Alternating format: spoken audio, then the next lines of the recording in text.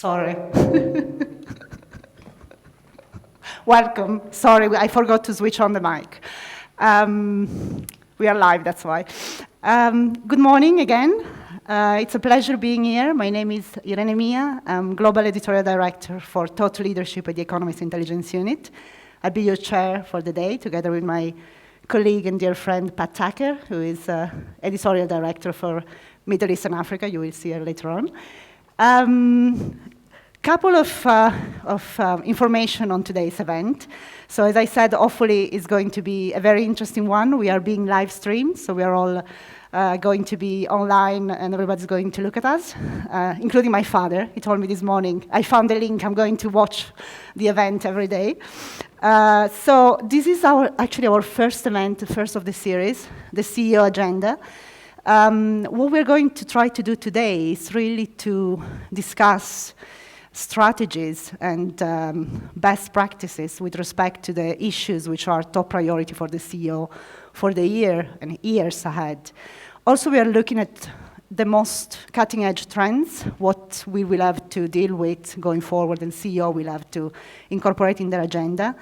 We are going to have different sessions. We're going to start with the state of globalization today. So we're going to start from the macro and then going to the micro. We are going to look at corporate innovation. What does it take to innovate, especially for large corporations? We're going to look at emerging technology, artificial intelligence. What is the future of work for all of us? We're going to look at threats and risk for business. We're going also to look at something very important for going forward for CEOs, which is sustainability. As we know, sustainability is something which is really key for competitiveness going forward. It's something that, in general, we tended to assign to government as main actor in the space. But to be honest, this is not going to work that way going forward. We know some of the government in the world are retreating a little bit from globalization and general trends. And at the same time, you know, when you look at the 100 most important economic entities in the world, 69 of those are big corporates. So corporates have a responsibility in terms of, you know, ensuring sustainability. With respect to sustainability, we are also going to be launching in the afternoon, just after lunch, the output of a research program we did at the Economist Intelligence Unit with our partner Standard Chartered. Is a research project we started a couple of years ago, Growth Crossing. We're going to launch in the afternoon a documentary, so it's going to be we're going to premiere the documentary about sustainability and sustainability in supply chain.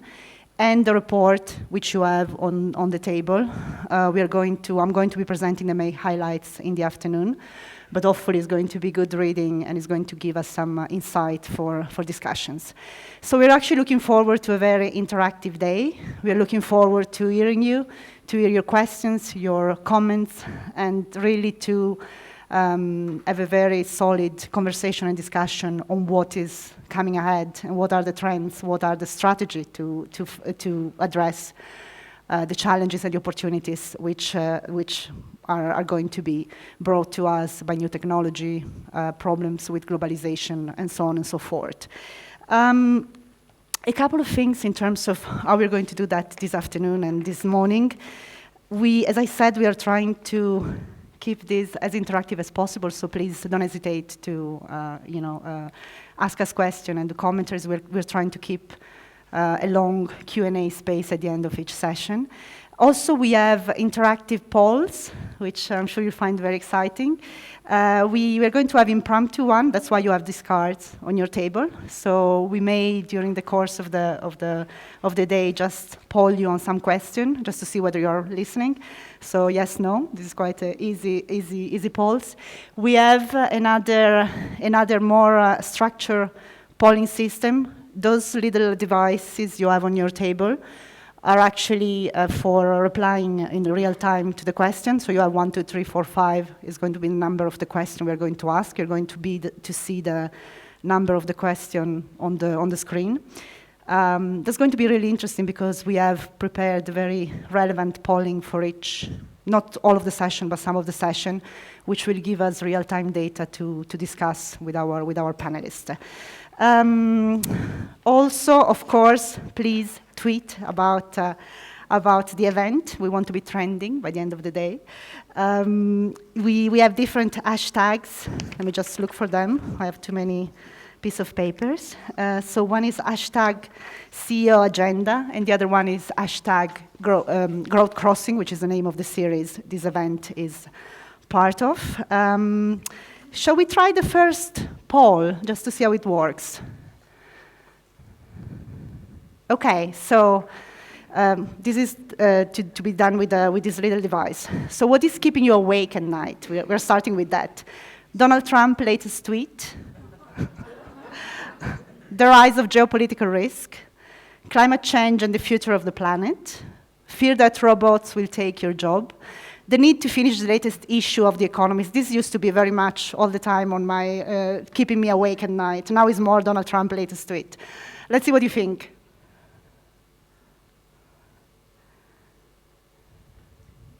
Are you all doing it? I know it's quite a difficult choice.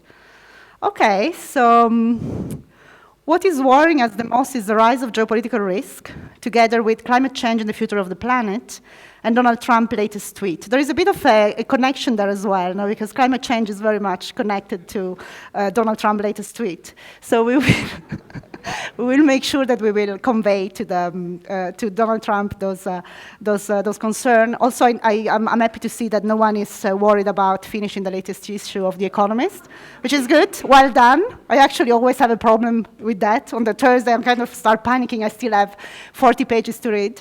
So that's perfect. It means that it's not too long. Also, last thing, actually the most important, I also would like to thank our dear sponsor, Standard Chartered. We've been doing quite a lot of work with them lately. It's a wonderful cooperation, and I'm sure you will enjoy very much the day and the reports and the insight from today. And with that, I will invite my colleague, Pat, to take over. Thank you.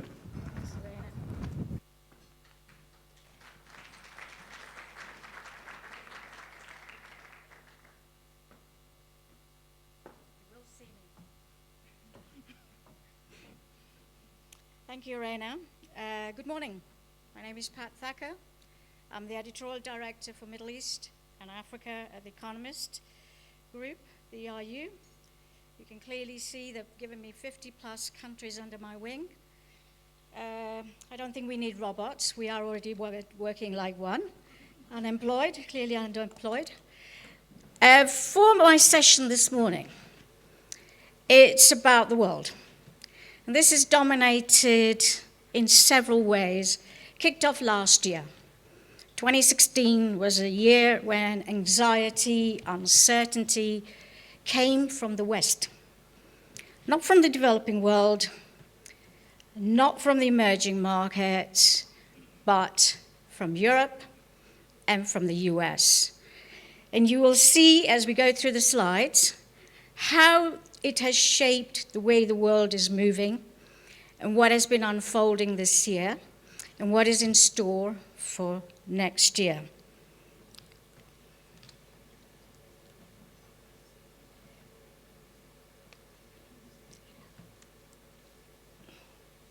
What is certain is the rise of the uncertainty.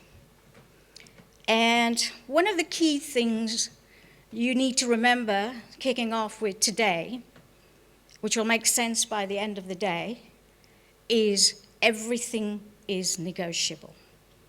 Everything that you have worked with, built your strategy on for the last 25+ years, globalization, free trade, movement of people, skills, financial sector.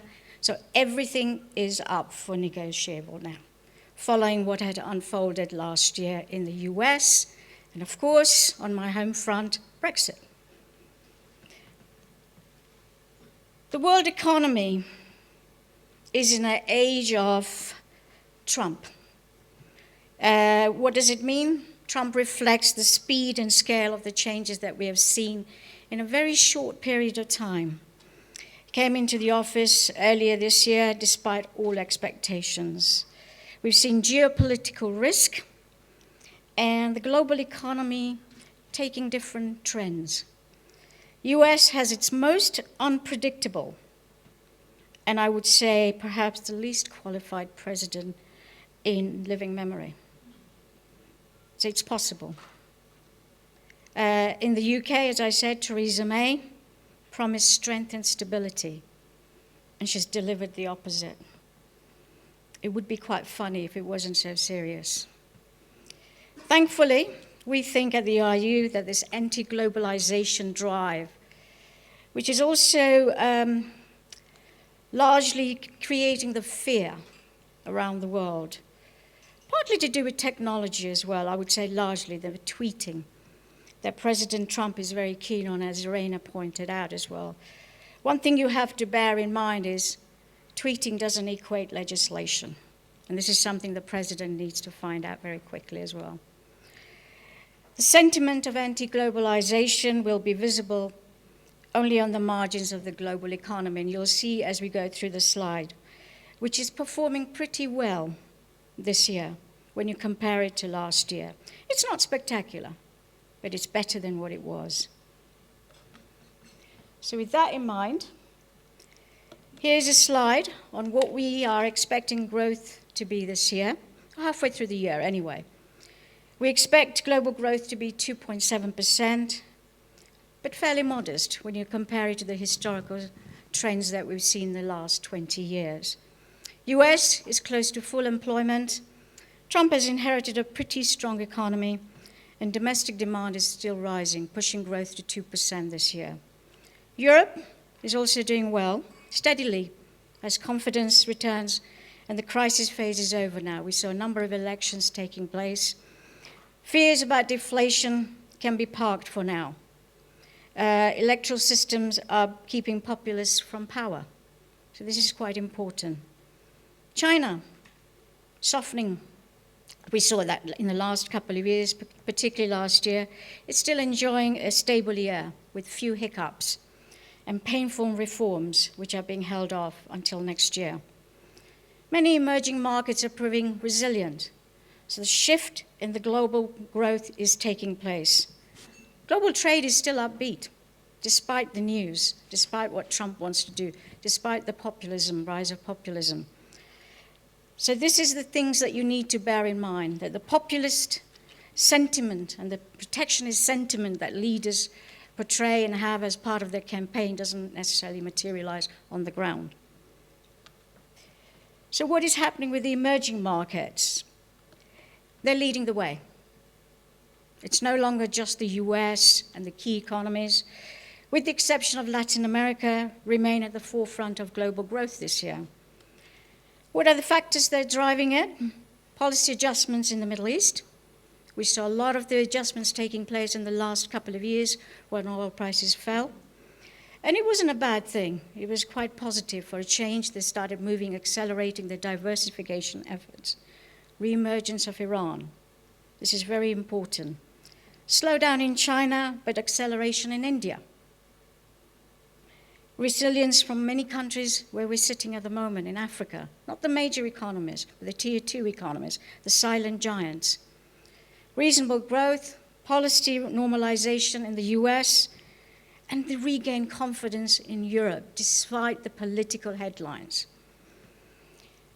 In short, we expect this year to end fairly strong. Will be defined by bad, at least bad politics, but uncertain and reasonable economics. This is a very busy global map for next year. It's kicked off last year, continues this year, and into next year. As much as the global outlook is better when you compare it to the last 2 years, political outlook is deteriorating. We can see how busy it is from America all the way to Asia. We see the highest level of political risk in years. This slide shows that there are serious sources of risk almost everywhere you look. Major economies by region. Key factors, just like to name some of them, is the Trump effect. America first. Divisions within Europe. Are we going to see the breakup of the EU following Brexit? Geopolitics of Russia, not just meddling in the neighboring countries, but beyond its borders. Regional divisions in the Middle East, now heightened by the recent GCC and Qatar crisis. We expect that to run for a number of years. It's not going to be resolved very soon. Corruption, cronyism in Africa. You're experiencing that on one of the leading economies in Africa, South Africa. Political shocks in Latin America, Brazil, corruption. Financial problems in China, particularly debt, the rising debt. Slow progress in Japan, still very inward looking. Need for strong rule and reform in India. So there are a number of key challenges, as you've seen, I've highlighted across the world. It isn't just tilted on one side or the usual culprits, Africa or Middle East, it's spread across the world. This is a slide about how do you feel about prospects for business growth and stability in 2018. It's a busy slide. The green on the left-hand side, the optimistic, of course, pink, red, pessimistic on the other side. This slide, you can view it as, how do you sleep at night? With pleasant dreams on the left-hand side, or nightmares on the right-hand side? We list some optimistic views of the major regions versus pessimistic views of the same major regions. And it's not one or the other. They're both at play at the same time. Both sets and a mix of these are feasible, which leads us into the question of where's your head at? So this is something you have to ask yourself when you're developing your strategy. How do you feel about the future business prospects in a particular part of the world based on rising political challenges? What are your major hopes and concerns? We'll touch on some of them in the coming slides as well. One of the key ones I want to highlight that's going to dominate the headlines next year, which will not have a direct, immediate impact across the world, but it'll fall down. It'll come to its own in many ways in the coming years. Europe. Faster growth and political stability. We've got the French elections out of the way. And thankfully, the French voted with their head rather than their heart, unlike the Americans. We've got the Austrians out of the way, Netherlands. We've got German coming. We're still expecting Macron to make it to the end. At the same time, the challenge you have to take on board is the disruption and uncertainty that the UK is going to unfold about Brexit. To Brexit or not to Brexit? We've already had a snap election, which is a rude awakening. It's not going to be an easy ride. Are we going to sleepwalk into a Brexit deal? It's not good news.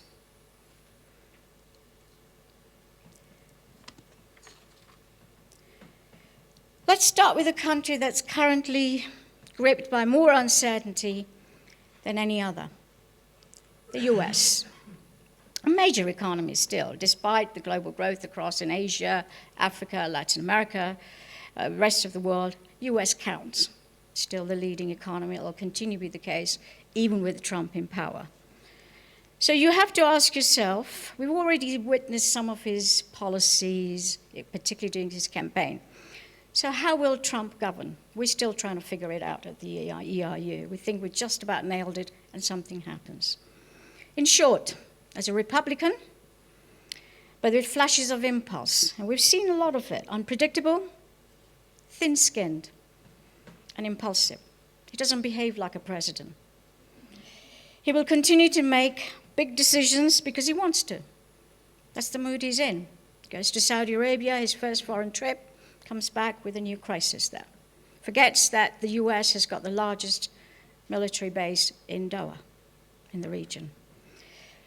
I'd put the airstrike on Syria, the recent airstrike on Syria, sacking of James Comey, and the GCC Qatar crisis into this box. Impulsive, unpredictable, and it definitely has wider regional impacts beyond the US borders. But I would also emphasize, do not pay too much attention to his tweets. On the economy, the US definitely would like to increase the growth 3 to 4%, which we feel is not going to be achievable. Skepticism that Trump will succeed in increasing public spending will be unfounded. And economic growth will not hit 3 to 4%, but it'll be in the region of 2.1%, very much remaining steady as it has from this year. It's still got legs. It'll continue to grow at a steady pace next year. On the rate front, we expect the Fed to increase the rates once more in this year and twice next year for a cumulative increase of 75 basis points. What does this mean? This will engage the Fed in another form of de facto monetary tightening when it shrinks its balance sheets, unwinds the QE by selling or not reinvesting expiring assets. This is quite important as well. The dollar will remain vulnerable to disappointing economic growth in the US, as seen in the first quarter of this year, or surprisingly strong growth elsewhere, as seen in Europe, and possible shocks happening from erratic policymaking. So this is not the end of Trump's impulsive behavior. You'll see that unfold in the coming couple of years at least. Okay. Moving on, which is something that's perhaps keeping you awake at night, perhaps. Biggest policy area, I would say, with the latest level of uncertainty and potential for unrest is international trade. How real is it? And we'll discuss that at the next panelist session in greater detail. So I won't go into too many details at this point. Trump's campaign pledges were extreme and now likely to lead to renegotiation rather than cancelling of existing trade agreements. You cannot undo 25 to 30 years of trade blocs and negotiations that's taken a number of countries around the world to put in place, and everybody is benefiting or not benefiting in different ways. So it is not something that you can just tear up a piece of paper. These are serious trade disputes. So what do we expect? The North American Free Trade Agreement will be renegotiated, and concessions from Canada and Mexico will be secured. He also is quickly realizing he still has to deal with the world. He still has to do trade with its neighbors, even if he doesn't want to. It's the reality. It's the economic reality on the ground.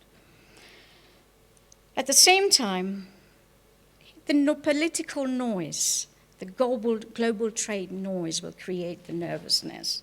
And you will, from time to time, hear about alarming aspects like the tax reform, protectionist tax reform, is the potential flouting of WTO rules.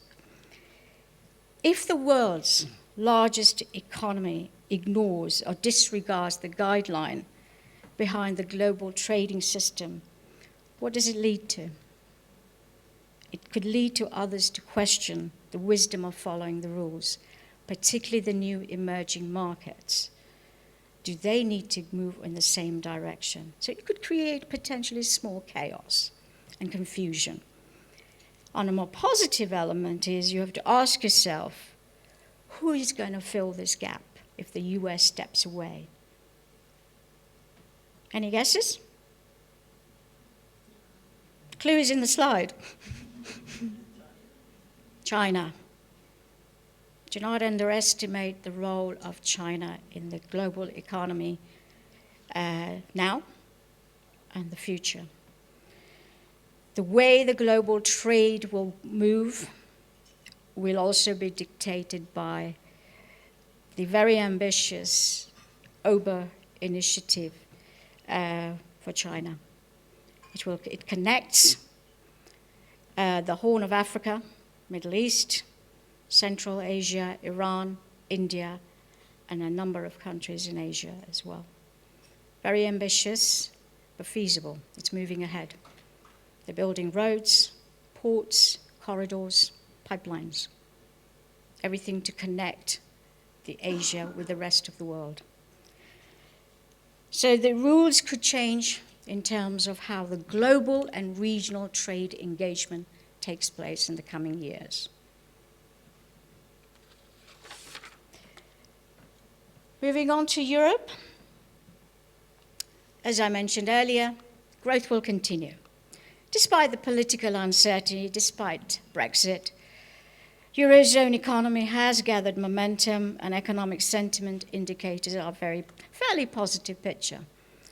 Certainly we feel that it surpassed the 2011 peak and now not that far behind 2007 high.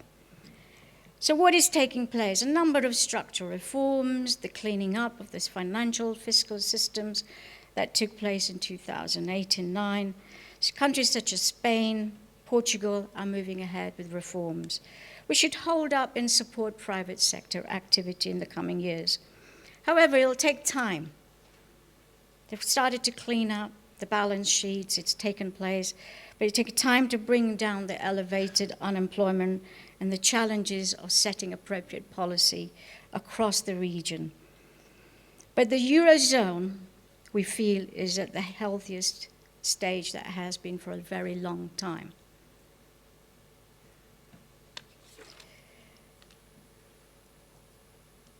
Populism, and we'll talk about that later again as well in one of the sessions. This slide shows that 2017 has not provided the electoral shocks of 2016. The populists have shown to be more willing than the mainstream parties to debate sensitive political issues, whether it's through the election process or on the streets, as we recently saw the G20 meeting in Hamburg. The impact of globalization and income inequality. Not everybody has benefited from the globalization that's taken place. The xenophobia has set in a number of developed and developing countries. But, this is a big but, 2017 has been a better year for the political mainstream than it was last year. You have to ask yourself the question, Brexit happened, why? Discontentment with leadership, mistrust with political structures. Will UK's Brexit sleepwalking into a deal, will it create chaos, not just in the UK, but in Europe and its major trading partners? It certainly has increased the risk of prolonged political instability, and we do not discount completely another election in a very short period of time. It's a very fragile, unhappy marriage taking place. So you have to say there isn't a strong leadership in a party that's going into the Brexit negotiations that the UK needs. But populism is not dead. Need to deliver on jobs, income inequality. The pressure is still always going to be there. For instance, in France, they will have to move, the new Macron will have to move on the necessary reforms and policies that create jobs and cuts the income inequality. They will need to deliver on jobs to prevent a Le Pen presidency in 2022. So it's not gone away just because we skipped it this year. It's still there. Okay. Moving on to Asia. Across the world. It will still be the fastest growing region. And the key market, China, which is absolutely crucial to our global view as well, not just for Asia, but for around the world. Alarming. We are expecting a hard landing next year in China. There'll be a correction. They've avoided the correction this year. Why did they avoid the correction? This year, there's a very important political conference taking place this year. He's definitely avoided, however, this is unsustainable debt dynamics unfolding. Oversized, inefficient, over-leveraged state-owned enterprises and rapid accumulation of corporate debt has taken place. Just to give you an idea, total credit to the non-financial sector in China rose from 176% of GDP at the end of 2009 to 257% of GDP in December 2016. This was at a time, the period, when real GDP was expanding at more than 8% per annum. So they're going into this debt. This is the level of debt that the West had accumulated when the 2008-9 financial crisis hit the markets. I'm not suggesting that that is going to unfold in a global financial crisis, but this is something that the Chinese policymakers have to address at a time when we're forecasting a growth of 4.6%. So policy-driven slowdown in Chinese growth will mean from 6.6% growth this year to 4.6% next year. Attempts to tackle the credit bubble will be managed carefully to avoid a more significant downturn, one eye on the political and social implications. The slowdown, what does it mean? It will hit the industrial sector, household consumption, and government spending will hold up a little better. But it is certainly you'll feel the pinch, more than a pinch, across a number of sectors. China's slowdown will also have a ripple effect around the world. Asia, the rest of the Asia where they have very strong trade investment links, and beyond. Africa, Latin America, Australia, which will be highlighted to Asian corporates that this is the time when there'll be cheap credit. However, the ripple effect from China cannot be underestimated. We've already seen the impact of that on this continent in the last 2 years, when trade between the two continents, between China and Africa, fell by something in the region 25 to 30%. So it's not all bad news. It is rebalancing the consumption away from investment. And you have to ask yourself, could China continue to grow, driven by the central policies, 8 to 10% forever? No. This is the new normal. This is the new China. So how does it adjust to that as well? And on the plus side will also be a shift of production and productive assets going to more lucrative markets like Africa, Latin America, and other Asian markets. Companies will seek out other lower costs elsewhere. We've seen a flow of that taking place in the last 5 years in other parts of the world where there's opportunities, greater revenue bases. Some of these benefits will be felt in Africa, Latin America, Australia, Asia, and some in Europe. And of course, this will be reinforced, and I cannot emphasize strong enough, by the Ober initiative, One Belt, One Road initiative. This is taking shape very fast, and this will also shape how the global trade operates in the coming years. Still on Asia, India. All systems go. Just let me take you back to the first slide when we had the whole global picture. We had India growth at 7.8% this year.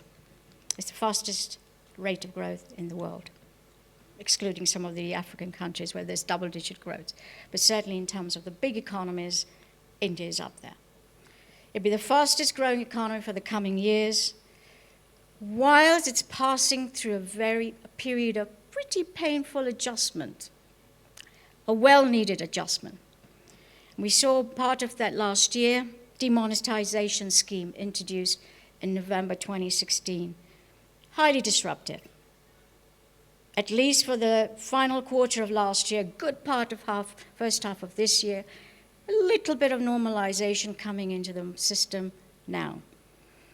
Over time, it will help to expand the economy, into a more formal economy. And what you will see, it'll widen the tax net. A nationwide goods and services tax has been introduced, which came into effect this month, will move India closer, which is what it wants to be, into a genuine single market. And this is where you can actually say reforms that are needed. It was a very brave decision that Modi made. And there was a lot of disruption. It was questioned whether the timing was right. Was it thought through? Yes. Painful in the short and medium term, highly beneficial in the long term. At the same time, the government is pushing ahead with a number of sensitive reforms in the banking sector, particularly the non-performing assets. The pressure on the banks to deal with the non-performing assets is going to rise. Time to clean up the banking sector, and has taken steps to refine bankruptcy procedures as well. This is quite new. At the same time, excess capacity in some of the sectors like steel, NPLs, will be restricted credit.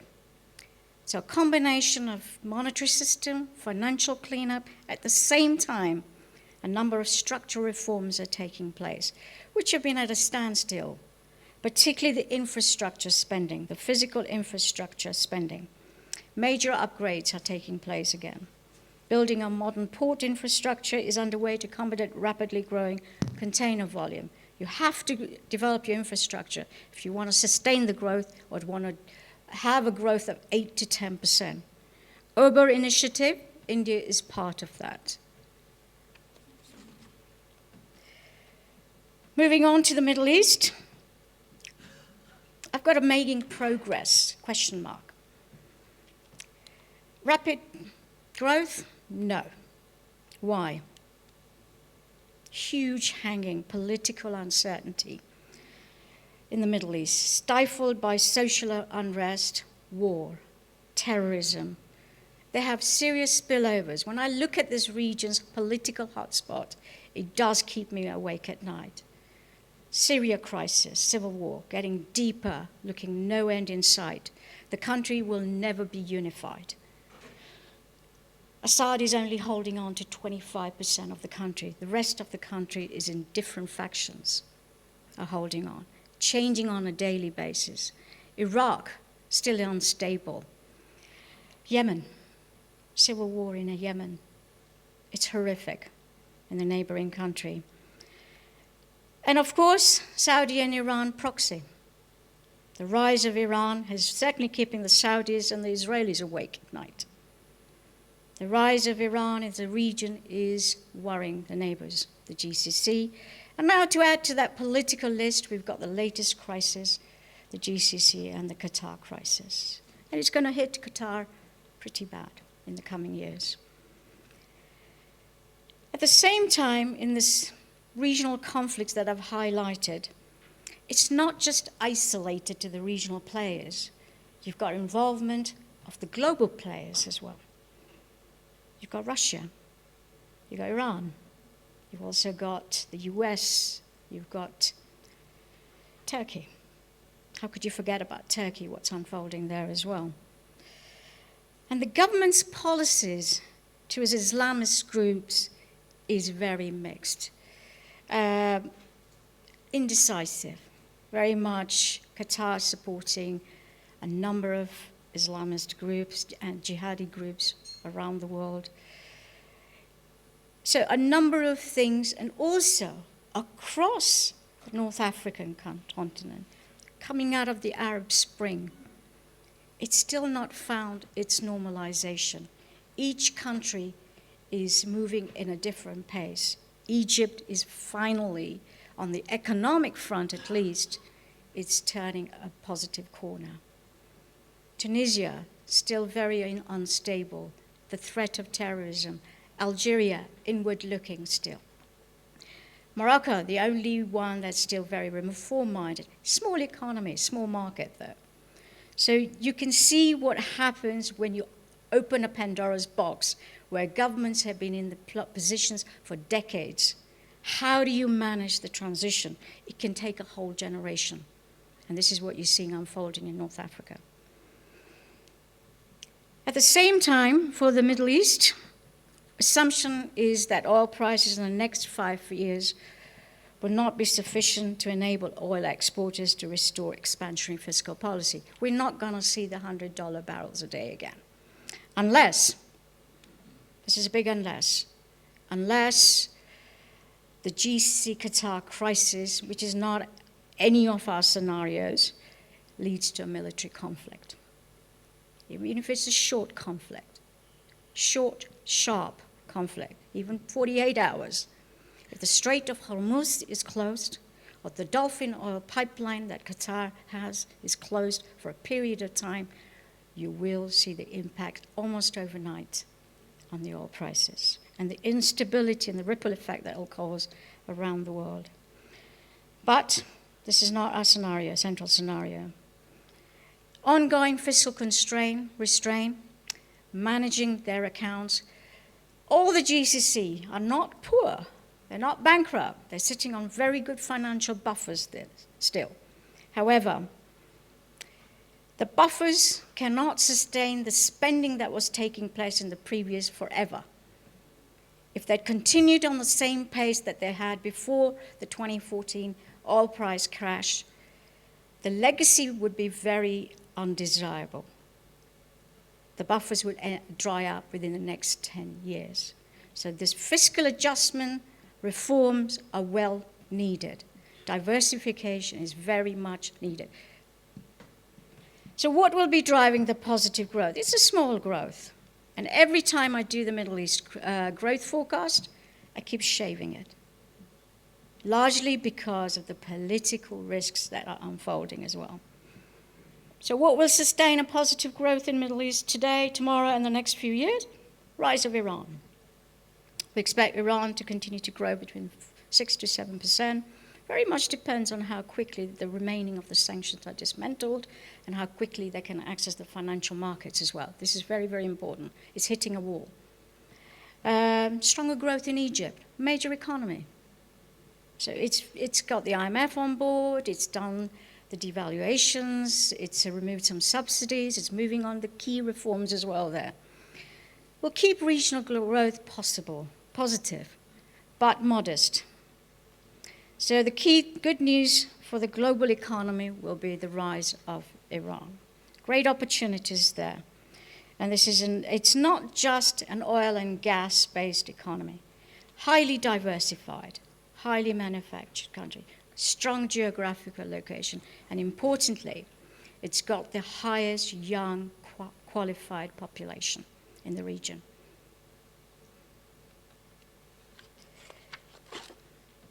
Moving on to Latin America. Politics will take center stage there next year. This year, the region's two largest economies will not perform well, Mexico and Brazil. But both of them we expected to improve next year. Brazil's president has come under intense pressure, as you've seen in recent times, to resign on the back of allegations of corruption and obstruction of justice. Political shocks like that can derail the country's emergence from recession. It was just coming out of the recession and stagnation. When we started this year, we had a growth of 1.5% in Brazil, and now we've brought it down to 0%. But next year, we're expecting a growth of 2%. Mexico, growth is expected to accelerate to 2% after 1.6%, but risks are weighted to the downside here. Why? Renegotiation of NAFTA, which will get underway shortly. So, how US behaves will have a direct impact on the Latin American markets. On a positive note, a new trade agreement could be negotiated between Mercosur and the EU. Both sides are keen and optimistic about resolution. So you can see that there is this noise coming from the US about protectionism, closing the borders, America first. At the same time, what you will see is common sense will prevail a number of countries to move ahead with the trade negotiations. Okay. Last but not least, Sub-Saharan Africa. You can see from that chart the V-shaped recovery. This is very important. The pickup after 2008 and 9 was almost overnight. Dismal performance last year. El Nino, commodity prices, China slowdown, political instability in the key markets, South Africa, Nigeria, Angola. But we expect it to gently pick up from this year, from 0.9% last year, which was the lowest pace for 20 years. This year and next year, commodity prices have picked up, will stabilize. That'll be a benefit for a number of countries. Oil, industrial, raw materials, and food commodity prices are still rising this year and into next year. Investment. The latest FDI numbers show a dip for last year, but they didn't fall to the floor. So there is still interest, flows are still coming in, but it's still very much in selected areas, largely mining, hydrocarbons, and infrastructure. So a combination of that will continue next year. But one thing you also got to bear in mind this year, what has happened, is currencies have stabilized as well. Capital inflows remain reasonably strong. Remittances have been holding up. FPI, short-term trade credits are still available, and longer-term loans. A number of countries have re-engaged with the donors, which has paved the way also for other commercial loans to come through. Search for yield continues, and there's confidence in the region's resilience, with some notable exceptions, and you know which ones they are. So, Africa's is a mixed bag, but still a positive story. New name tag. Africa is not rising, it's risen. It's diverging. So you'll get it very wrong if you label it as just Africa rising. Diverging has become the key characteristic of the continent, and we expect this to remain over the coming years. There is a handful of countries, you can see I've done the traffic lights there. Countries will be excelling, continue to grow at a rapid pace, 5% plus annum. And there are countries like Cote d'Ivoire, reconstruction program taking place after the civil war. Ethiopia, ongoing reforms, ongoing engine of growth, largely supported by China as well. Ghana just had his election accepted, moving on with policies that are needed.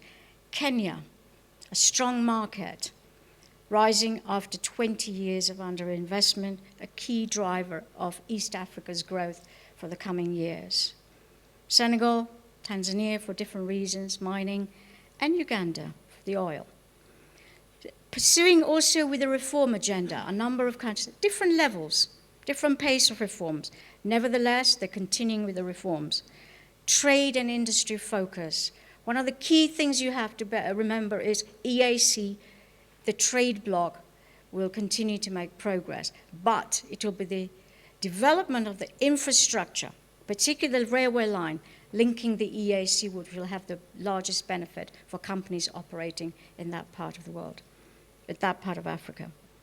Holding, 3 to 5%, reasonable growth. Vulnerable, and this is the sleeping giants as well. DRCs, Egypt, Mauritius, Namibia, Morocco, Sudan, yes, Sudan, and Zambia.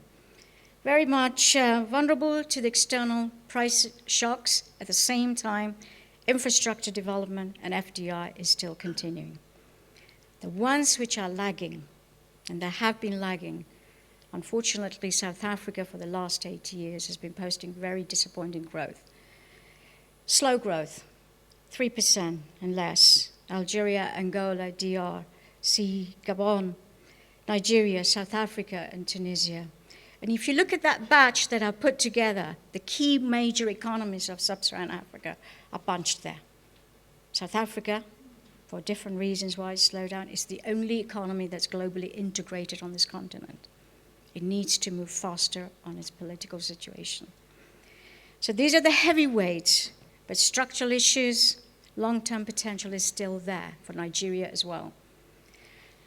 They're the fragile. And some of the major countries are very much the fragile. We lag behind. Angola keeps going back to the IMF, coming back without a deal. So vulnerabilities will still be there. And this is the laggers which will drag the regional growth down in the coming years. It will just post 2 to 3%. Okay. On the corporate side, still on Africa, risks and challenges are never far away. The supply chain, political risk, corruption, China slowdown, globalization, what does it mean for Africa? Brexit, what does Brexit mean? What does the EU mean for individual companies? This slide is based on a survey, but I will quote you another survey that was done earlier this year at the CEO Forum in Geneva. It was a survey of about 1,000 CEOs attending the conference. What it showed is that despite the lower growth, despite the lagging of the major economies, political uncertainty, credit downgrade of South Africa to junk earlier this year, what it showed is that 62% of the CEOs said that their companies had experienced the effects of economic slowdown in the past few months, but 70% still felt that they were very optimistic about doing business on the continent this year and beyond. So despite the challenges and the risks and the uncertainty, it's a long-term view that they take of the markets on this continent. And a high 92% express confidence in economic growth and opportunities for the medium and long term. Rise of cities, urbanization, do not underestimate it. When you do your strategy, definitely you need to look at the macroeconomic numbers as an indicator of the health of the economy, how healthy or unhealthy it is, but it is really the cities you have to monitor, the city data, the development of the rise of the cities. In the next 20 to 30 years, by 2050 at least, some of the top 20 cities in the world, and about 10 of them will be listed as being based in Africa. North, south, east, and west, across the continent. Okay? Coming to my final slide. Key global themes for 2018. We'll end this year on a fairly strong footing, especially on the economic front, and I've already listed a number of political uncertainty, including globalization. So where does that leave us? I've listed a few of them up there. Global growth will hold up, despite the slowdown in China. You've got rising of India, Europe still rising, a number of economies around the world. Mixed outcome in the developed economies, while tier 2 countries, the sleeping giants that we've been talking about around the world, even in Asia, will make significant headway. Africa, Latin America, and Asia. A number of geopolitical risks will dominate the headlines and the agenda and the tweeting and the social media. And the social media does have a great influence. One of the key geopolitical risks you need to monitor will be how the GCC and the Qatar crisis unfolds and how the relationship between Iran and Saudi comes in the coming years as well. Expect 2018 to be a year of high anxiety, even the US. US politics will turn inward again as the midterm elections approach in the autumn. Going back to my early opening line, everything is negotiable. And I think you'll agree with me after those slides that is the case. So what do you need to do as companies, as part of your strategies? You'll need to readdress and review your strategy on a fairly regular basis, but not be too alarmed with some of the tweets and the social media news, which have increasingly been coming as fake news, and go back to the drawing board as soon as it comes out. Take a long-term view, measured view. Thank you.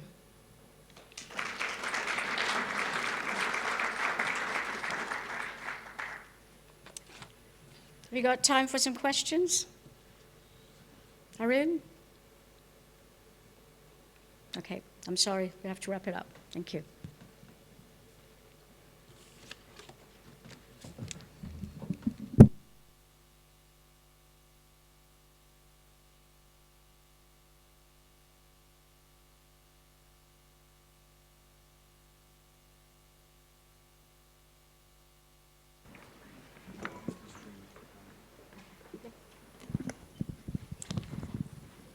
Okay, you're going to still have to put up with me for another hour.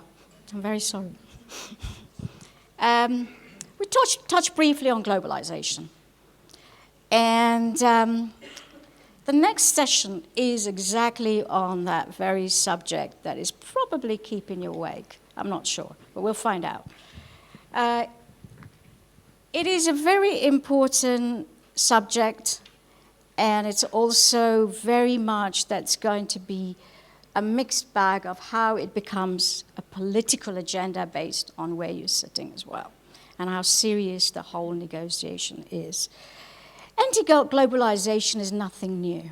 We've seen that happen over history at various periods of time, the Industrial Revolution, in the 20s, the 30s, the 18th century.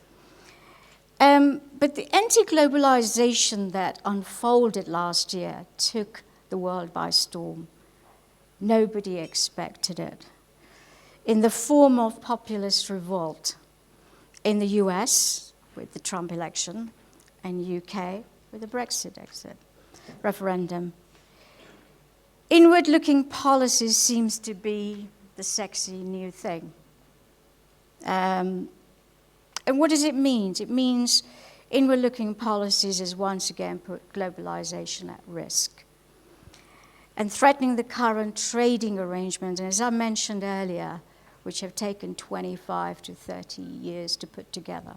EU, I believe, took about 25 years to come together as a body. Is it going to take only a couple of years to unfold it? I doubt it. To discuss it, this very interesting and relevant topic for trade blocs, challenges, and opportunities, what does it really mean? What is the reality? This is what I want to get to the bottom of it. What are we looking at? For companies, for governments, and you to consider. So we've been very honored to have a very interesting panelists put together. And I'd like to invite them on stage to join this session. Carsten Wellner, Chief Executive of Ascendis Health. Good morning.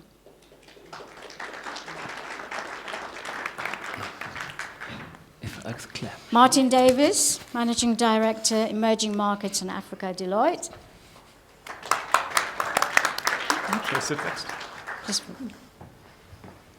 Aaron Ramsky, Chief Executive, Southern Africa Cluster, Gathered Consumer Products, and Sabine Dal Olmo, Chief Executive, Siemens Southern and Eastern Africa. Welcome. Welcome to our panelists. You can see from their titles that we've got a mixed bag here. We've got Martin from Deloitte, who's very well acquainted with Africa, China, and India, particularly the relationship that's unfolded in the year. And we've got corporates from Siemens, how they are managing the change in the globalization. So before we kick off with this session, I'd like to start with a poll question, which is very relevant, and we'll come back to it, how relevant your answers were at the end of the session. So can we have the poll question, please?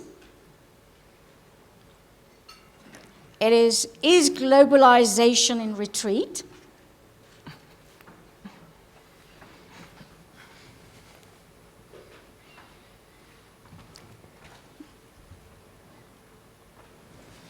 Have you started to vote?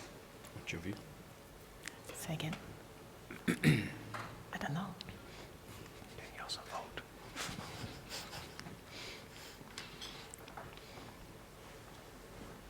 Oh, well, it's not working. All right, we'll come back to it. I'm sorry. Okay, to kick off our session, I'd like to kick kick off with you, Kirsten. Do you think it is possible to turn back the wheel of globalization? I definitely think not, because globalization is not only, like you said, and I can only joke with you, twittering. Globalization has something to do with standardization. It has to do something with economic policy changes, like privatization. We know that China actually started its big boom with privatization in the farming industry.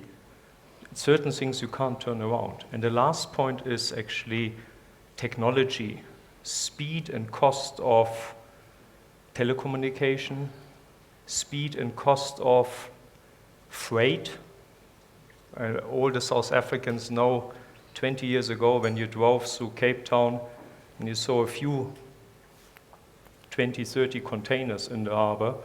Now you have hundreds of thousands probably of containers stored in Cape Town harbor. So the whole containerization, the speed and the cost of freight have come down so much that actually a few populist guys, be it Theresa May or be it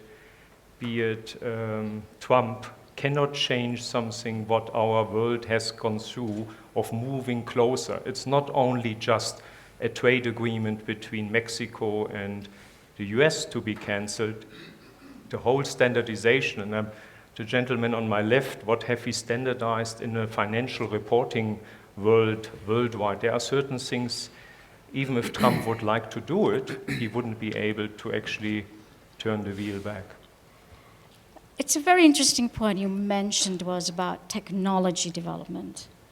In what way do you think that would block any kind of globalization initiative and deglobalization initiative that Trump would like to put in place?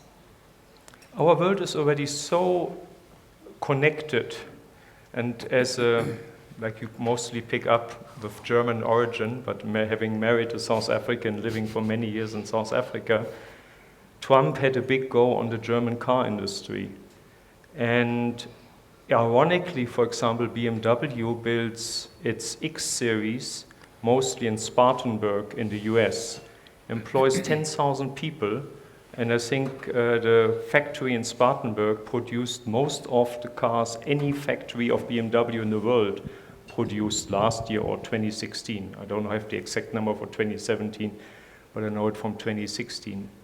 So there is so much populism around there, but businesses are so worldwide connected. My company, for example, we're launching some products in Australia during this year. But even having a fantastic brand, what we want to launch, a South African brand, we will produce it in Australia. Because sometimes it is like when you go to the Romans, do as the Romans do, and you have to adapt to the local needs. And something which doesn't, there was always a fight in globalization of standardization on the one hand, and individualization on the other hand, what they sometimes call the paradox of globalization. Mm-hmm. And that paradox is not going away. As businesses, you have to source your products worldwide. You have to globally disperse your value chain, your supply chain, and then you have to always look for new markets. And America is happy because they have a huge local market. But if you ask a country like Singapore, if you ask a country like Switzerland, Denmark, even Germany, countries which are smaller or bigger countries which were always used to trade internationally. So as an economist, and my background, I'm a macroeconomist, I can't believe that this wheel will be turned around, because the supply chain, not only the customers and the product selling, but just the supply chain also is globally so dispersed that there's no chance to turn this around. You mentioned about supply chains. I'd like to take it to Aaron. Businesses depend on the efficiency of the supply chains to continue to operate and stay competitive and expand beyond their home markets to grow the revenues. Should companies be worried about the rise of populism and anti-globalization and the disruptions as a challenge or as an opportunity to expand in new markets? So, for instance, if in the most extreme scenario, and I would like to emphasize it with extreme, that Trump manages to push through some of his crazy ideas and builds the wall, and it's harder for companies to do business with America. What do you think are the opportunities for companies on the back of that? I think there's always a worry when you have someone like Trump making statements like he has been making. But I think that we certainly see this as more of an opportunity than as a risk. If you look at how we've structured our businesses into multi-local rather than multinational, we've managed to create regional hubs of excellence and rather draw on the central office more as more the central businesses, more as support functions.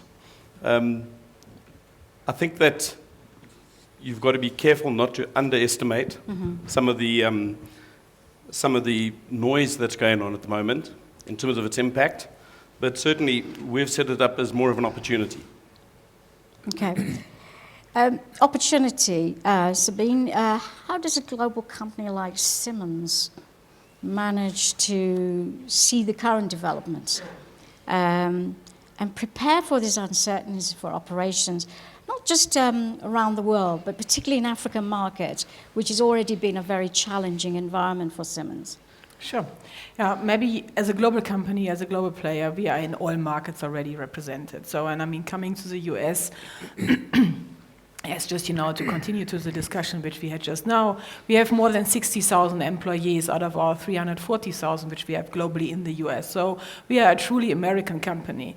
And when we look into the African market, and specifically, I mean, the worry about how can the US be separated and they have their single market. Now look at the car industry and you look at the communication by all major car manufacturers that in, say, from 2019, Volvo has communicated about a week ago they will not produce any normal petrol or diesel driven cars. They will have only electrical cars or hybrids for that purpose. So if the US wants to be part of it, they don't have a significant resource of copper, right? So if they want to be part of that development, and they have Tesla as one of the ex-South African immigrated to the US as African export, but if they want to be part of this, they need to cooperate, for instance, with Africa, because majority of these resources which you need for these technologies, you will find in the African continent. And hence, coming to the point of Siemens, we will always try to participate in the global supply chain. We source from wherever we will be able to get the input material on the cheapest cost base, because at the end of the day, our industrial market is a cost-driven market. So nobody pays us additional money as the investor or as the municipality because we basically produce maybe in Africa or we produce in China. We are in a business-to-business environment, and therefore the price and the service at the end of the day prevails. And coming to Africa specifically for us, I mean, we did more than 157 years in Africa. The South African office, which we have in Johannesburg, was the fourth office our founder has opened after our foundation in Berlin in 1847. And what is interesting around is our concept specifically on Africa was always driven by localization. And that's why we have a very strong footprint, because if you're in the business we are in, specifically in the mining with utilities, transportation, you only will survive in a market, and that's valid for Africa as well, if you can supply a service. And service is done locally. So it's no good to have, South Africa being far away, for instance, from Europe, taking forever to get the resources in order to maintain the fleet of installed capacity or whatever you would like to maintain. It's interesting you mentioned localization for your operations on the ground in Africa. If Trump's America First anti-globalization as an American company, what kind of pressure are you anticipating to come from there, from the Home Office, to consider this anti-globalized move away from localization? Well, for us, we don't see that pressure because for us, it's really our strategy is going into the markets, being local, being present, and rather extend our footprint we have. Because what you see, I mean, when you look into the current trending, and it's not as simple as it sounds maybe when you only orient yourself to the American press and to the American scenario. Because if you take the G20 last week in Hamburg, it comes to climate change. Climate change is something what is a global phenomenon. It cannot be ring-fenced by borders, right? So it was a vote, and out of the 2019 agreed that they will continue working on the Paris Agreement. And I think that's a good story because it also says that the US will not be able to push forward with their own agenda for a very long time. Yeah. At the end of the day, what you will see, and this is something where we are working on, we try to look for new alliances. America is still very important for us, as I highlighted. They are a massive market, and we have a lot of employees, so we will have a social responsibility towards it. But on the other hand, you also need to venture and also rather take it as an opportunity to develop new alliances, maybe with China. Because as you already said, China goes into a kind of a difficult time, and they need to look at how can I keep my 1.5 billion Chinese going, how many that will be at the point in time. And I think that's the way how to go. That's an important point, finding new alliances in this uncertainty. Martin, could you comment on that, how China could benefit from this new anti-globalization that's taking place, in line with the Ober initiative that is already making a headway? Pat, thank you. I think there's, just to interject on something, we're all talking about Trump. Yeah, Trump can say what he likes, tweet what he likes. It doesn't really affect my life, to be honest. I think more importantly, we should be talking about the political rhetoric, or often lack thereof, coming out of Beijing currently, if you're looking at Africa's context. For me, a couple of things, and let me just put this in the macro first and then get to your specific question on China. I think firstly, we're sitting in Johannesburg here, and the biggest challenge we have as the biggest economy in Africa, South Africa, and the region is, and you've touched on it, is firstly, you mentioned divergent of growth sort of rates in the context of Africa. I'd extend the sort of analogy to emerging markets. Clearly in the last 3 years, it's fairly obvious. The center of gravity of growth has shifted from sort of emerging markets generally, think Africa rising, to Asia. It's shifted eastward rapidly, centered around China, 6.8, 6.9%, as you say, India, 7.5, thereabouts, and potentially accelerating. So the emerging market / global marginalization of our continent is effectively deglobalizing us from an interest perspective. Think flow of capital, think flow of people, labor, etc. I think the second factor is that of, traditionally Sub-Saharan Africa has been almost a triangular economy of 3 countries, Kenya, Nigeria, and South Africa. Of the 3, 1 remains relatively robust growth, the other 2 are in, let me use a polite phrase, structural slowdown, i.e. big red button says self-destruct. And that applies to 2 of the 3.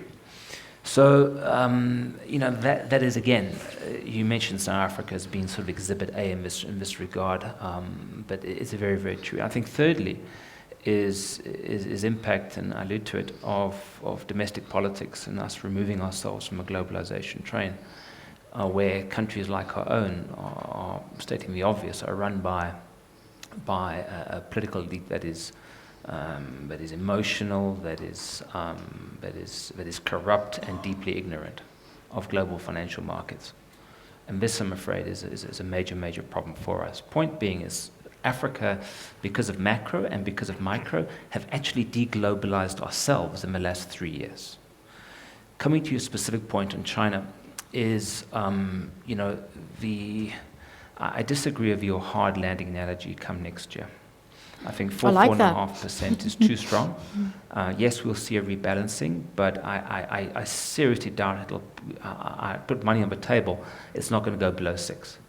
Now, any slowdown in China, we saw this, and your graph showed it, any dramatic slowdown in China, think 2008, Lehman, September 2008, we saw a dramatic slowdown in growth in China from Q4 2007 because of turning off the capital taps.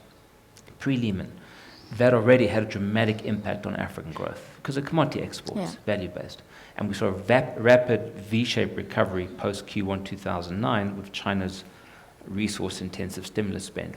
What you're implying by saying in 2018, if there's a hard landing, effectively African growth for 20 years has tracked Chinese, albeit about a 3.5% differential.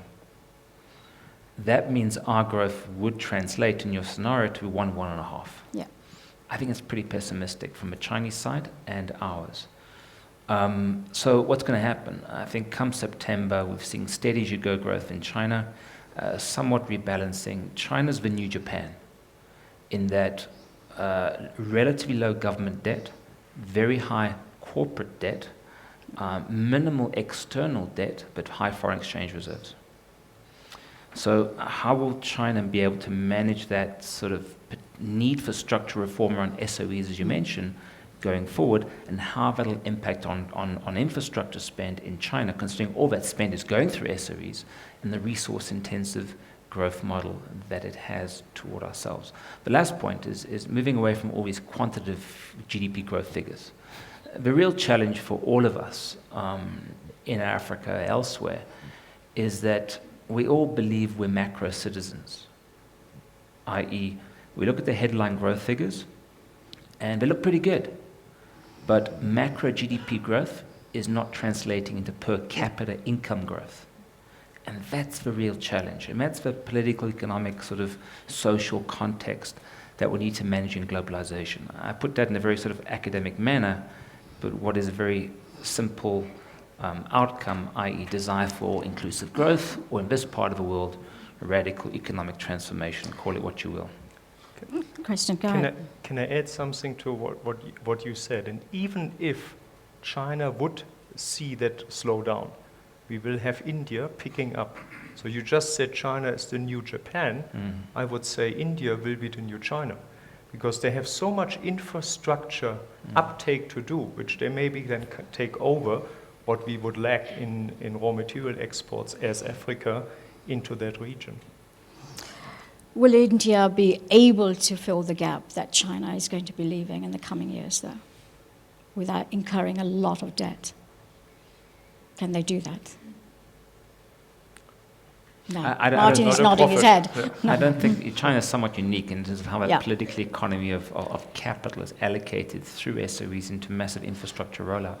I think Indian case is, Modi's reforms are, again, maybe more reform in the last 3 years under Modi than the previous 30 under Congress. Thank God we're no longer there. But I think it's, for me, is China's spend through so-called policy banks is really unique. The infrastructure requirement in India is massive. Yes, they're starting to get it together and battle. That's very positive. That's a positive impetus for commodity prices and the light growth machine. It'll become maybe a loose analogy. India will be if India was like Africa, i.e. fragmented, very heterogeneous as it is, internal protectionism, really poor infrastructure, India will not be so much like a China, but more like a better functioning Africa, if that makes sense.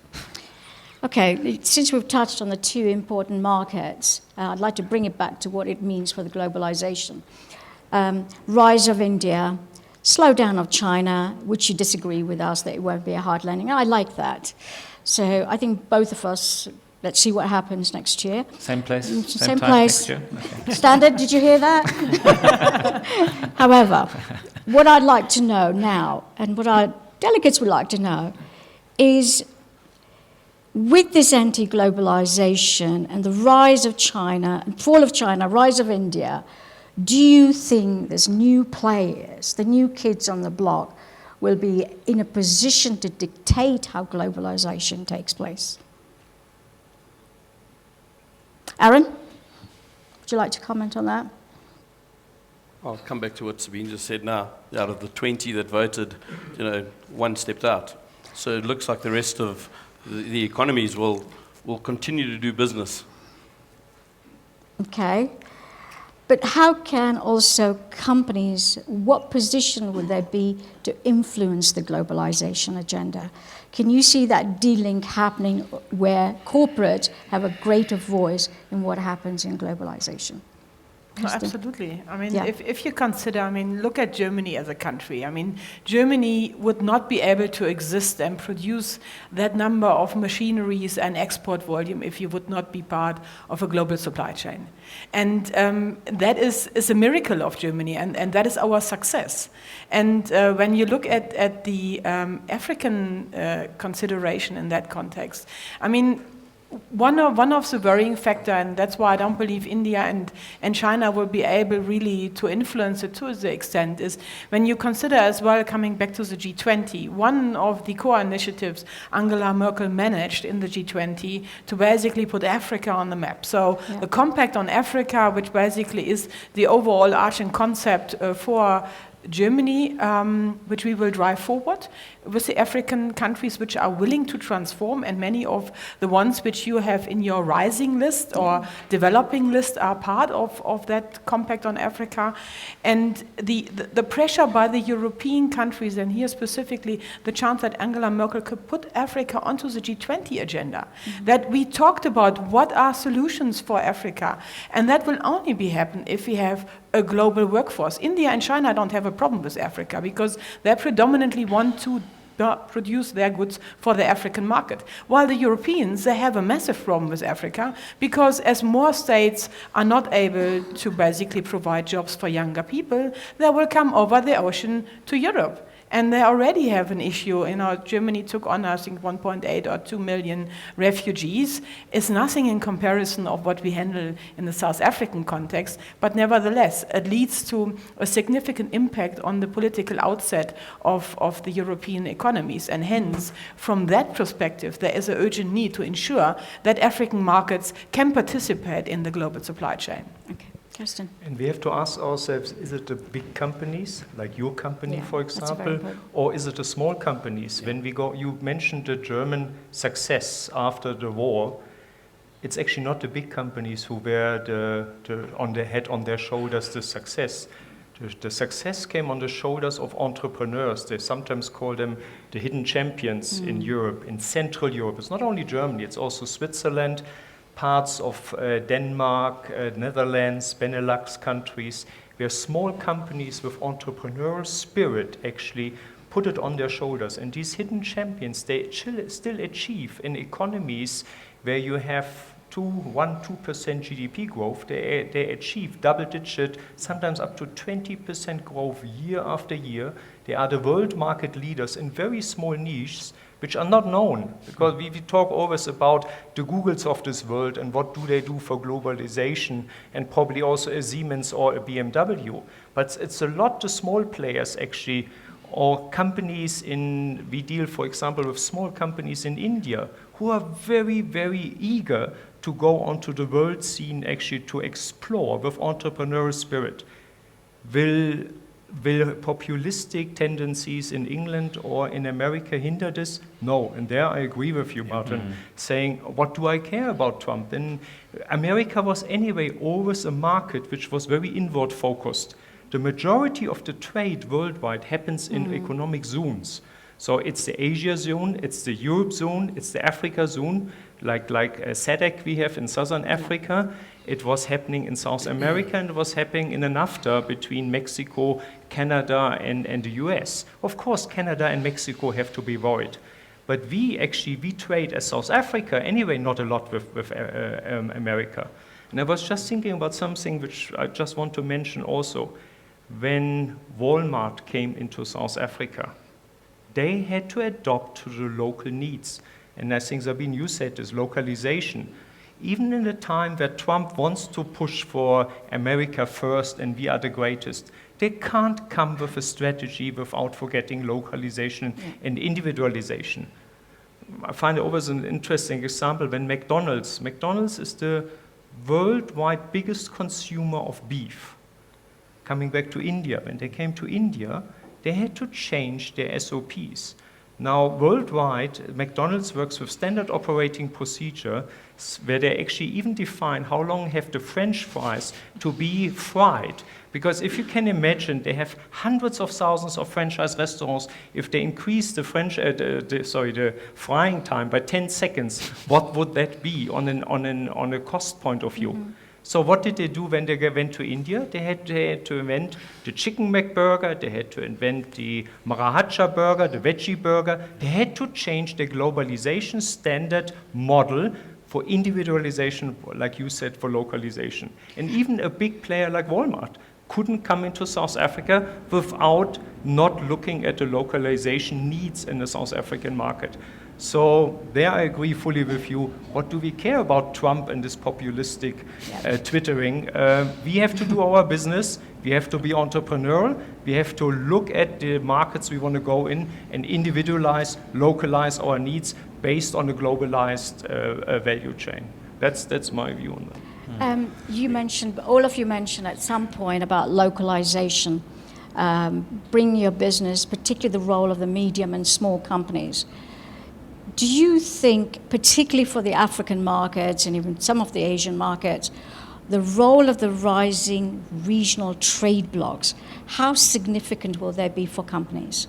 What influence or what role will they play in terms of how your business operates on the ground? Particularly, let's say, EAC, that's going to open up 5 key markets, a huge consumer market overnight. And you can operate very much localized. You don't have to worry too much about anti-globalization, rise of populism, or Trump.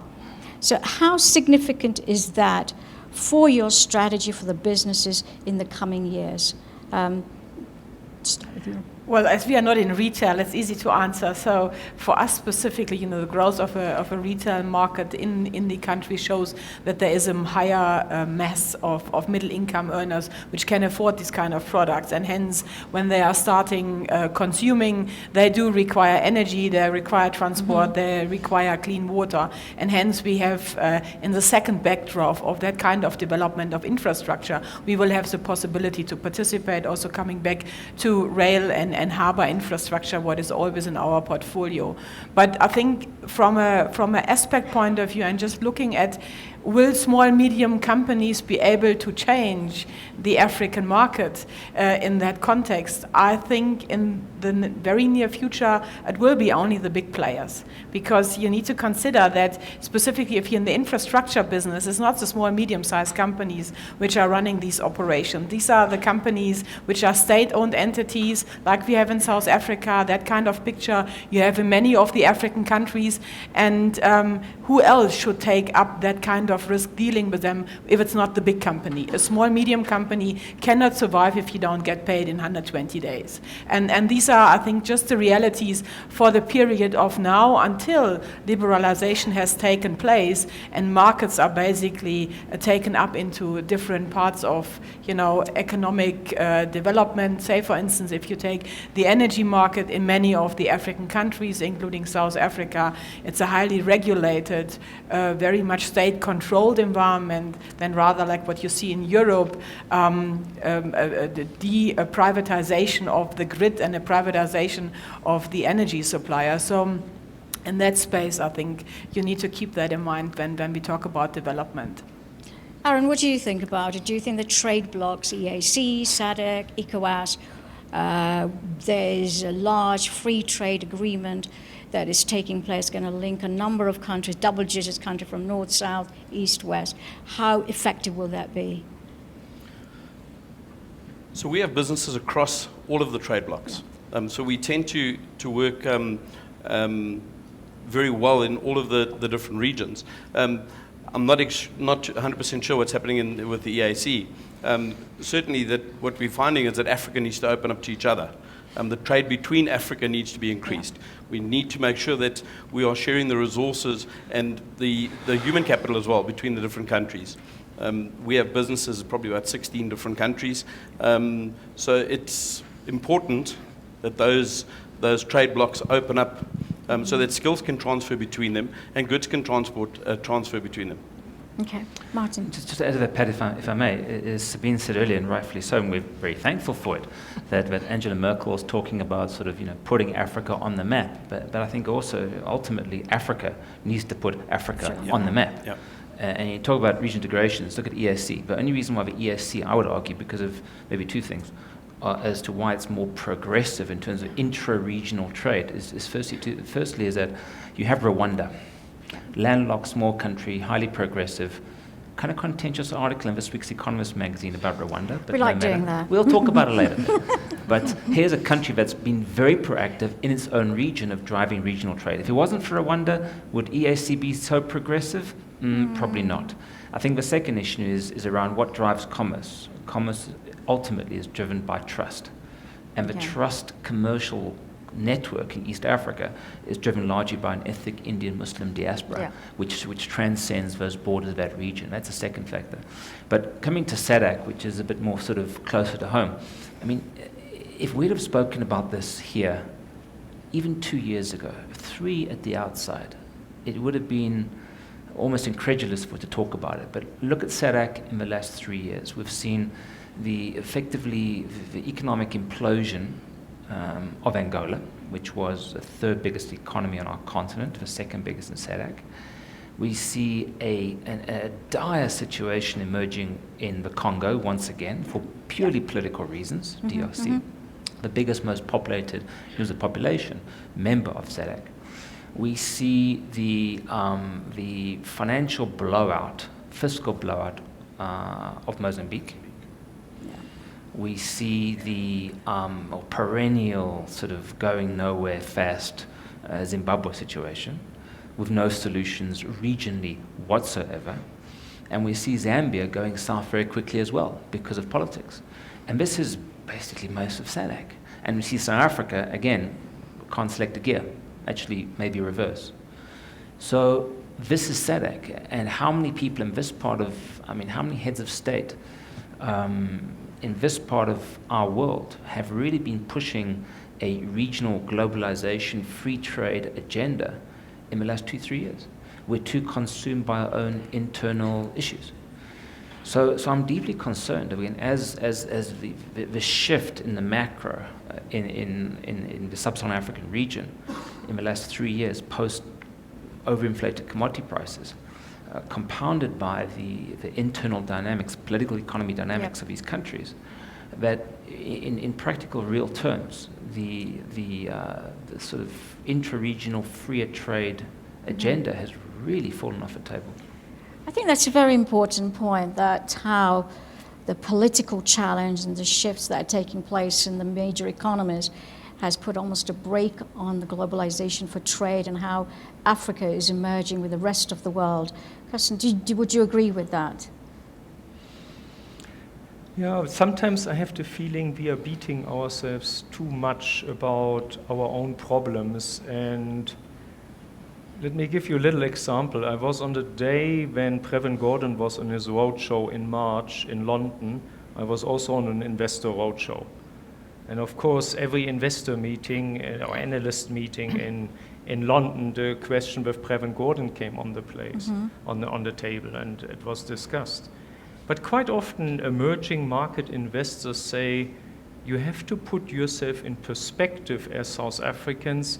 Who are you competing with? You're not competing with a European market. You're competing with Turkey, with Brazil, with China and Russia. And maybe it's a little bit a story of, are you the one-eyed under the blind, or are you the one-eyed under the seeing ones? But in the end, we in South Africa, we hammer ourselves sometimes in our media about our problems.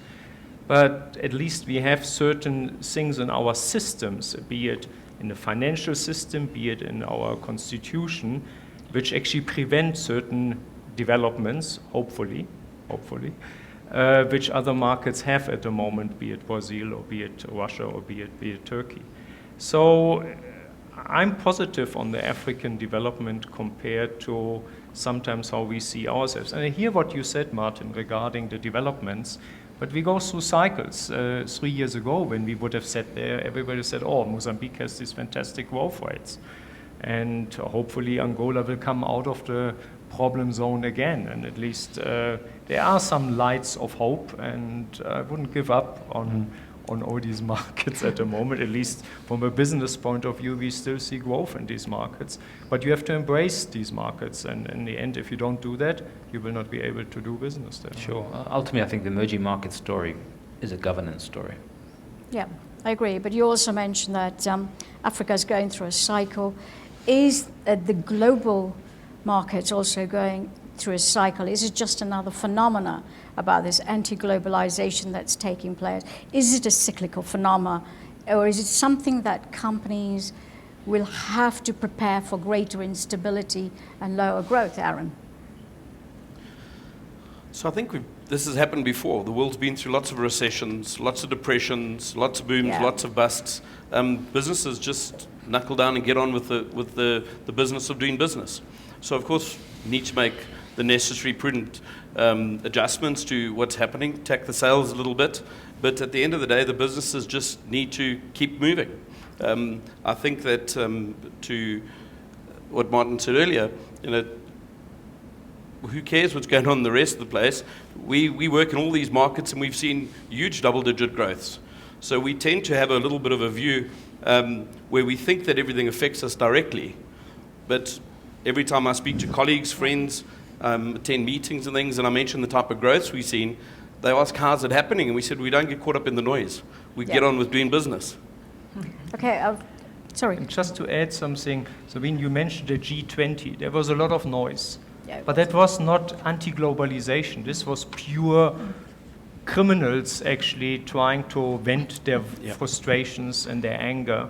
People who probably are financed via the social welfare systems of some of these states which they actually coming from, because it wasn't all Germans there.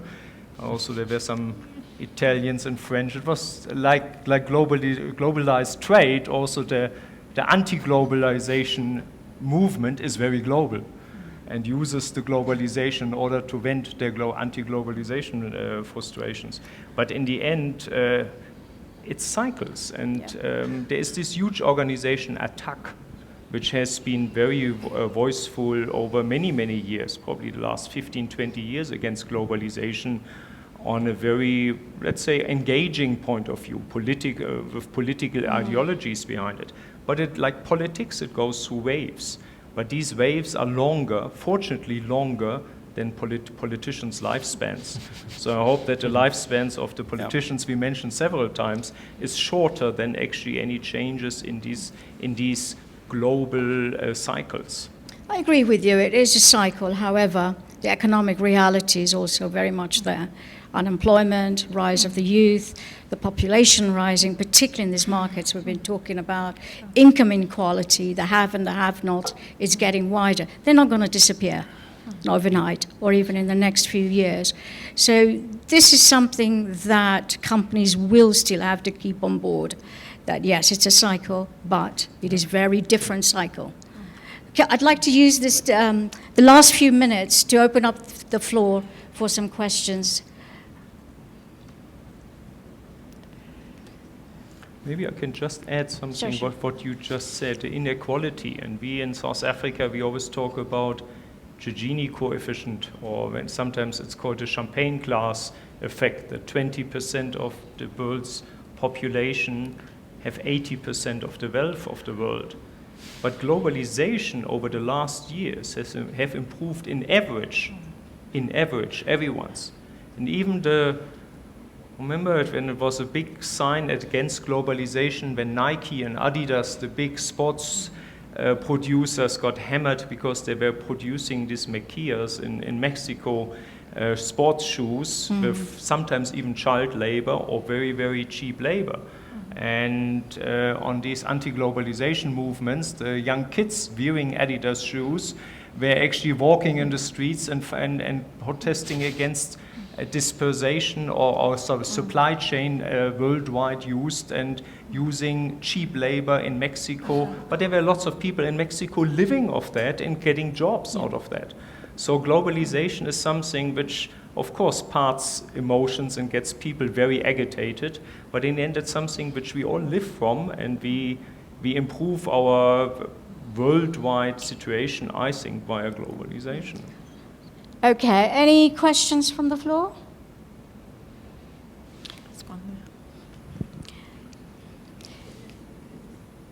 Can you please state your name and the company you represent? Yeah, hi, Louisa from Parmalat. So it's a dairy company. My experience is, so it's part observation, part question, but my experience is that the technocratic barriers in Southern Africa are a big issue. So visas, and we mentioned skills transfer, but visas, vet certification, all the things that just make it extremely difficult to actually do business. Yeah. And I don't know if that's an experience of my industry specifically, or whether there's any observations from the panel on that. Sure. Martin, would you take that? Yeah, sure. When we say globalization, we automatically default, I think, to sort of goods, flow of goods across borders. If we look at the EU sort of example, you've got the 4 freedoms. So it's freedom of goods, i.e. products, of capital, of services, and then of labor, i.e. people. And I think to varying, especially in this country's case, I mean, if countries complain in a globalized world of lacking skills in their economy, I'll point you to a bad immigration policy. In the context of South Africa, I'm afraid we are actively, the state has for quite a long time now, increasingly been pursuing an anti-globalization strategy. Because I believe that of those 4 freedoms, the one that's most damaging is the hindering of the flow of labor, i.e. people. Yeah. In South Africa's context, and I see this across most countries in the region, Rwanda being the exception. 1 or 2 are moving toward that, I think Ghana amongst 1 or 2 others, but Rwanda really stands out, is encouraging the flow of talent into the country and cutting out these as you say, these small bureaucratic hassle factors. Because what we're saying is, we want FDI, we want money, we just don't want you. And I'm afraid that is extremely short-termist, really damaging, and ultimately very, very destructive. When you have countries or, the most agile economies globally now are increasing city-states, think Dubai, think Singapore, etc., Hong Kong. And it's because of this ease of movement, and the business models about managing flows of capital, goods, yes, innovation, ideas, but ultimately people, the flow of talent. And if you haven't got that, I'm afraid it's non-sustainable, and you haven't got much left. I'd concur with that. I mean, we really struggle in terms of getting talent in, being an Indian-based company, to get people in, and we generally look at it as a skills transfer. Bring people in, help them upskill local teams, local communities, to move them on. But it's extremely frustrating and difficult to get that done. And it's not only South Africa, Mozambique as well, to try and get in there. And I mean, the talent pool is very, very shallow. Talent protectionism. Very quickly. You come from the dairy industry, and of course that's an industry which was in the past highly regulated. Even in Europe today it's regulated. So tariffs play also a big role. Besides what you said from a labor point of view, 40, 50 years ago we had worldwide 30-40% tariffs, mainly on steel and on iron and also the agricultural industry. That has come down dramatically, but it's still not where it should be. Because I know your industry, for example, when you export dairy products into Europe, the Europeans have tariff protection for their own protection of their dairy industry. Yeah, and just my experience is it's not getting better, it's getting worse. So the inter-trading bloc, trading in Africa is very difficult. If it's not a real barrier, it's a vet certification that takes 3 months. So it's a barrier anyway. So, Well, I hope your dog eventually arrives. Can I have the answers to the poll questions, please? I think we should end on that. Globalization in retreat. 28% said yes, 24% said no. 3% not sure. You haven't been listening. But you're missing 50%. So Okay, I'd like to just very quickly conclude. I mean, we could talk forever on this issue, and it'll run for a very, very long time on different levels. The final conclusion based on what we've heard is that weight of the current status quo is powerful. It will not be reversed. 2 things to watch out for is globalization. You cannot reverse it, 25, 30 years of work.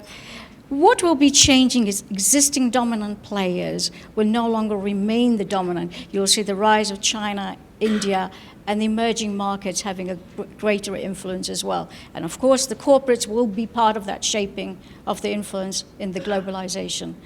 I'd like to just end on that and thank all my panelists for a very interactive, very exciting, sharing your insights on the subject.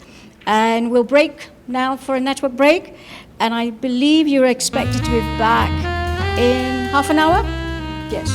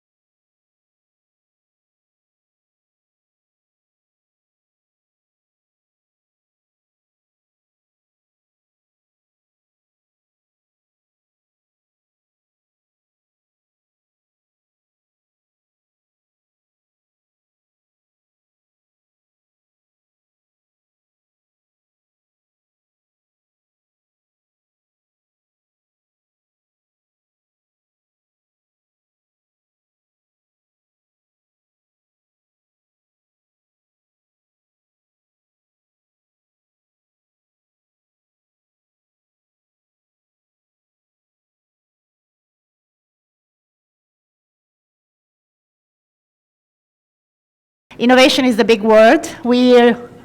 Every time you innovate or you die. We know it is very important. We know there are lots of, there are lots of buzzwords about disruptors, small company disrupting eating the pie of the bigger company. Innovating for a large company is sometimes a different matter. Opportunities are different, challenges are different. We are going to discuss about that. We are very welcome to be joined by an expert on innovation, Natarajan Venkatakrishnan, sorry. Venkat, which is easier. Welcome, Venkat. It's coming from all the way from Kentucky, so it's a long way, please.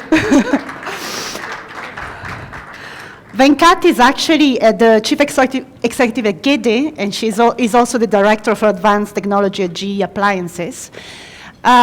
He's also, I was quite surprised reading that, he's also responsible for 40 patent fillings, yes, which is, it's more than probably most of what countries fill in a year. So it's pretty impressive. I think after that you have to tell us what is your top patent and your favorite.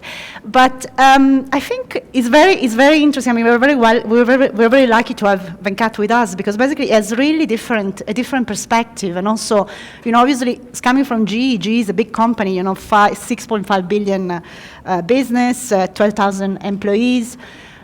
And it can be a challenge, or it could be a different challenge for big companies to innovate. Before I actually discuss that with Kat, I want to do a little poll, just because we have it, just because we can do it. So I'm going to ask you, do you think it's easier to innovate for a small company? With respect, okay. Yes, okay. What about for a big company? Is it easier? I just want to see if they correlate. Okay, they correlate. That's perfect. That's what we heard. So Venkat, what is the challenge for big companies? How do big companies go to the next big ideas? So, like your poll, I come from a business which is about roughly. Do you have the thing on? Yeah.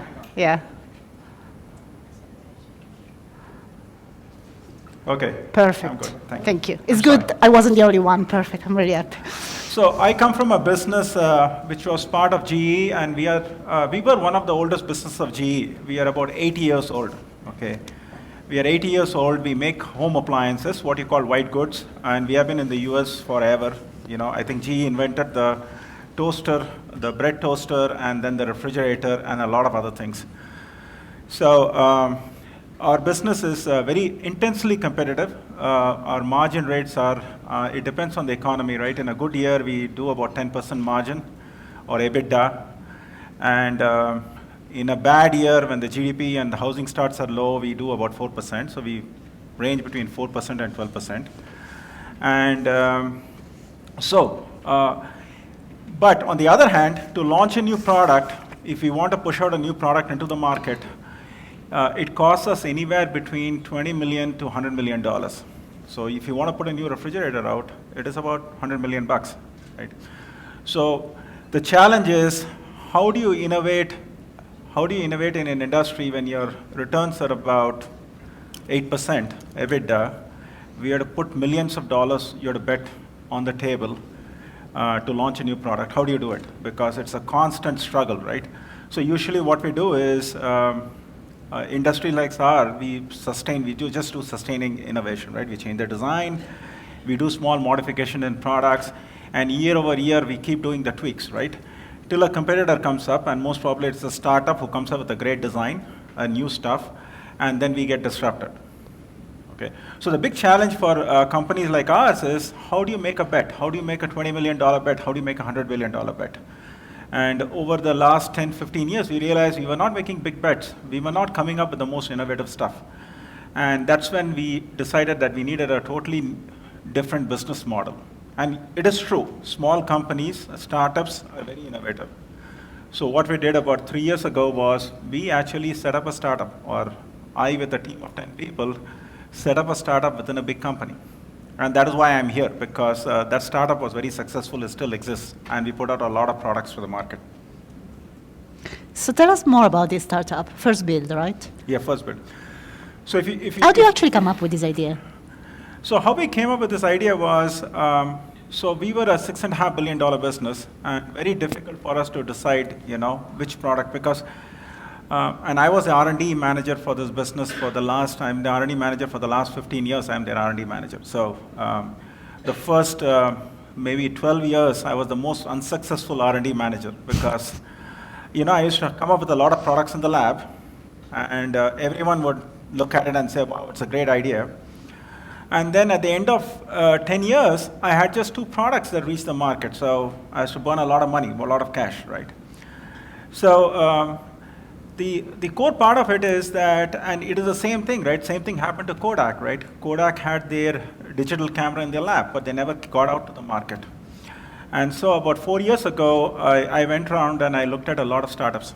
Okay, how do startups do it? And why can't a company with a great brand, great reach, distribution, manufacturing, we got it all. But we could never come up with the next Jeeves product into the market.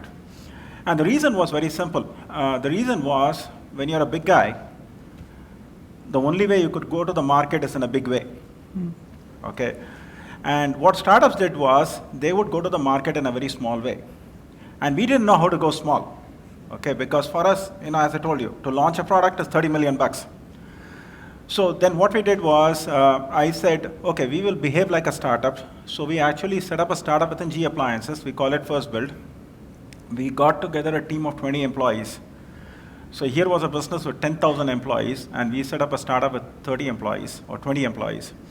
We put them outside, we created our own brand, and we said, okay, from now on, we're going to function like a startup. The best way to do the analogy is, and we were talking about it while we were preparing, is the aha moment for us came was, the best way to think is, GE Appliance, a $6.5 billion business, is like the Navy, right? Your procedures, your structures, your processes, and everything is made to mitigate risk, because if you're a big business, if I make an error, we make about 3 million dishwashers a year. So if I make a $1 error, it's $3 million we are flushing down the toilet, right? So we have to be very, very careful. So we set up the big business like a Navy. But when you want to do something new, we wanted to set up like a pirate boat. So we set up a pirate ship. Quick, very fast. We could turn around, we could launch products very, very fast. So what we did was, we set up a small business, 20 employees. GE Appliances would take 2 years to launch a product. We could launch a product in 4 months. Okay, GE Appliances would do about 3 or 4 products a year. We would do 12 products a year. We would hack products together, and we would use every technique that a startup would have in the market. In 2016, we ran the largest crowdfunding campaigns by a corporate in the US. So we designed a small ice maker, and we said this thing has a market. And what we did was, we took a video. And how many of you have heard of Indiegogo or Kickstarter here? So it's a crowdfunding platform. So we went on Indiegogo. We put up a video of this ice maker. And we sold about $3 million worth of ice makers in 30 days. And we got people to pay. And then we told all the customers that we're going to deliver to you the product in 12 months. And then 12 months later, we shipped the product. So we did a lot of different things, just like a startup. So the key thing is, usually you see startups very innovative. They establish a small market share, and then when it comes to scaling up, a lot of the startups fail because they can't scale up. In our case, we went in the other direction. We knew how to scale. We can make 3-4 million dishwashers. We have a huge supply chain. We can service stuff. So what we did is, we went the other way. We set up a startup, and we said, whenever the startup succeeds, hands it over to the mothership, and the mothership scales. So that's actually very, very smart way to do it. It's a kind of innovating in the innovation in a large corporation. What were the challenges? Because I guess it's always difficult, to set up something which is very startup-ish in a context of a very, as you said, of the Navy. How do you actually create a pirate ship in the context of the Navy. What were the challenges there? I think there are a lot of challenges because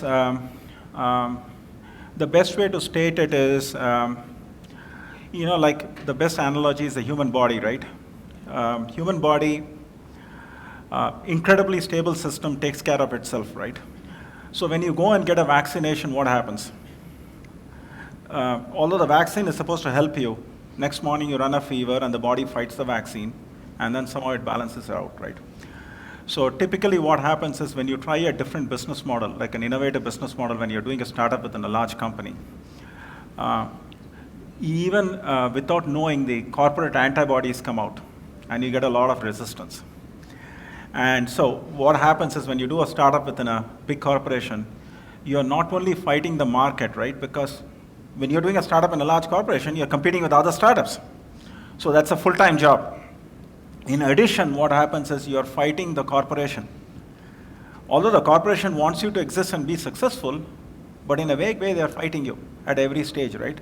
Right from how do you account for stuff, to how do you do the logistics, whether HR policies are okay, the legal guys don't want to approve your agreement. So there are a lot of challenges that come internally. And that is actually good because when we went through the process for 3 years of setting up and then running this startup type operation, we learned a lot. We learned a lot and we documented a lot of things, why we were slow, why we were not innovating. It's a good learning process. And it's different and it's very personalized for each corporation, each entity, each big company. And why weren't you innovating? What did you learn? For us? Yeah. For us, I think 2 reasons why we were not innovating very well. First one was we always used to think in scale. So our concept of launching a product was invest about $5-6 million in tooling, scale it up, and then launch to the market. The mindset that we changed with First Build was, you really don't need to invest $5 million.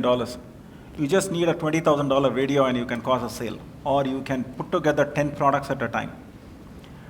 The second big change that we did was, I don't know if you have read the book called Crossing the Chasm. There is a book written called Crossing the Chasm. It was about startups and how they scale up. One of the key things in that book it talks about is who is the consumer base that you target when you launch a totally new product that doesn't exist in the market. And all of you have heard the term early adopters and innovators. So usually you want to sell your product to the early adopters, right? Now, when you have a big corporation, usually your market is based on the early majority and the late majority. That is the mass of the market. So as a big company, when you're scaled up and when you have a brand, the people buying products from you are the early majority and the late majority, and they are not the typical consumer segment who will buy a totally new technology or a segment. So the biggest learning for us was we targeted a different consumer segment. This consumer segment, interestingly, that is willing to pay an exorbitant high price, who's willing to take bugs, and who's willing to live with your product. These are the same type of people who line up, outside an Apple store on the first day, who want to get the first iPhone, which is buggy, which costs a hell lot. Although they know if they wait a week, they can go into the store and get it, right? But they line up on the first day. These are the sort of, this customer base is what we wanted to target, we wanted to identify. So if you could manufacture in small scale and sell it to this early adopter consumer segment, then that was the best product validation machine that you could have. Interesting. Can I ask you, Venkat, which kind of human resources or talent you use for the startup? I mean, was that people from GE, internal from GE, or did you have to go outside to recruit startup type kind of? This is actually a very interesting discussion. So one of the things that we found when I went and looked at startups before starting First Build is to really innovate or to create breakthrough, you need a set of people who are really passionate people who are willing to stretch boundaries. Okay, and when we set up First Build, the first 10 employees I hired were essentially employees who had quit their job and were leaving GE Appliances. The first 5 were people who were walking out of the door, and I convinced them to stay back. And why that is important is, why did I pick those employees? Because these people were really passionate. They were really ready to quit their job because they couldn't do anything exciting. Okay? So the people that you pick for this entity have to be really passionate. They care more about making an impact on this world than on their next promotion or their next pay increase. They really don't care. And if you go to startups and you talk to startup founders, startup employees, they all will tell you the same thing. They're all about making an impact in the world, right? And they're really passionate, and they bet their paychecks on it. Now, as a consequence, they get rich when the startup becomes successful, but realize that they are playing a 10% probability gamble, because the chance the startup will be successful is 10%. So the first 8 or 10 employees, or the 20 employees who work there, are really passionate. They work 17, 18 hours a day. They work really hard. They're passionate about making a change. But I think their biggest pleasure is making an impact on this world and doing something different that nobody else could do. Now, that is hard to find. So when you staff up that pirate ship, you really need to find the pirates. Because the normal Navy people, they're going to go their normal way, right? So one of the best interview questions I ask them is, hey, this is the entity I want to start. Do you want to join it? And if that person asks you, how do I do it? Then that's the wrong person. That means you have to send them to the Navy. Because you don't know when you start off. I guess the biggest challenge is actually to look for the pirate in the Navy. No, that's what you look did. for the pirates in the Navy. Fantastic. Exactly. Because you need the domain knowledge, right? You need the domain knowledge of the big company to make a product successful. You can't just get 5 people off the street with a qualification and say, come and design appliances. They won't know. So what you said is correct. You have to look for the pirates in the Navy. So, I mean, if you look at your competitors or the general landscape, do you see other companies doing the same, or what do you see them doing? I mean, if it's not creating pirate ships, what are the ways you can see in the general landscape of kind of addressing this challenge of innovating? I think the typical corporate response is to go and acquire the pirates, right? That's what we do, right? Yeah, that's true. We go and acquire the pirates, domesticate them, and then the pirates get sick of you and they leave, right? That's what we normally do. But I think everyone is trending towards that, right? We are doing it. We were the first to do in the appliance industry to start it off, and then a year and a half later, our biggest competitor, Whirlpool, started the same thing. They started something called Whirlpool Labs. And now, First Build is also beyond just doing a startup and launching products. We are also the first company to open up, in fact, if you go to firstbuild.com, we have an online platform which basically says that we open up everything in that facility that is being worked on in that facility, products, is open to the public. And we have an online platform where anyone in the world who has an idea on an appliance can come and post that idea. And if we take that idea to market, we'll actually pay you a royalty. And we'll take that idea to market. And why we did that was, in the last conversation, we were talking about skills and talents and how it is not. What we realized is, ideas are very portable across borders. You don't need a visa to get an idea from somebody. So we created an online platform, and we work with a lot of people across the world on our appliances. And we have a very fair sort of equation with them. We say that, okay, if you take your idea, we go to market, we'll pay you a royalty for a fixed period of time, and you still own your intellectual property. And why that is significant is, now we have become a sort of entity in First Build that we are sure that even if you want to do your own startup, if you have an idea in the appliance space and you want to validate it, we are the best people to validate it, because we will work with you, take that product, validate it in the market, and then you can take your IP and start up your company. And that's actually the advantage of a big company, I think, with respect to a startup, because you have the knowledge. If you manage to kind of combine the knowledge with a pirate kind of yes. mind frame, is the best, the most powerful way to reach innovation.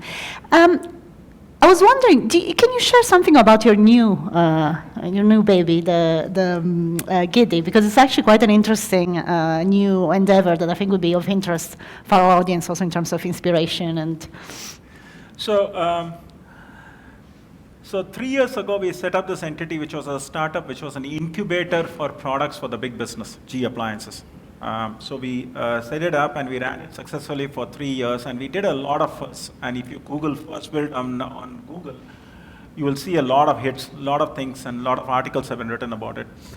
But what happened in the last 3 years is a number of companies from across the world started visiting First Build. It's an open facility. You know, you want to come and visit it, you can walk in anytime. You give us a call and we'll take you around the facility, even tell you what products are being designed there. So over the last 3 years, every 2 weeks, there has been a corporation who has been coming there and saying, hey, can we use your platform, our online platform, to get ideas and stuff. So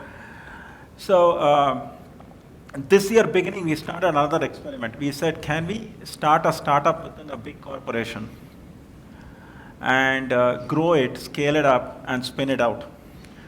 So that is the new entity called Giddy. So when I meet someone, I give you a Giddy card. And so Giddy is an online platform where we want, what we figured is that there are a lot of passionate people in this earth, on this earth, who have a lot of knowledge.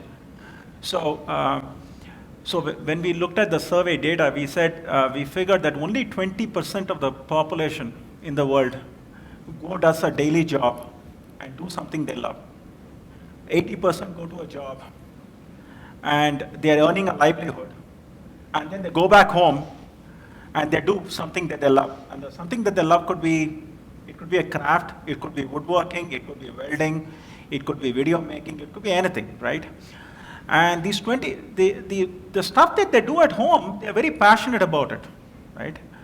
Now, the reason why more people are not earning a livelihood doing what they love is because there is a certain physicality to earning a livelihood. Now with social networking and all these tools, can we create a platform where people can do what they love and meet a purpose? Like the purpose could be given by a company who's launching products. The purpose could be given by a city or a country who's doing social innovation. Purpose could be given by a non-profit who's trying to solve a problem. So we are creating a platform where companies can find innovation by connecting to creative people all around the world. So if you're a company in South Africa who's trying to do a medical device, why should you really hire a person? Maybe there are 10 people who will be able to do your design on a gig basis. You pay them a few $1,000, they'll design your boat for you. Why do you need to hire a full-time person? So that is the platform we are setting up, and that is a platform on which First Build runs. So when we do a product in First Build for G appliances, usually it is done by, the design is done by someone sitting in Mexico, the circuit board is done by somebody else sitting in another country. And so we are expanding it out so that other companies and other cities can take advantage of it. And what a better way to show that globalization is unstoppable, no? Even, Yeah. innovation in globalization in innovation and being able to really tap talent wherever it is, thanks to new technologies. I want to actually open our panel to your comments and questions. Even comments. I mean, how do you do innovation in your companies? I mean, do you relate with what Venkat was explaining us? Do you experience the same challenges? Don't be shy. Thank you. Can we have a mic here, please? Can you introduce yourself before you? Hello, I'm Nazreen Ibrahim from Socially Acceptable. It's a digital media and communications agency. So everything you were talking about makes absolute sense to me. But I'd like to know the IP generated by a startup with any kind of innovative prototype or software-based innovation, how would their IP rights be affected if they're helped by you? They don't. In fact, if you go to First Build, there is an IP policy, and what we say is, if you come up with the idea, you own the intellectual property. We put in money in validating the product, and we work with you, and in return, we get a non-exclusive license for that thing. And in fact, we pay you a royalty for 4 to 5 years, and after that, we say we get a paid-up license. Now, in return, what you get is you get a validated product, and you can file your patent, and you can start your business. So, if you look at it from our perspective, what we are betting on is, we are betting that we'll be first to the market on everything. And that matters more to us than the IP. Because you look at our consumer home appliance segment, our product life cycle is 4 years. I launch a product today, 4 years down the line, it is off the market, okay? At least in the US, I don't know how it is in South Africa. If I file a patent, it takes us 4.5 years to issue the patent. So IP for us, other than defensive purposes, has no relevance. Plus, you have already 40 patents, so you don't want any more. Yeah, that's okay. You're not really interested in patents. But it's a very good question, because obviously the IP is a consideration, especially for the startups. Please. I work for a company that in the financial markets that it's currently being disrupted. So what we did is exactly what you did. Okay, so I created a new division, call it a new name, the same startup mentality, even the decorations is totally different. The problem is that the board, okay, is made up of the original board that is protecting the core, and this new division is going to disrupt the board, the core. So the antibodies are attacking this They're stronger. division. Yes. And I know that this division might not succeed, and therefore the company will not succeed, but I know that, you know that, but my board believes we must now protect the core. So how do you, what is the antibodies that I can inject into this company? I'm the CEO, and I'm not winning, and to prevent it from self-destroying, because I thought that I was on a winning track, but the antibodies are destroying this beautiful startup that is making a massive difference in blockchain and the Internet of Value, but my old board is not coping with the concept. So how do you domesticate the antibodies? So this is the classic time when you go and hire a big consultant. Okay, and I'm not kidding. Because when we started doing first build, we teamed up with Deloitte, and Deloitte has a group called Center for the Edge, and they are based out of San Francisco. It's a very small group think tank, and they think of organizations and innovation and disruption. So we actually went and teamed up with them, and they have written a booklet called Scaling the Edges. So what you're calling is, it's a free booklet, and I can even put you in touch with the people who do this. They actually came in and they helped us out a lot. How do you think through it? And they also helped my management, my CEO a lot on how to think through it, and my board a lot. So when I said getting the consultants, because they will be able to give the perspective and they'll be able to give the context on how to make it succeed and what is the thing that is going through. Because what you're saying is true. The current board only knows the core business, and that is the view with which they view the world, right? And you need someone else who has credibility, who can come and tell them that there is a different way. And it's always the short term versus the long term. Is it because internally the CEO hasn't got credibility, so you need a consultant to say the same? Or convince the CEO, no? I think that is the way the world works, right? Even my kids, they want to listen to other people rather than listen to me, right? It's the same thing. Any other comment or question, please? Can we have a mic here? Great, lots of women, I like that. Hi, my name is Yemisi from Standard Chartered. How do you effect a startup with a regulated industry where you have, various, especially in the financial services? I mean, my assumption is that, when it comes to appliances, I'm sure the nature of the regulation is quite different, and therefore your ability to to essentially have no rules probably applies more, but in an organized in an industry that is regulated, what would be your approach in that kind of situation? I think throughout I think somewhere before I mentioned, right, what I firmly believe in is ideas from everywhere leveraged by domain expertise. Now here's the thing, right? We are also regulated. We might not be regulated so much by law, but safety is a huge concern for us. If I put an appliance out in a home, I don't want it to catch fire or have leaks, right? You can move fast and you can disrupt, provided one of the things we did with First Build is, it is a startup. The best way to put the model of First Build is a spoiled rich kid, okay? Like a spoiled rich kid, what does a spoiled rich kid do? They leave home, they do whatever they want to do, right? When they get into trouble, they go back to their parents. So we established a similar relationship between the pirate ship and the mothership. So for all regulations and stuff where you need domain expertise, you get the parent organization to come and help you, because there the domain expertise matters.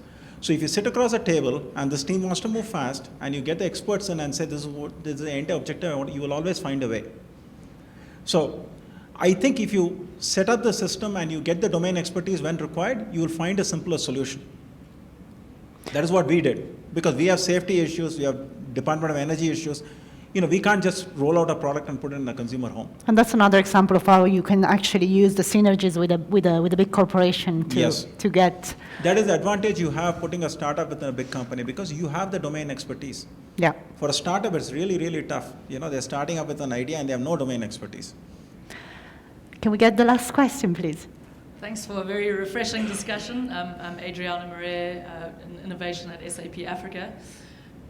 So my question is a bit general, and perhaps it falls under the large consulting firm, but how do we inculcate a more long-term view within big corporations when, we have all these discussions around exponentiality, so there's population growth, there's connectivity, there's technology, there's maybe knowledge as well, that's leaping ahead at an exponential rate.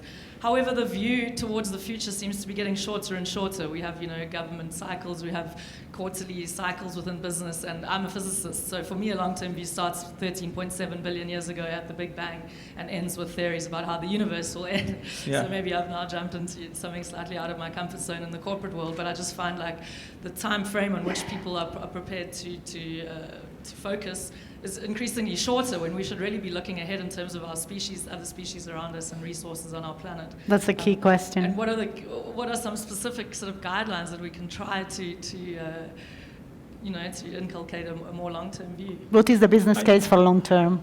I don't know about that. So what happened in our case is I fought that battle of long-term view, and that we should launch products and we should be more innovative and we should take more risk, and none of it worked. But ultimately what worked is showing them the money. So what happened was, here is the true story what happened. So I was the innovation manager for GE Appliances, and my budget was about $5 to $6 million a year. So I did $5-6 million a year for 12 years and didn't launch any product. So what I did was I created First Build, which is a new model, right? And in First Build, what we do, we not only design products, we manufacture, we sell, all within the entity, and we retain the profits within the entity. So I worked myself out of the job, created this entity, diverted all funding into it.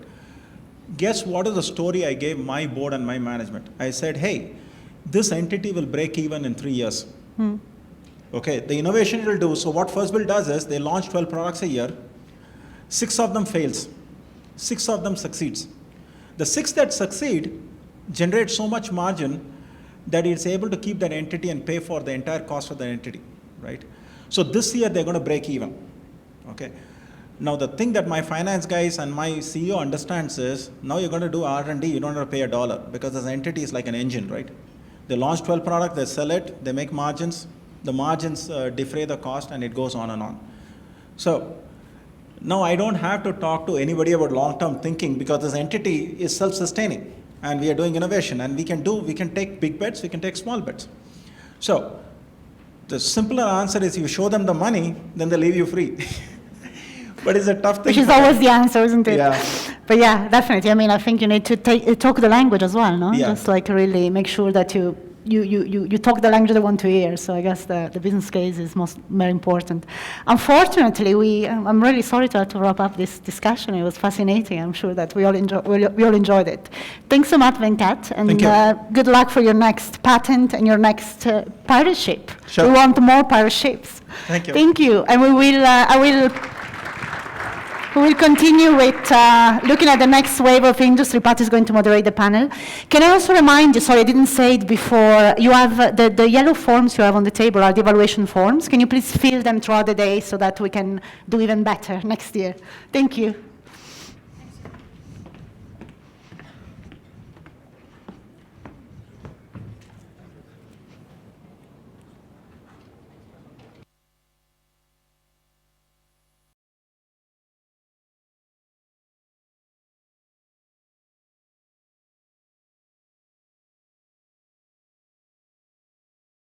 We've just been talking about innovation.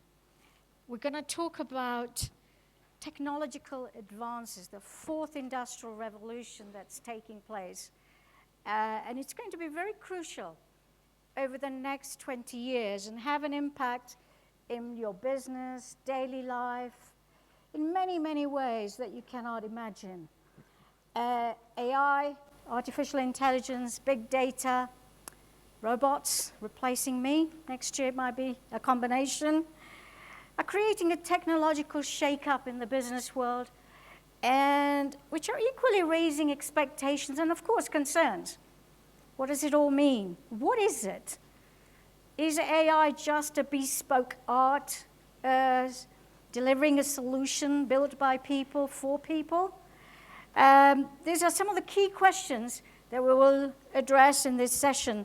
And I'd like to invite our panelists. We're very lucky to have them on board, actually. Unfortunately, the first one, Chris Bates, who was from Bidland Global, was unable to board his plane yesterday. So I'm afraid we won't have his pleasure of his insights. But we have two equally, or if not better, replacements for you. Is Luke McKen, from Country Director of South Africa, Google. And Solomon Asefa, Director of IBM Research Africa. So we've got two very leading experts on this very issue. Thank you. Welcome. Thank you. A very exciting, I was very, very energized to learn more about it. And I shall not even pretend that I know a lot about it, okay? AI, I think I swatted up on it yesterday. So, very much, what is AI? Who's going to go for that first? You both have to go for it. Yeah. Look, it's one of those terms that's bandied around so much. It's become so elastic. Yeah. It sort of tends to mean any intelligence that you apply to a business process that might replace a human or displays human-like tendencies in the process of making a decision. Very broad definition. I think that certainly at Google we prefer to use the term machine learning rather than AI at this stage, simply because it gives a better representation of what's actually going on here. So rather than creating human-like intelligence, what we're doing is we're enabling machines to learn far more quickly without human input, and then replicate some of the things that humans might do that are more mechanistic in nature. So it's not true artificial intelligence in the sense of sci-fi. Machine learning is probably a better way of describing what's going on at the moment. So can you give me an example of where AI has played a very effective and a wider beneficial effect? Sure, I think that at this stage there are unseen yet enormous impacts being felt. If I think about our business, for instance, the search has changed fundamentally since Google started. So Google's mission originally, and still is in fact, was to organize the world's information and to make it universally accessible to everyone. Quite an ambitious undertaking, you might imagine. And I think, in the mid-90s when this mission, and the late 90s when this mission was articulated, it perhaps wasn't even as ambitious as it is now. At the time, people were talking about relatively small amounts of information. Now, 20 years hence, we're talking about real-time information being created by consumers every second of every day in ways that simply did not exist when we imagined this particular mission. In order to organize that information, it's no longer possible to think about it in human terms. We have to create technologies and techniques to understand, synthesize, and then respond to people's requests in milliseconds in order to satisfy that constant demand for information from the general public. That is a classic machine learning technique and technology which underpins our core products. Solomon, how do you think, from your company's perspective as well, is AI going to play out, particularly in the African market? Yeah.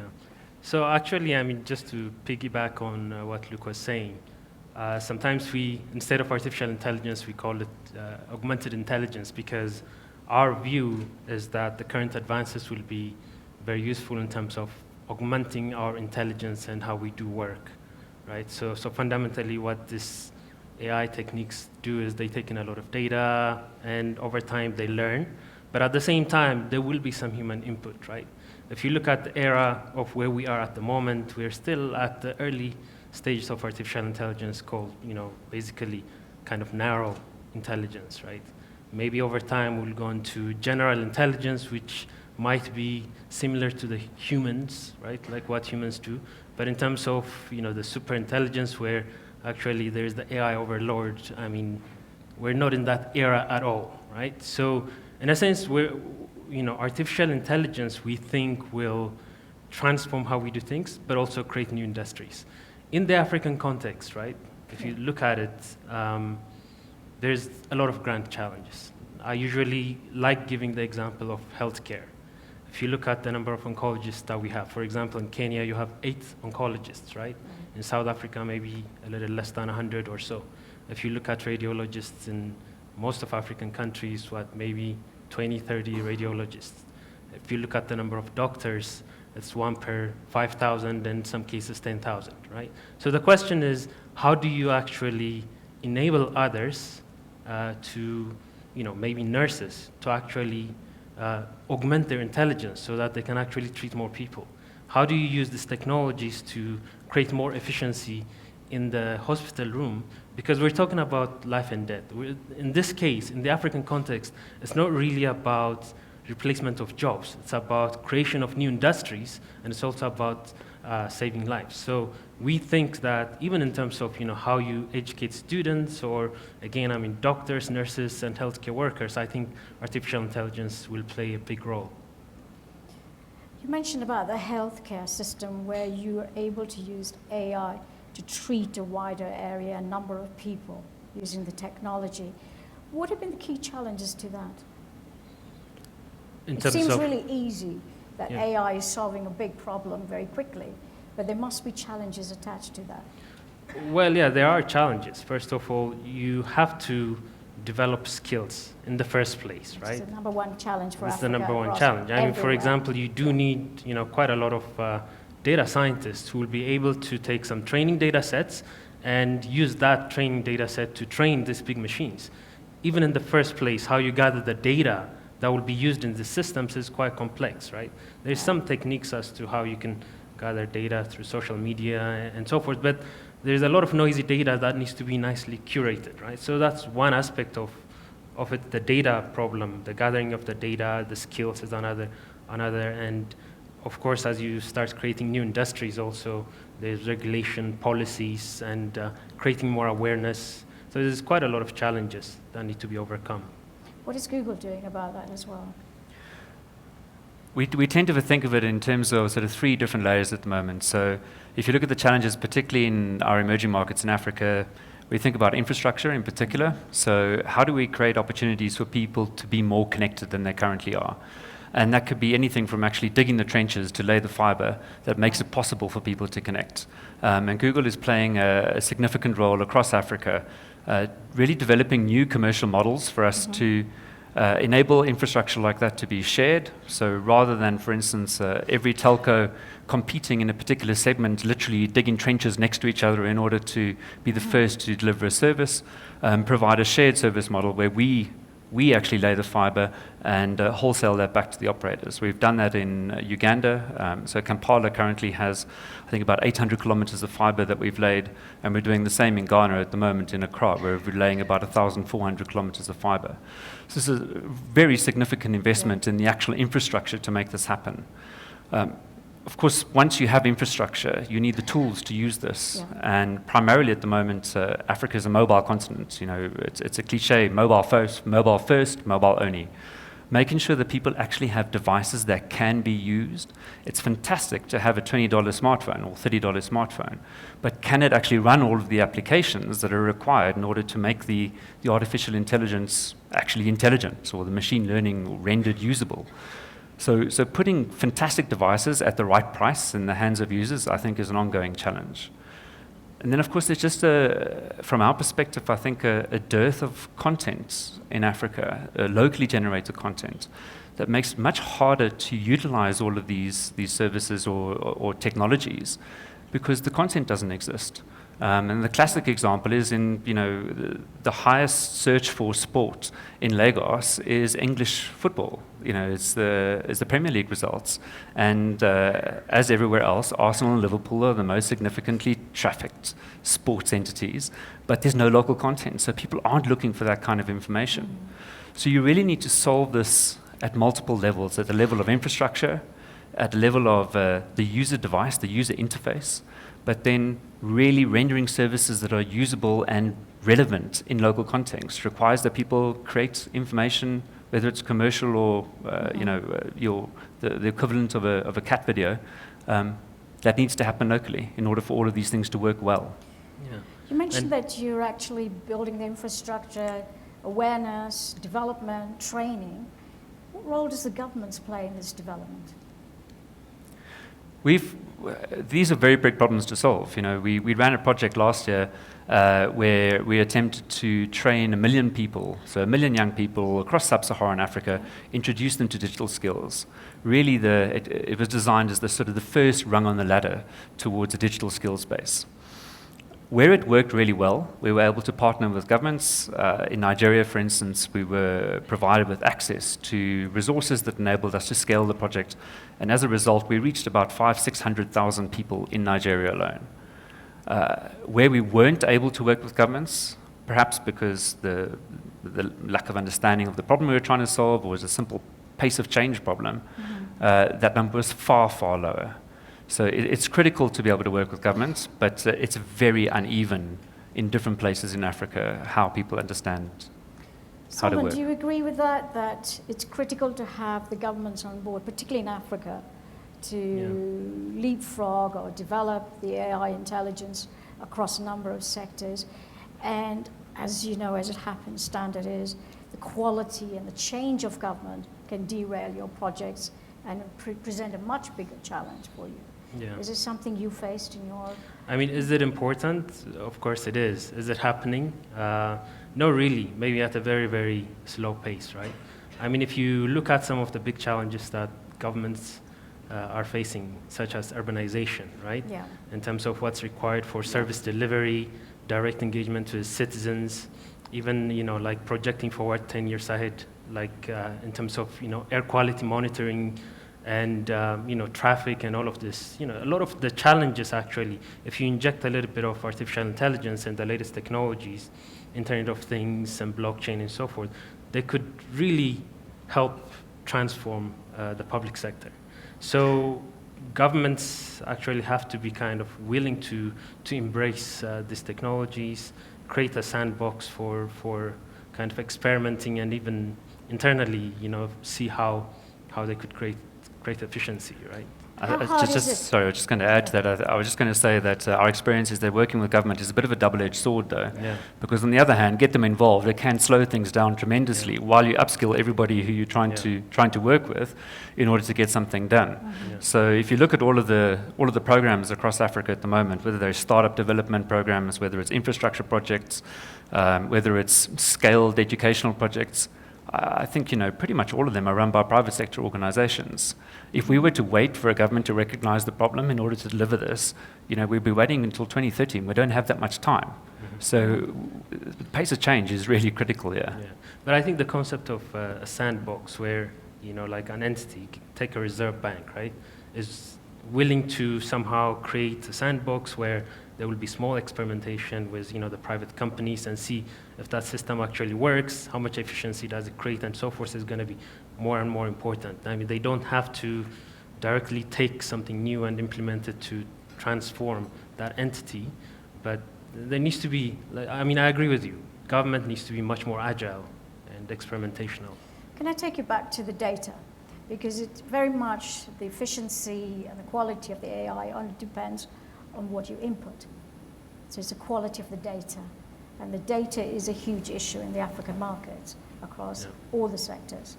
So how do you deal with that?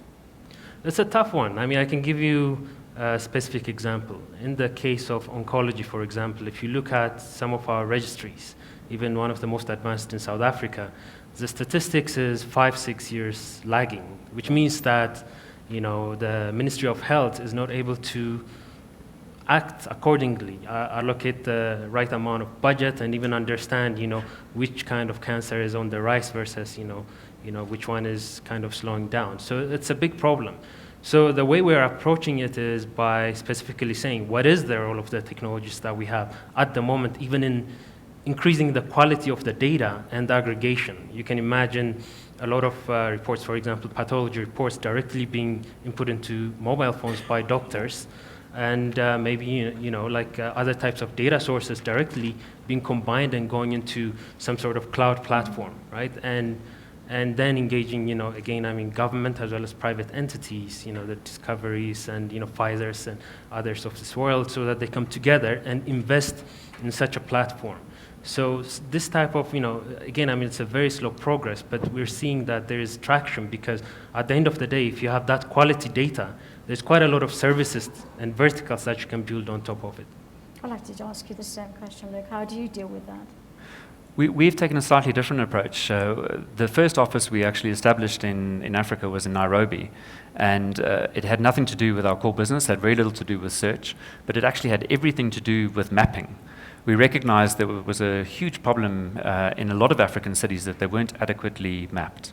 So we provided tools to citizen cartographers and trained literally small armies of people who lived in the cities, enabling them to map their own communities. And I think it was a great way of using the power of the people, so to speak, to actually create the data, to create the information, and do it in a very practical way that in the end provides enormous utility. So it's not just mapping the roads, but it's mapping, where are the hospitals, where are the schools, where are the local amenities.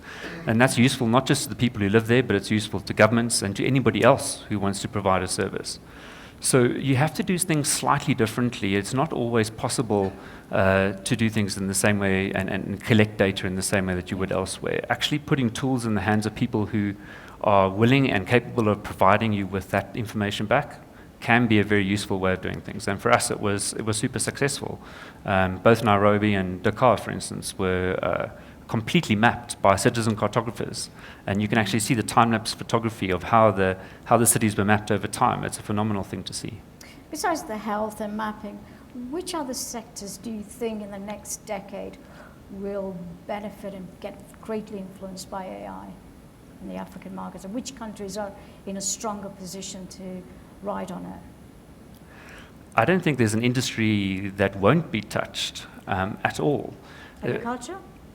No, I think already agriculture, how do you actually decide where you're going to put all of your,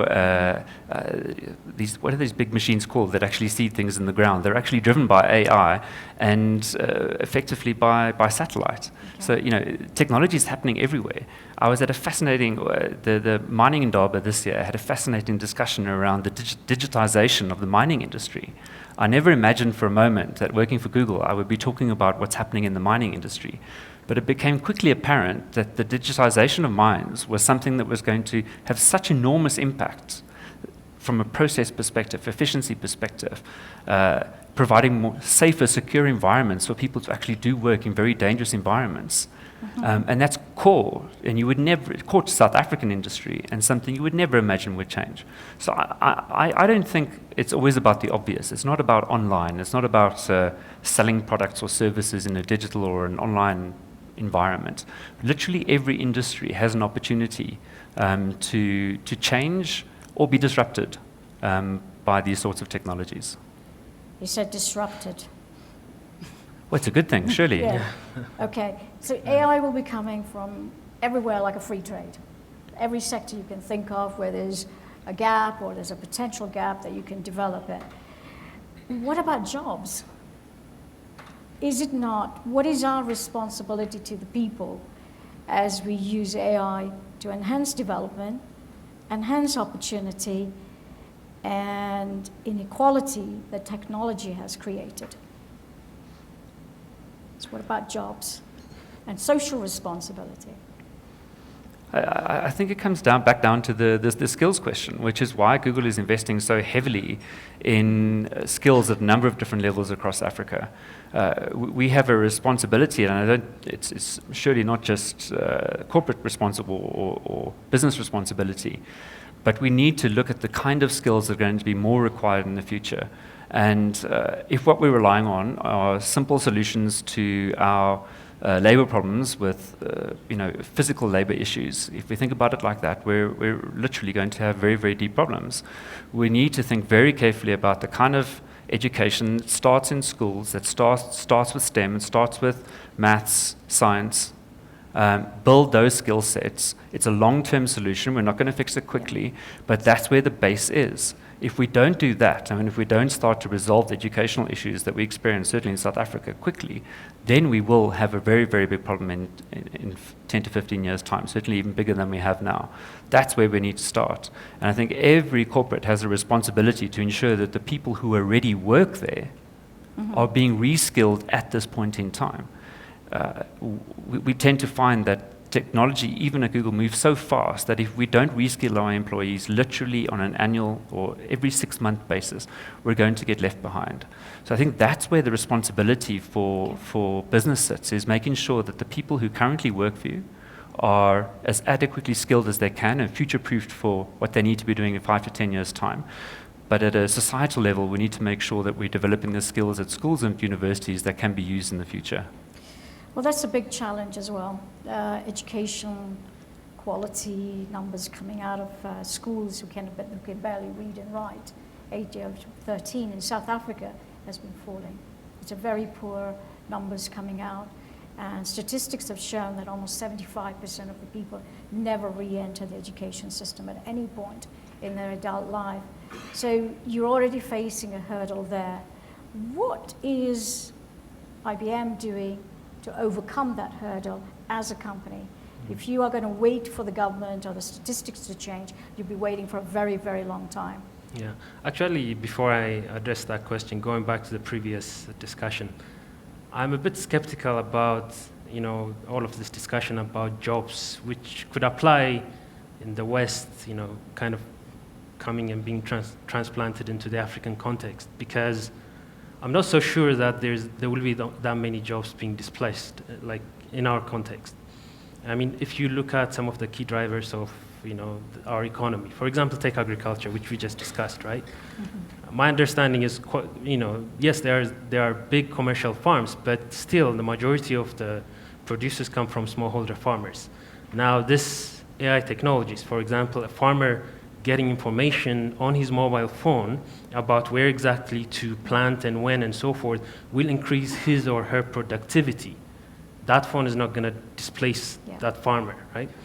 Same in the mining industry. If you have AI embedded, you still need miners, but most probably you'll make it much safer for them. If anything, you will be producing new types of jobs and opportunities. For example, if you are able to get more products or producers out, then you can think about having more processing, downstream, so that you can actually have more value added before you export your products, right?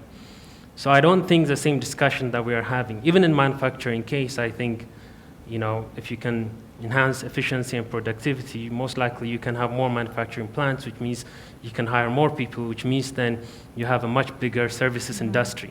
So I actually see a plus for the African context, because the industries are not really, that advanced yet and yet ready for kind of replacement. So that being said, you still have to be ready for the future. If the idea is for us to leapfrog and really get onto, utilize this exponential technologies, yes, skills are needed. In our case, what we have done is, basically massive investment for, in 5 years to educate 25 million Africans with the latest skills in data analytics and utilizing cloud platforms, and also picking up skills in entrepreneurship and so forth. So yes, we cannot just wait for government and others to invest. So we have decided that we needed to invest into educating the youth. Also, we do quite a lot in terms of working with startups. We have, we actually have 2 research labs, because we realize also that unless we do research on the continent and really understand the context of our environment and innovate locally, you can't really, change your own trajectory. You can't really, harness, the power that you have. So So we have R&D labs where we train scientists. We also bring scientists from the diaspora. We have, innovation hubs where we work with a lot of entrepreneurs, and also we invest quite a lot on skills. We also work quite a lot with the universities as well, because you have to be involved in changing the curriculum so that's very, very much current and relevant to the workforce that's needed. Okay. Rick, what about you? Is it very much a similar thing where you're enhancing the education, developing skills yourselves as a company in order for it to grow? There's a list of projects as long as my arm that you could get involved in. So you have to really pick and choose the sort of things that you think will have impact. But for the moment, we were focusing on the sort of scaled education program. We're also very interested on the impact of technology on SMEs and the ability to reach new audiences, to grow faster. We've done quite a bit of research, and across the globe, it's obvious. Well, it appears obvious because the research tells us this, that small businesses that digitize, whether it's as simple as having a website, tend to be more profitable than those that don't. They tend to employ more people. So working with small businesses to help them scale in this way, I think, is also critical. And we've got a number of programs. We'll be shifting our focus from youth to SMBs over the course of the next few years in Africa. I think that's going to be very important for us. Mm-hmm. And then I think it's also useful to have those sort of aspirational, pinnacle sort of technology businesses. We need some real lighthouse successes in Africa, people who represent the best of what Africa has to offer from a technology perspective. And we've launched a program recently called Startup Launchpad, which is designed to attract 60 technology businesses across sub-Saharan Africa, where we provide a range of support services to help them scale. We're looking for people who actually have gone beyond an idea, who have a proven product, but haven't quite reached that scale yet, and help them bridge that gap between a minimum viable product and actually reaching a much larger audience. So I think it's important to do both the scaled pieces, but it's also really important to try and find those pockets of excellence and encourage those where they exist. That's interesting. What is the time frame for that? Do you have a particular, in terms of scaling them up, building them up, SMEs? Is there a particular time frame you have attached, or is it very much an African time frame you have to take on board? No, with that particular project, it's very defined. I think is about a 2-year commitment to those businesses, and after which they need to make their way. But Google's committed to Africa for the long term. So our vision is a lot less about what's happening next year than it is about what could we be doing in 2020 or 2025. Which is about as long as people will plan forward at Google. So, is it very similar for you? Yeah, if you look at the research labs, once we invest in a research lab, we never take it down. So it's really a long-term vision. It's really about, again, developing local talent, and that definitely takes quite some time, right? And in terms of, working with entrepreneurs, look, we work with aspiring entrepreneurs in a short-term basis, but in terms of, some startups, it's 2-year, 5-year kind of horizon. But oftentimes we tend to look beyond the quarter and really look long-term.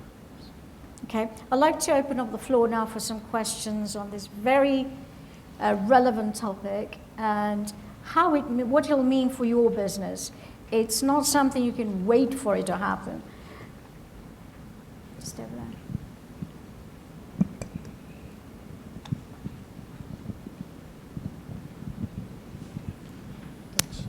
Thanks for your interesting insights. I have a couple of questions. One deals with the ethics of AI and how you all are managing that. So, for example, Google, I know you're doing initiatives with automative or autonomous vehicles.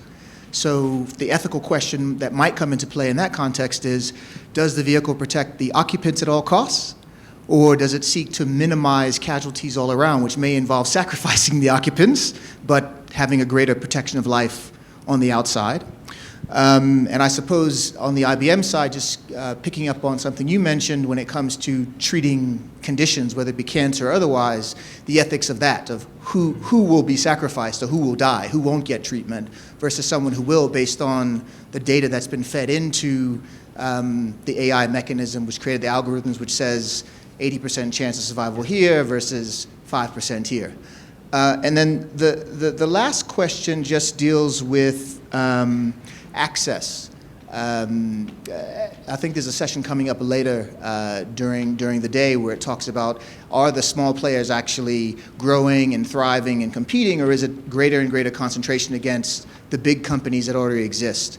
So for the owners of AI or the drivers of AI, that's a tremendously powerful position to be in. But what's being done to kind of democratize that, if anything at all, to potentially have something greater created from a range of parties participating as opposed to just the big behemoths owning the engines? Okay, there are 3 questions there. The ethics of AI. Who has access to the treatment? Who decides? Yeah. And Exactly. the ownership of it as well. So, if you remember, I said, for us, AI is actually augmented intelligence, specifically in the case of, for example, treating cancer patients, right? It will always be the fact that the human will be in the loop. When doctors are using those tools, the tools are able to consume quite a lot of data and then provide them with insight with a certain confidence level. But the doctor, the oncologist, will always be the one making the decision. So that's how we are approaching it in every single vertical, so that the human will be the one deciding. In terms of the democratization of AI and these technologies, actually what's interesting is a lot of these big companies, they're making these platforms open and accessible, right? And the beauty of that type of approach is the fact that actually even in machine learning or deep learning, you see that when you are partnering and making the platform more open, you have much better technologies and much better algorithms. So I would argue that these technologies are actually very much accessible. The companies most of the time form their own vertical services where they can make money, but the core technologies are accessible to almost everyone. I'm not sure I could answer the question on exactly what a car would decide to do at any one moment in time. But I think there are lots of ethical questions that we're facing at the moment that are generated by sort of AI and machine learning. I think one of the more interesting at the moment is, for instance, around curating fake news. And we have instances, right now, where you've got sets of Google algorithms that are trying to identify whether what we're serving you is in fact a relevant result based on the content. And where you've got very smart people who are trying to create content that looks very much like real news but isn't real news. I think that there's some very interesting questions around how you actually educate the system in order to present people with results that are relevant, accurate, and don't necessarily just create a bubble effect of the view that they currently have of the world. And that's an ongoing process. I know that there is a lot of learning going on there at the moment. In the same way that there is a lot of learning going on with our autonomous vehicles. The real answer there, I'm sure, is to actually not get to the point where you actually have to make that decision. And that's what the technology is designed to do, is more prevention than cure in that sense. In terms of democratization, I agree wholeheartedly. The systems and the tools are very often accessible via API. Certainly at Google they are. So it's not necessary to build the massive computing power you need yourself, but you can come up with an idea that is very useful, plug into the tools and make it happen yourself. I came across a fascinating example recently. Somebody in South Africa, Gustav Prokelt, has created a system called Mumsnet, which basically provides healthcare to young mothers, expecting mothers, and those that have just had children. And he normally interacts with these people via text message or via USSD. He's created a WhatsApp platform. But when he created the WhatsApp platform, he had 30 times more engagement on the WhatsApp platform, completely overwhelming his call center. So he had to create a series of chatbots using some sort of AI chatbot to actually communicate with people to reduce the load on the human call center. So it was fascinating to see how a very local problem was actually solved with local technology. It was not necessary to engage a Google or anybody else in order to do that. It's a threat. Well, it's an opportunity. Yeah. But it's also something like that. Would you not be worried about the quality of the data and information that's been given? The trust factor comes into it now. Yeah, yes. I mean, again, I mean, it does. You have to make sure that your data is well curated. So that's why in these techniques, you will always have some training sets that a human will work with to make sure that you're actually getting kind of, to the right, confidence level and so forth. Yeah. Any final questions from the floor?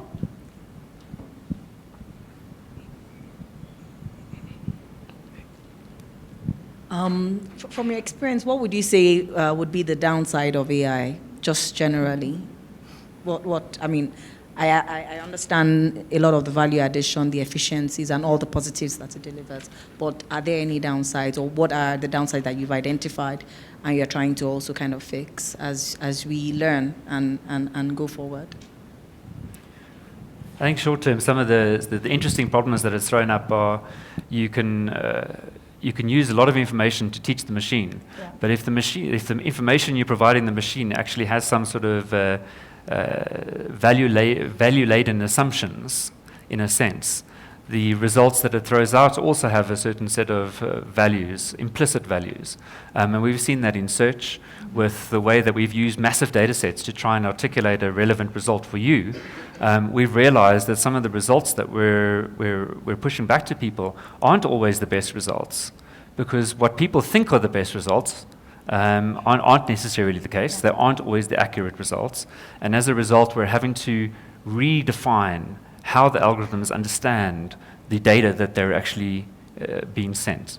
And it's a really interesting question, because at the moment, those massive data sets are largely human generated, right? Yeah. People are clicking on links, clicking on ads, watching videos in their millions, in their tens of millions every day. Trying to understand all of that and provide you with the best possible results is an enormous task. But just because 1 million people have watched or clicked a particular item doesn't necessarily mean it's the right one for you. And sometimes it results in value-laden results that aren't necessarily the right results. So understanding where there's implicit values in what we do, I think, is an interesting question. And I mean, if I may add also, so there's a lot of discussion and hype and so forth about artificial intelligence, but I hope that's not going to detract from the fact that we need to understand that the human brain is extremely powerful. At 20 watts, I mean, it does some incredibly powerful things, like especially when it comes to smell and the ability for pattern recognition and so forth. So there's a lot to learn from the human brain. So yes, we've just touched a little bit on machine learning and deep learning and those type of things, but unless we're able to somehow come up with new architectures that somehow simulate the human brain, we won't be able to solve extremely complex problems. So there's still a lot of research and development that needs to go into that area, despite our success in AI at the moment. Agree. I think you hit on the nail, the human brain. So certainly early stages of AI. Will we be replaced by robots? Probably. But at the same time, you have to ask yourself, what is the danger of man thinking like machines? So I'd like to wrap up this session. Thank you very much to our panelists. Thank you. Thank you very much. Thank you.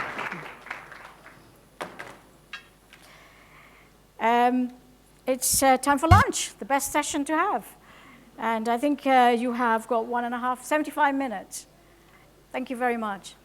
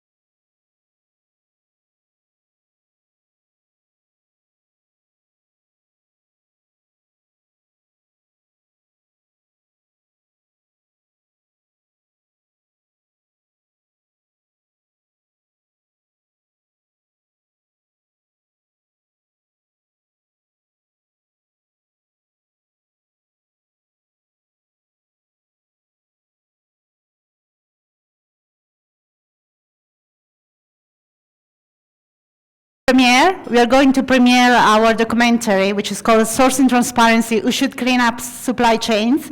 So that will give you a hint to the fact that we're going to be discussing much more now about supply chain, what is the role of companies and the private sector in that respect. This is something we produced in the framework of growth crossings. If you want to go and have a look at that, we have actually a website where this video and other piece of content sit. We are going to launch this today. I hope you're going to enjoy. It's 3 case studies from across the world. Yeah, shall we look at the video? Okay, perfect. Enjoy. On April 24th, 2013, the Rana Plaza factory building in Bangladesh collapsed and killed more than 1,000 people working in squalid conditions for Western apparel companies. For days, some companies were unsure if they sourced from the factory. Since then, supply chain transparency has moved into greater focus for companies as well as regulators.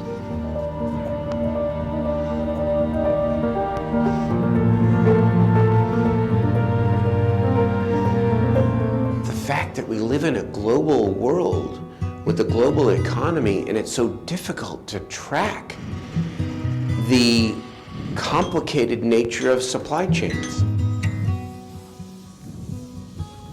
The California Transparency in Supply Chains Act was signed in 2010. The law, which was co-sponsored by then State Senator Darrell Steinberg, requires companies with more than $100 million in annual sales worldwide to disclose efforts to end human trafficking in their supply chains.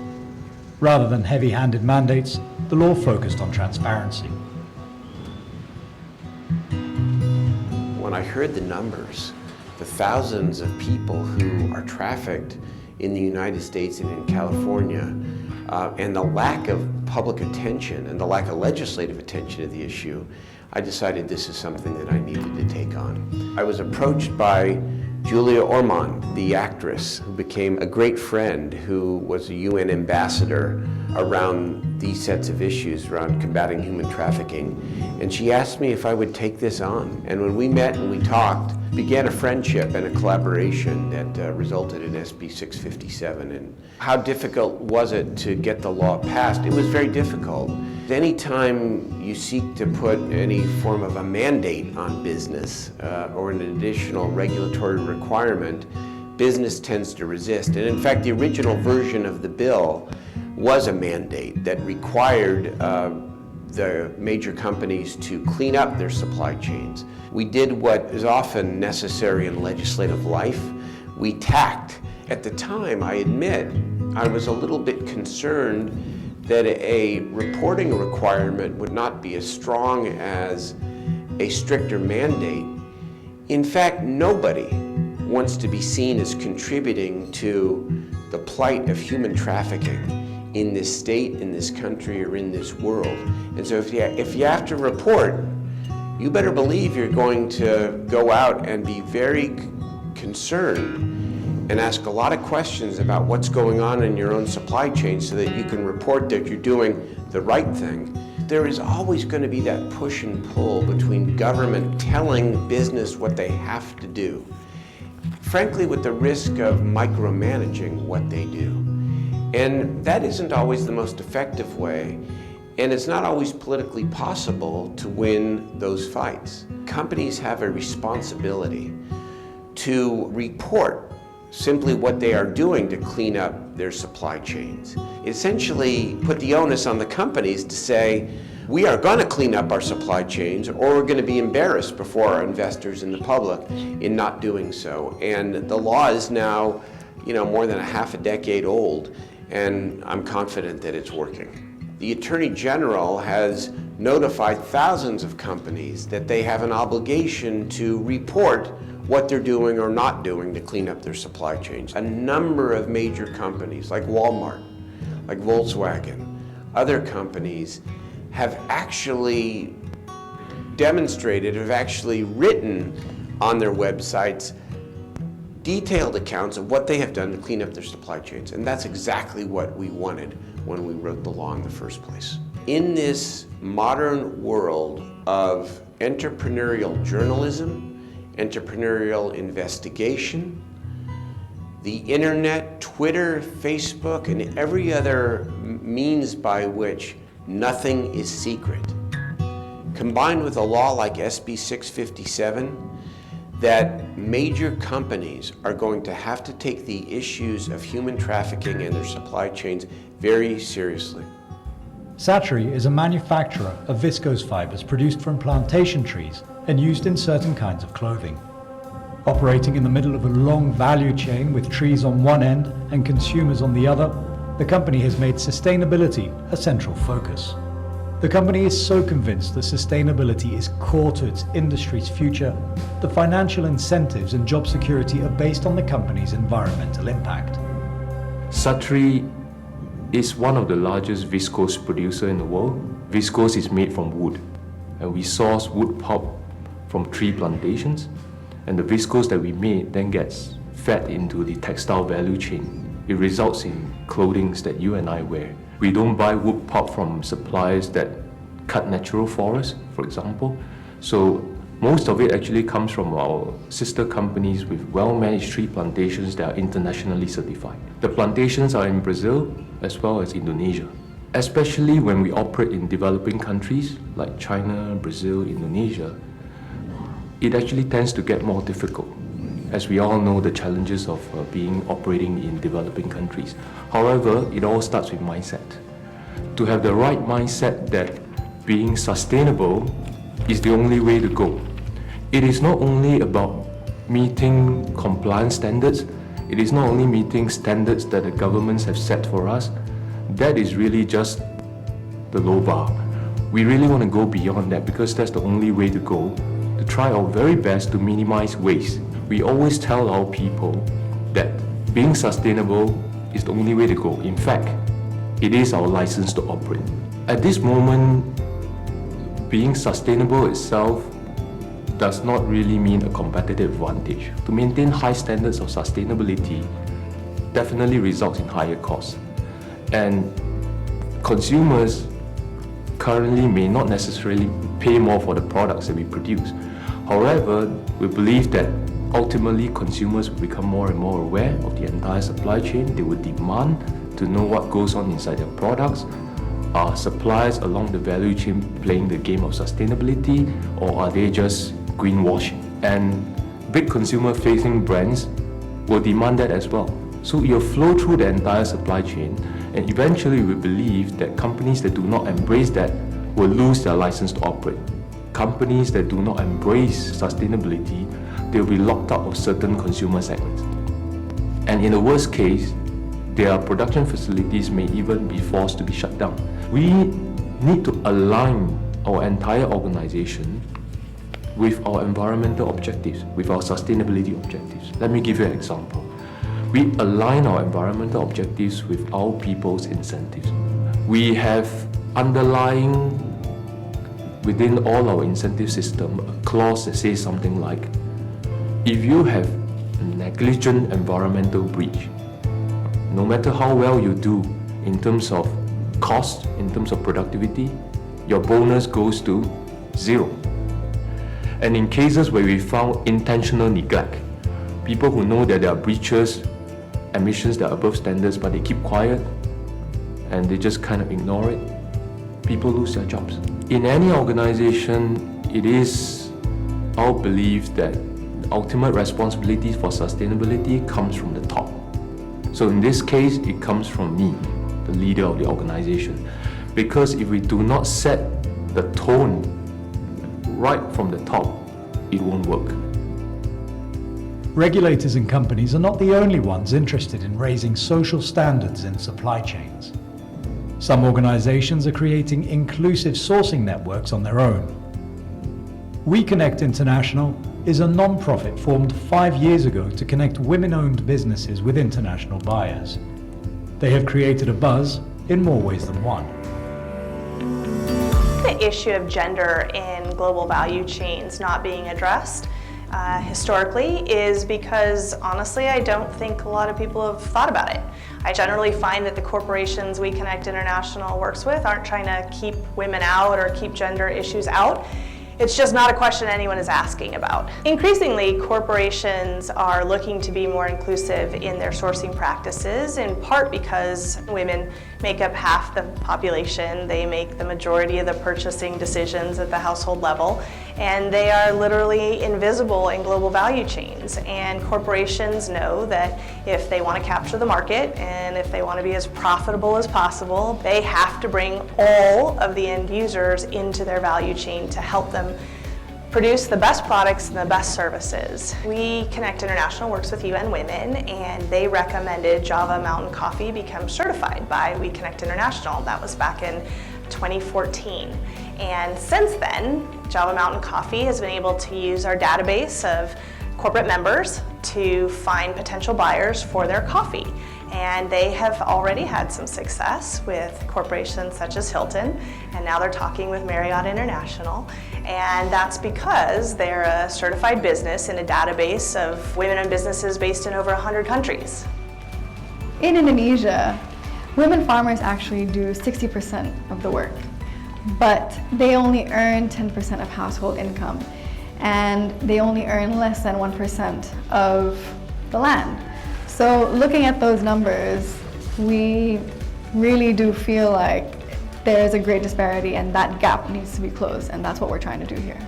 We're not aware of any other cooperatives doing what we're doing here, but we sincerely hope that more and more cooperatives such as this will be established in the future in order to empower women. To get started and legalize a cooperative is a really difficult and expensive process. That entire process can take anywhere from 3 months to 6 months, and that is all due to complicated regional and national regulations. Whenever we talk about what we're doing here with the women farmers in Java and in Bali, and we're talking to large corporations and hotels and restaurants, they're all very eager to get on board, and to see that reaction, to see that response is extremely encouraging.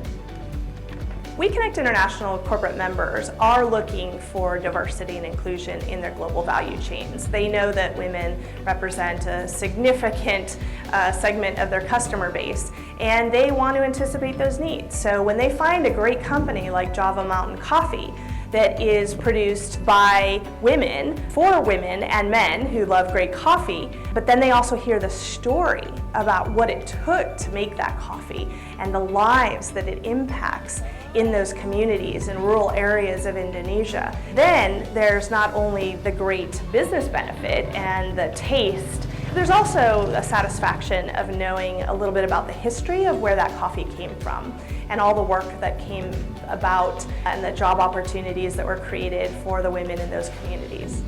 The role of Java Mountain Coffee is a really important value add to the corporations in the We Connect International network that are looking for the best suppliers, the best total value. So that's not just price, that also has to do with a corporation being in alignment with their corporate values. A company like Java Mountain Coffee is a great example of our corporations living their commitment to being inclusive in their sourcing practices, having the best offering to their customers, and also being able to measure how much of that their spend is going to ethical women-owned businesses.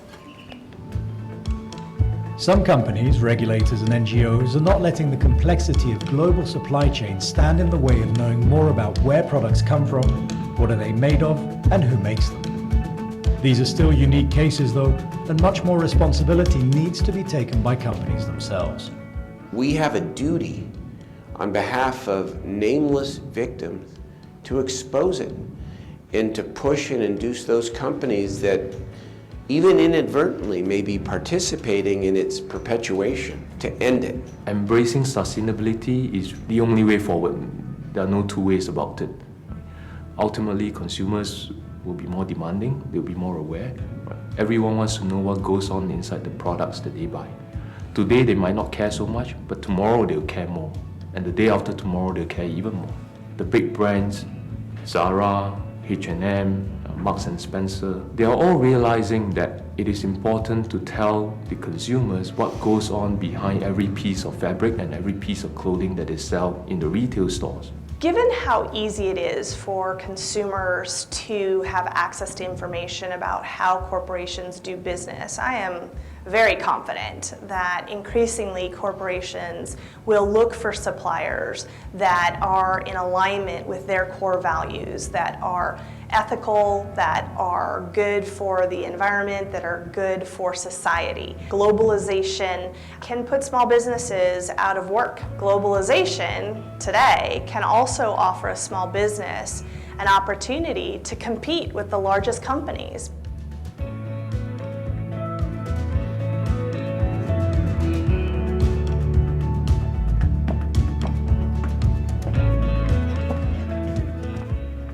It was great, right? We did it.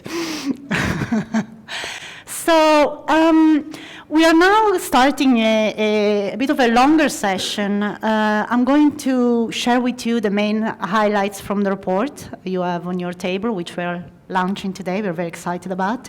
And then we're going to actually talk to CEOs on how to build a better business, a more sustainable business. So in terms of giving you a bit of history around this research, really the idea is looking at what we discussed this morning about. It's really probably the first time in many years in which there is a lot of concern, a lot of questioning around the benefits and cost of globalization.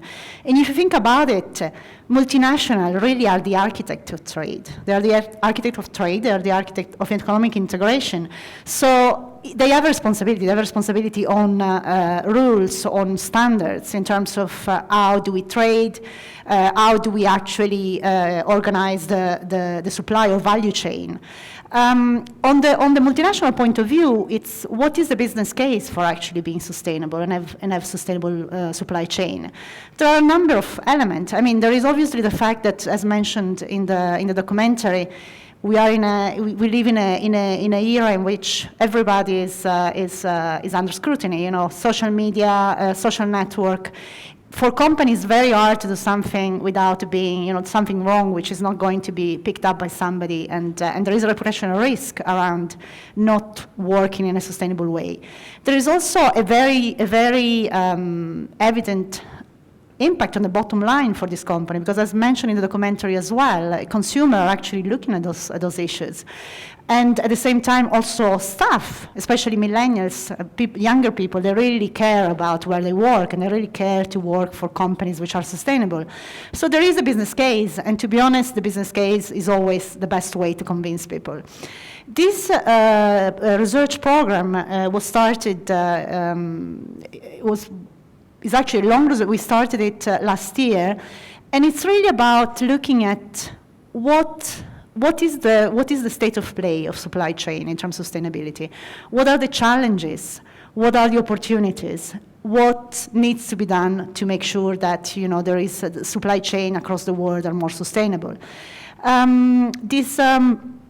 This program, as I said, is composed by the outcome is this very big report you have on your table, which is we're very proud of it, because it took a lot of research, and we hope it's going to really change the debate and help furthering sustainability across the world.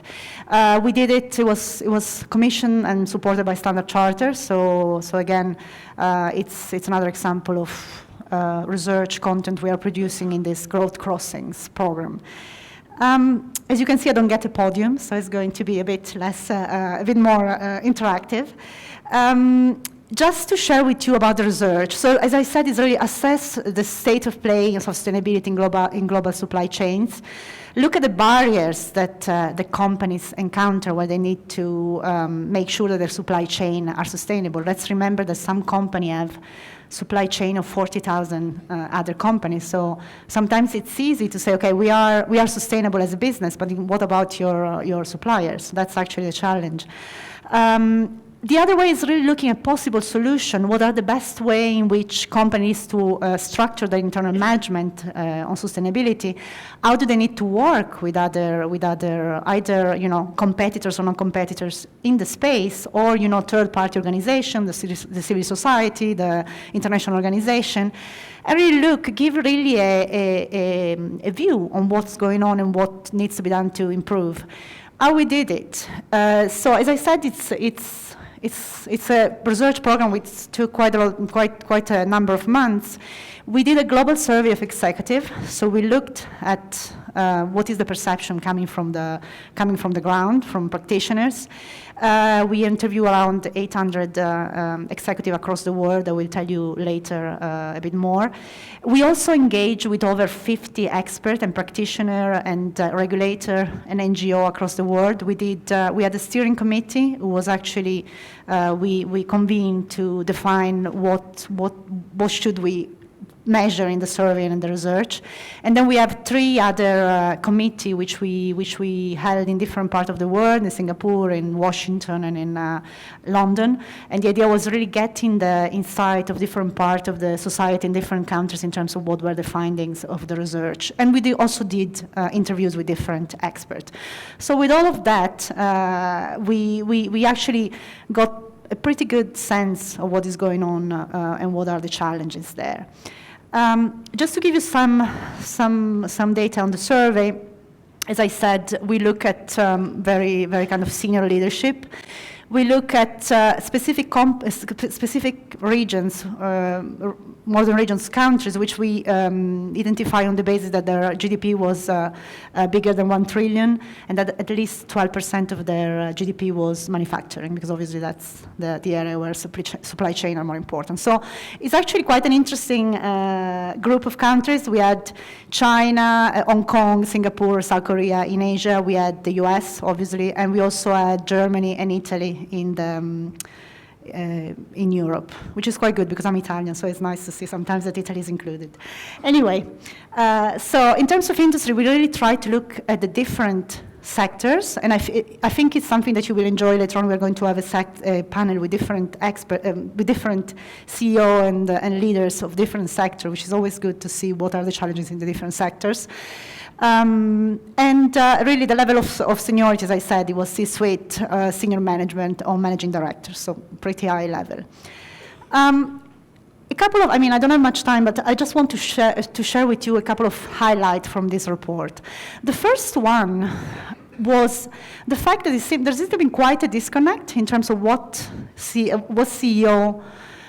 the perception of CEO in terms of their sustainability or their commitment to sustainability and the reality, which sometimes happens. What we see is that 4 in 5 respondents said that their company has a responsible supply chain. 4 in 5 respondents said their company addressed well or very well the issue. Nearly every respondent, around 95% of respondents, say their company standards were compliant with or even more stringent than those of industry watchdogs or government. In reality, when you look at other question in a more detailed question in the survey, sorry, I don't have a podium, you can see, I don't know where to put all my paper. So what we saw is that when we ask respondents whether they were focusing now more than 5 years ago on supply chain sustainability, a large minority, 30%, say they were actually focusing more on the topic 5 years ago. So already that makes you think. 30% of people interviewed are actually saying that they are doing so well on sustainability, but in reality they're not focusing as much as they were 30 years ago. Also, if you look at the type of aspect of sustainability they are addressing in their setting standard on in their operation, you see that there are issues which are actually really key and really important. If you look at child labor, there are 150 million of children in the world which are actually subject to child labor. Climate change, I mean, climate change, we all know, apart from Trump, as we have heard, that is a problem. And, you know, it's especially if you look at some of the numbers, I have here some numbers, climate change from now to 2060 for Asia and Africa is going to cost around from 1.5% to 6% of GDP, according to the countries, is a huge thing. Gender equality, as we know, there is still a huge gender gap. We're going to discuss later in the afternoon. We have, you know, the gender gap is really in terms of different things. You know, it's not just making sure that we are protecting women in the value chain in terms of, you know, recognizing them, flexible working hours, protecting them from exploitation, but it's also about empowering women to really be part of the supply chain, be actually able to, as we saw in our documentary, being actually sure that they are making and creating sustainable business, and they are kind of lifting their fate by themselves. So for all those topics, which are actually very key, if you see the percentage of people who address those issues in priority are actually really low. 20% only address child labor, 23% climate change, gender equality 28%. And if you look at my country, Italy, 14% only is addressing gender equality, which I guess it's why I moved to the UK. But so the question is really, do we really have sustainable supply chain if we actually look at those data? So that's one of the things. There seems to be a certain amount and degree of complacency in terms of how well we are addressing supply chain sustainability. With respect always to the issue, what are the topics which are addressed in the supply chain? What we have found, also talking to experts, is really this very nice word, materiality, which I didn't know. And it's really the extent to which a social or environmental issue has a financial risk or opportunity. Again, the business case, again, the risk of not doing something or the benefits of doing something. This is very important. So for instance, if you look at health and safety, it's very visible, the impact, and it's very also in terms of reputational risk is actually something very, very tangible. So health and safety, waste reduction and recycling. Waste reduction and recycling is something much more tangible than climate change. You can actually see that. You see the impact of climate change.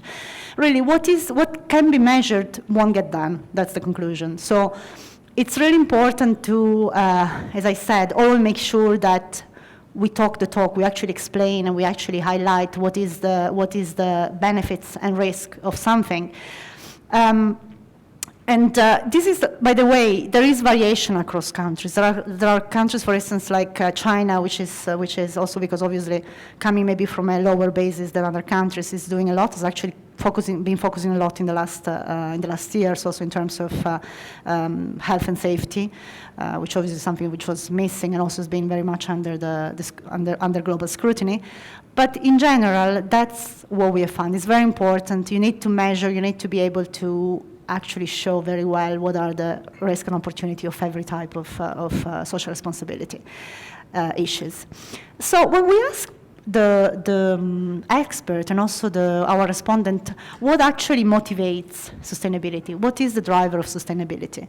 So interestingly enough, the majority of people say corporate culture is very important. That's the number one fact. They kind of, in general, downplay the role of international or multilateral organization or, softer regulation. But they say, oh, no, the company culture. But then again, think about what actually makes company culture. So I think it's a couple of things. One, it's really the role of the leadership. So what we have seen also in the documentary you heard, when the C-suite or the people which are actually working in a sector like operation, risk, finance, take ownership of the topic, that's actually something which helps leading the topic forward. The other thing is actually civil society, because obviously the culture is also driven by what is going on around. So whether it's a topic is very much in the media, whether it's really something which is pushed by international organization or NGO, this is actually going to influence as well the corporate culture. But the interesting thing is that, and we heard it from the documentary as well, one of the main drivers as well is really consumers, so consumers and customers. So it's either, for B2C, actually the final consumer, or is also your buyer, people you're selling stuff to. So there is really this kind of two main drivers. One is the corporate culture, and the other one is the customers. And in a way, at the end of the day, everything actually goes to the civil society, I think, because obviously we are the ones that are, it's quite amazing how you think what is the power now with social media of the civil society and of the consumer. So it's an interesting element.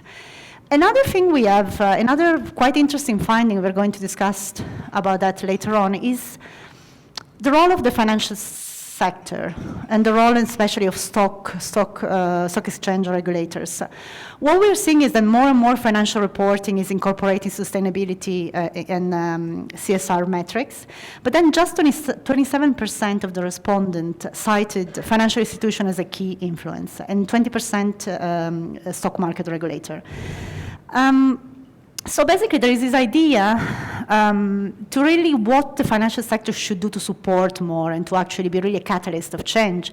And there are different ways. One way is looking at financial reporting. It's very important for the financial reporting to be kind of long-term oriented rather than short-term. And it's something that we heard this morning for other issues, innovation or planning in general. It's very important to kind of integrate this more short-term vision into financial reporting, because at the end of the day, corporate, sustainability is something that maybe doesn't have an immediate business case, but it's going to have a business case in 5 years. So it's very important.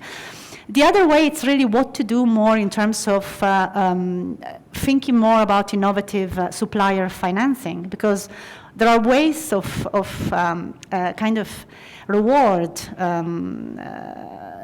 suppliers with financing when they are actually incorporating sustainability standards in their operations. So there is a way that in the report actually we look at a scheme between IFC and Puma, the sport gear company, whereby actually this type of setting, like let's actually incentivize people through financing to actually incorporate sustainability in their operations.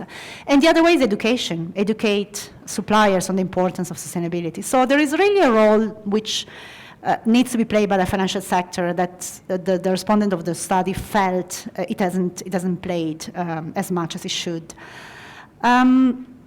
The other ideas was what I was kind of alluding earlier on.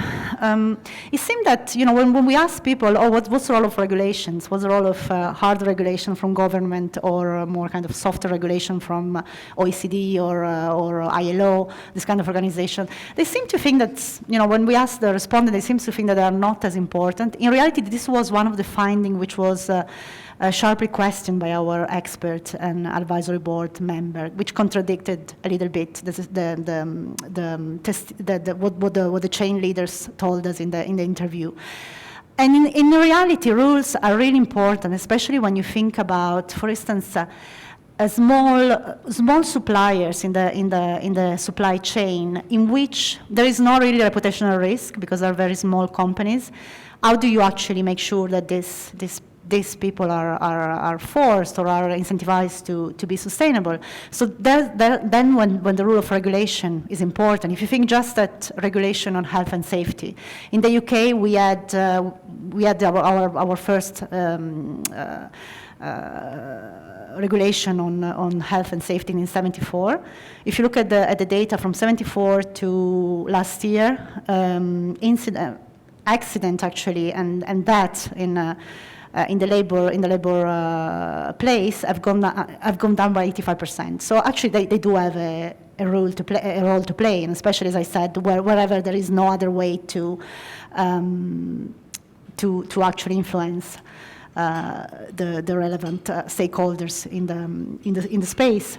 So 3 key areas to monitor. This is the main finding. Internal organization and management. How do we actually organize internal management and the organization to make sure the sustainability is key? how to engage with suppliers, and third-party engagement. Very quickly, in terms of success, what we see is that in terms of internal organization, what is really key is putting a core executive in charge of the supply chain. So somebody, as I said, from the finance sector, the finance function, the risk function, the operation function. This is, and somebody who needs to be quite senior, really able to have the power and the gravity to influence the rest of the organization. But also, when I say somebody from the core sector, this is also important because you need to have somebody who actually can talk the talk, can actually talk with the right, understand the business and say, okay, this is actually, it's not just because it's a nice topic and we need to be global citizen, it's because this is going to have an impact on the bottom line and on our reputation. So it's very important, the role of we see that in general, whenever the sustainability is actually, we have a C-suite chief responsibility officer, we have the CEO or the chief operation officer in charge of that, we see that really there is much more focus and much more implementation. The second one is, and it's the challenging one, is actually one of the challenge we highlight in the report is that the majority of people surveyed, when you ask them what is the challenge, they say it's the complexity of the value chain. The value chain are so complex. I mean, some companies, I said, I was looking at, we had actually a case study in the report on Kimberly-Clark's Kleenex. So the supply chain of Kleenex, to produce a Kleenex, is about 30,000 suppliers. So it gets quite complicated, when you have to enforce the same standards across all these different layers. Normally companies are very successful with the first year. It's kind of easy, you say, okay, I will put in the contract, those are the standards you need to enforce, and I will actually monitor you. But it gets really difficult then to have to kind of cascade down all this way to do it. How do we do that? So what we see is that sometimes the best way to do it is really to kind of make sure that there are code of conduct which can be incorporated at each level of contracting. So your supplier is going to have the same code of conduct, the same rules in the contract they're going to have with their supplier. The supplier is going to have the same with their suppliers. And it's very important also the monitoring of that, because it's not just a matter of, including some rules in a contract. It's really, how do you monitor them? And how do you do it? Do you actually sanction or do you actually reward the behavior? So our executive, they tend to reward the behavior. It's more kind of a positive way to do it, but it's very important, the monitoring, and it's very important how do we actually make sure that what is written is then actually executed in real life. The third element is welcoming third parties as supporter rather than drivers of company policies. So what we have seen is that companies in general, they're not super keen to cooperate with competitors, but even not competitors, but with other industry players. They do like the idea of having some kind of general industry standards, but then it's a bit like, I'm not sure whether I should cooperate with other players. But what we are doing is really the fact that it's important to cooperate, it's important to use third parties, it's important to have to collaborate with organizations like OECD or ILO. It's important to cooperate with civil society organizations, really to make sure that we can spread we kind of also divide the work, because there's a lot of work to do it every time at the company level. So more needs to be done. That's the conclusion. No more excuses, as we say, as title of the report. There are some encouraging bits which I have highlighted, and also the fact that 60% of firms who have interviewed actually put sustainability in charge of a core business executive, which, as I said, is key. And but there are a number of things. One, the fact, as I was saying, more in terms of partnership. Like co-investing with suppliers or helping supplier access finance. There is something happening, but still there is much more that could be done, and the financial sector has a role to play there. And this thing about not being so keen to cooperate with other players in the space, which is something that at the end of the day could be actually really, really powerful and very efficient as well.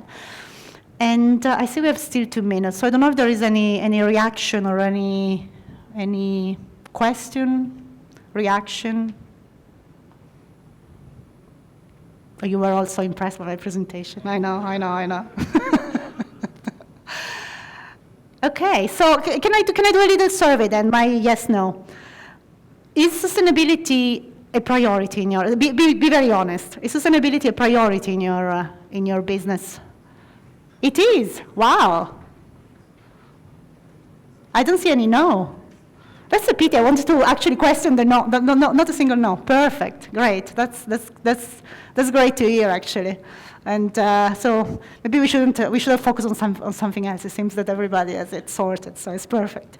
Okay, so I think I will just move to the next panel, right? So this is really about kind of getting their perspective, but also going more into depth in some of the findings of the report. So as I said, we're very lucky because we are joined by different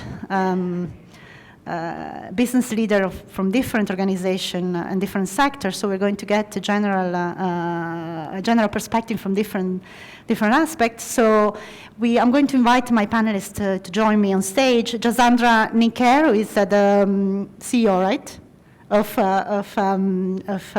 Biotherm Energy. So we have somebody from the energy sector. Jasandra, please.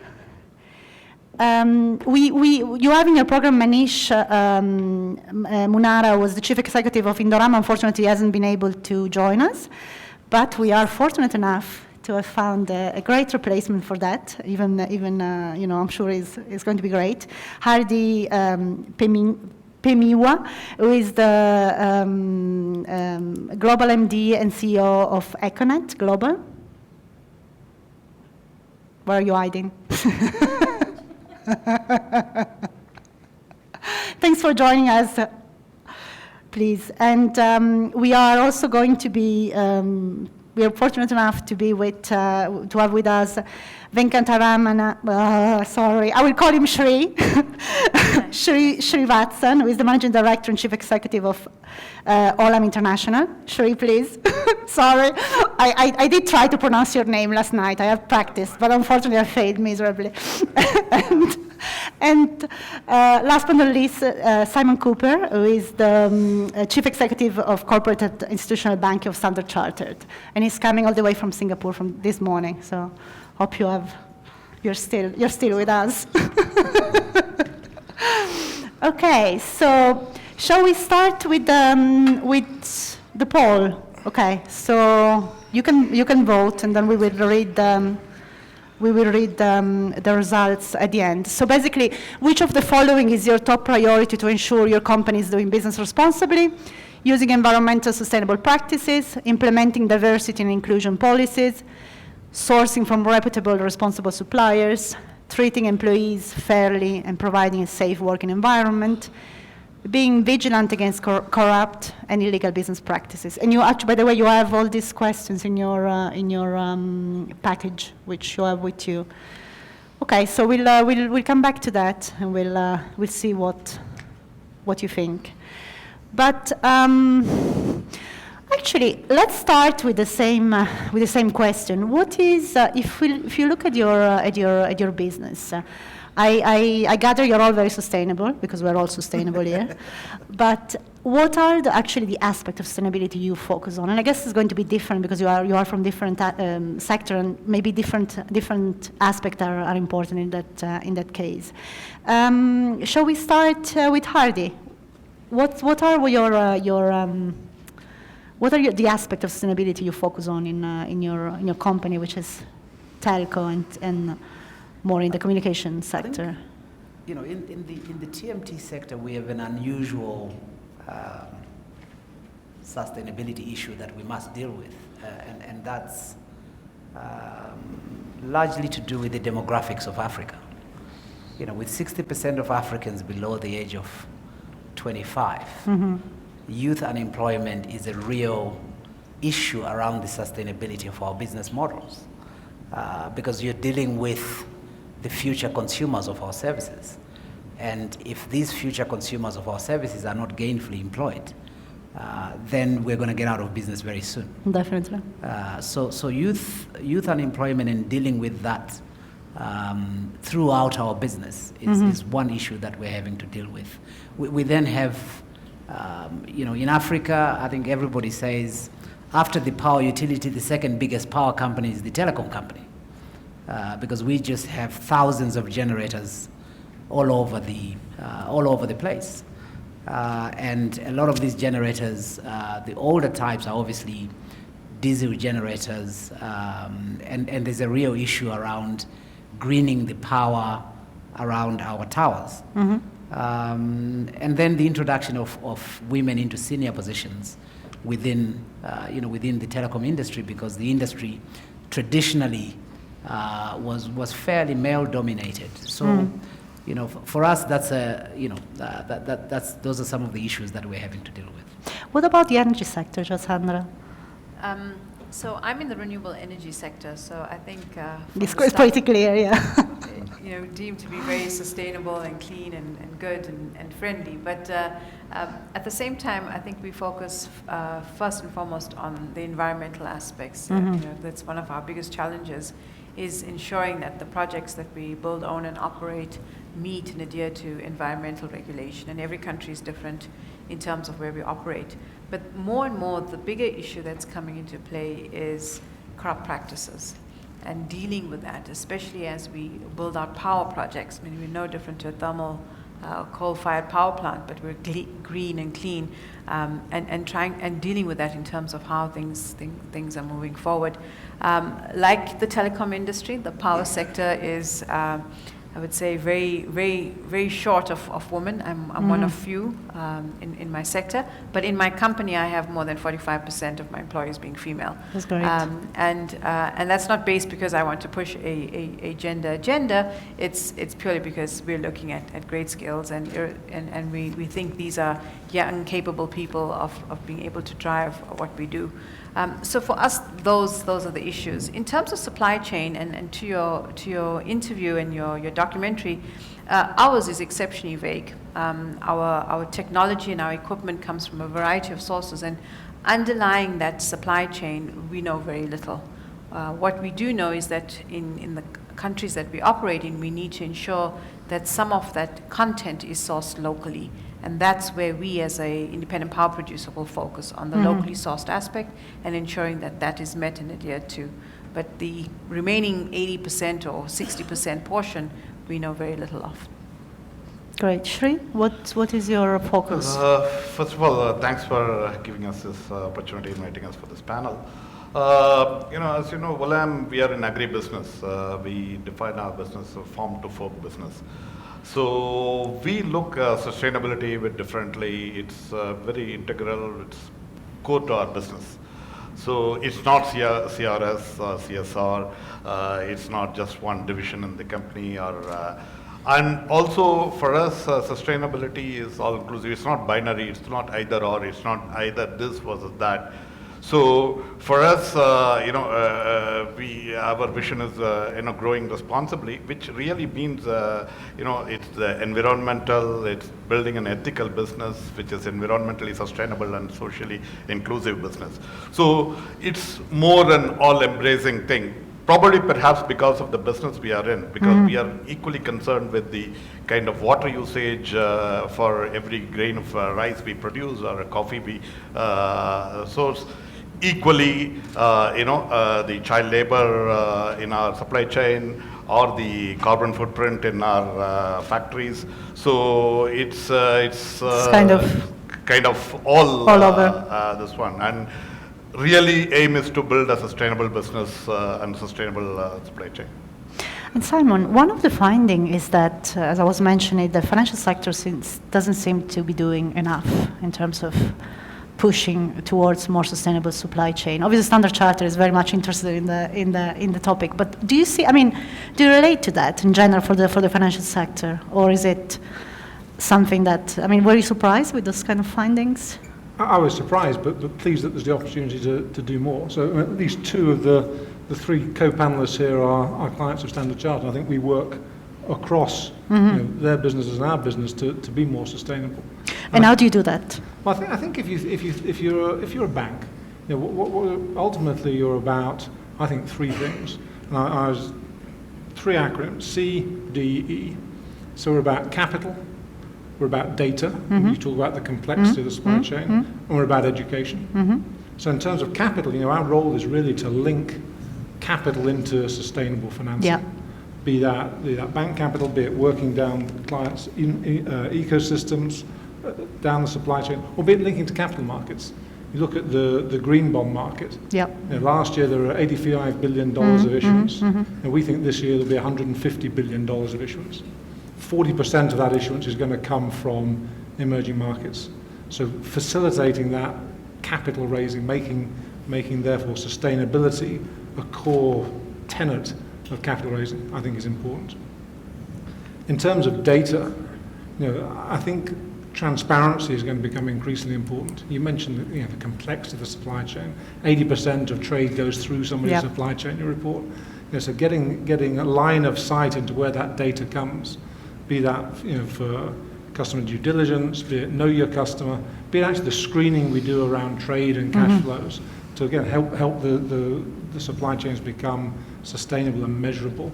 And then finally education. You look at the role banks play in terms of, I think, helping NGOs enforce their beliefs by working with our clients to make sure things satisfy the Equator Principles, whatever else it may be. So an ongoing program.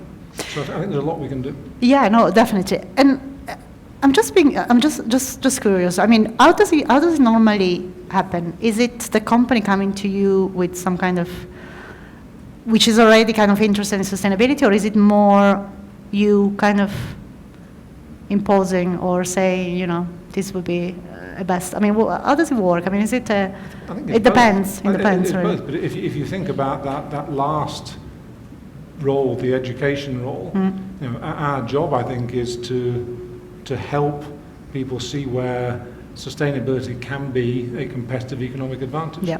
So it's working with clients to say, have you thought about it differently? Have you thought about financing with a green bond? Have you thought about the investment opportunity to take it to the next level? And I mean, for the other panelists, specifically this point, how do you actually make the case for sustainability? I mean, with your respective board, or I mean, what is the, obviously, as we said, or even in the report, and it's kind of obvious, if you really need to show the financial or the reputational implications, and what is the impact on the bottom line. How do you do that? How do you make sure that you have everybody on board? How is the organization? Also, the other fact which I think is really interesting, this internal organization, on where does the sustainability function sit within the general organization?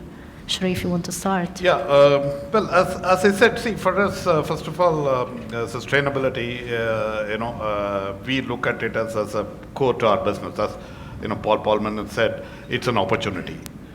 As it's not something good to do, it's probably a must to do. Today, as you alluded in your report that today there is obviously less of a regulatory pressure or this one in various markets. It differs, but clearly the millennials want to work for a sustainable company. There is a clear pressure from the current generation X or generation millennials.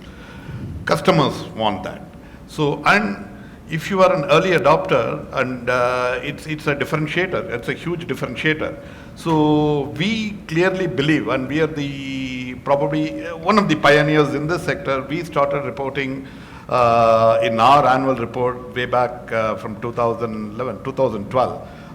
We started reporting, measuring, our carbon footprint, our water, and we put a self-target by 2020 what we would do. And then every year we started reporting it. There was no real regulatory pressure on that.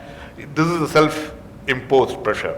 But clearly we see that really brings in opportunity for us today. For my cocoa customers, say for a customer like Nestle or Lever, I become a preferred supplier because I'm able to provide them something and I'm able to help their sustainability agenda than vis-a-vis my competition.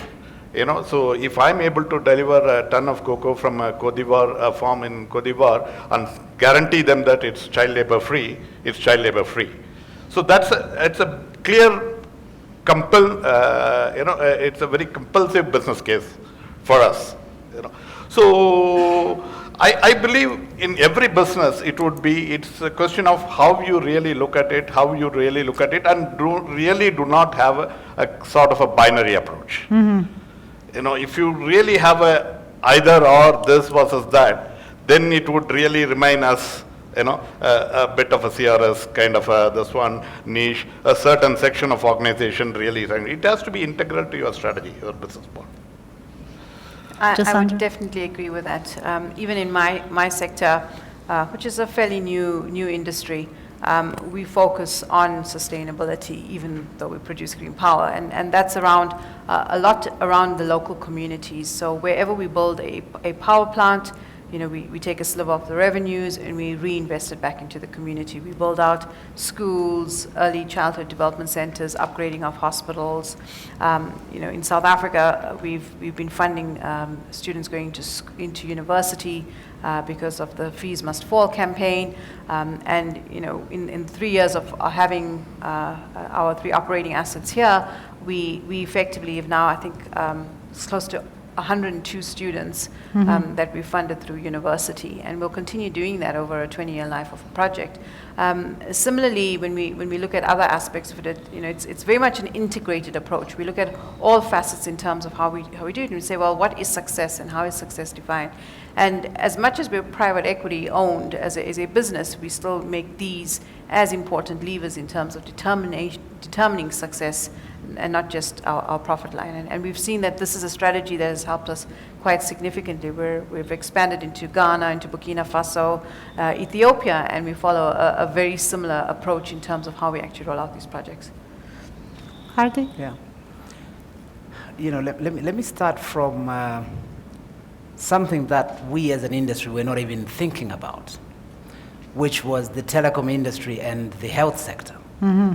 For example, it wasn't on our radar screen until Ebola happened. And so as a telecom industry, we essentially saw our customers being decimated. And we couldn't say that this is a health problem. And I think, between ourselves and the other players in the sector, we came up with this Ebola response, where we came up with a trust, and Econet as a business, we provided funding directly into that trust, flew nurses from Kenya, from South Africa, from Zimbabwe, from Zambia into West Africa. So here was a case where traditionally within our industry, you never really thought about the telecom sector looking at health initiatives as something that would feature on your sustainability index. We traditionally would have been more focused on education, which we have done. We have sent probably 220,000 kids through primary school, secondary school, and probably 200 to 300 of those into universities in Europe and in the US. But this health sector was almost reactive in many ways. And it brought to the fore that, for our industry especially, because of the linkages that we have in the rest of the economy, we just have so many touch points. So dealing with the previously excluded in terms of financial services. For example, it's more than just being a business. Mobile money for us has become a sustainability issue, because a lot of the people that we are touching, we've got almost 40,000 agents strewn across the continent. These are people that were previously unemployed. Most of them are women, and so it's for the TMT sector. I think just like the financial services sector, I think because you've got so many touch points within the community, you really can't just say, I will look at my supply chain. I think our supply chain is a lot broader than because going back to the Ebola side, you wouldn't have thought about reacting to Ebola as part of protecting our supply chain. but it really is about protecting our supply chain. And similarly with education, and when you go into the issue that I spoke about at the beginning in terms of youth unemployment, for us, participating in education is really about future-proofing our businesses. Participating in employment creation, in making sure that we have young people that are being taught about entrepreneurship. It's not a nice to have CSR activity that you can put in your annual report. The other thing that we're seeing is around transparency. The telecom sector has become the new tobacco and liquor for every finance minister. Every budget, a finance minister wants to know, how much more can you extract from this industry. It's become very important for us to transparently report the amounts of money that we're paying into the fiscus as a way of bringing accountability, but also as a way of just demonstrating that beyond the seemingly high profits that the sector is said to be reporting, there really is a lot of contribution. I mean, as a business by ourselves, we've probably in the last 5 years contributed across our markets $1.3 billion of tax revenues. Wow. Sometimes in markets where, if I take a country like Burundi, where we are, small country and we're a player there, if we delay paying our taxes by even a couple of days, you really risk the civil service going without their salaries. So that's those are some of the unique places that we find ourselves in. Yeah, that's. I think it's very important what you are saying, that sometimes there are new issues which you wouldn't really think are necessarily straight away connected to your sector, but that are really important going forward. Before I go to the next question, do we have the results of the poll ready? Okay, so. By the way, this is not percentages, it's number of people who have responded. So it seems that being vigilant against corrupt and illegal business practices is the priority here, followed by treating employees fairly and providing a safe working environment, and then using environmentally sustainable practices. I can see that only a minority of the audience has taken the survey, so we haven't been very good here. But still, it's quite interesting the fact that actually the business ethics is top one. That leads me to another question: is there actually an African-specific variant of sustainability? You think? Is there some? I mean, I kind of heard already from what you mentioned. Like education. Women, I guess in your case, Sheree, is very much across the global community. Would you think there is a different way to do sustainability here in Africa, in your experience? And then I'd like to hear from you, Simon, as well, from your kind of global perspective. Is that to me? Yeah. I Okay, mean, great. all of you. Yeah. Well, I think Africans really just demand the same things, like everybody else. They want, fair wages for their work. They're looking for justice. They're looking for good living conditions. So I don't think that you can say that there is an African standard for sustainability which is different from what's happening elsewhere. Yeah. I think what you may have is there a focus is different priorities. Exactly. Within the continent. So where, for example, green power is could be a priority in certain parts of the world, but in Africa, just power is a priority. Whether you give us power which is green or black, just give us power, to start with. I mean, we would rather it is green, but if you think about employment, the issue is, yes, it's important to talk about fair wages, but our economies are just not creating employment at the rate at which we're producing young people that are looking for jobs. So you really want to just make sure that as many of these people are being absorbed into the job market before you start perhaps prioritizing the various conditions of employment. Not that it's not important, but it's a lot more important for this young person to be in a job, and then we can, we can talk about how to improve the kind of job that they're actually doing. So I think it's the same things that everybody is worried about, but in Africa our priorities are a bit different. And do you think also what we heard, I mean, the fact that obviously we always hear about millennial and how, it's important for the younger generation really having also, the vocation of the company, whether the company is sustainable. Is this something that we see in Africa as well, or is it kind of a global? I think so. I think you are, you're starting to see that this generation is, because it's a very connected generation.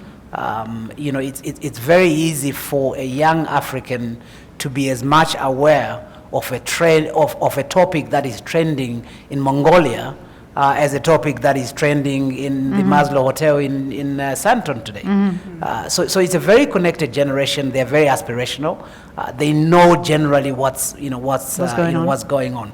So and I think that the issue of corrupt practices is really one that, perhaps more than any other place in Africa, just because of the size of our economies, the impact of corruption on economies that are smaller and that may be growing at slower rates than anywhere else is actually, you then have a pronounced effect of the effects of corruption. And across industry, we see it in our own industries, whether it is when it comes to the time that we must renew our licenses, with regulators, or within our supply chain. I mean, we spend, 30 to 40% of our EBITDA on capex. There's always a real pressure there around economic rent. So that's the younger people are starting to become very aware, and they are.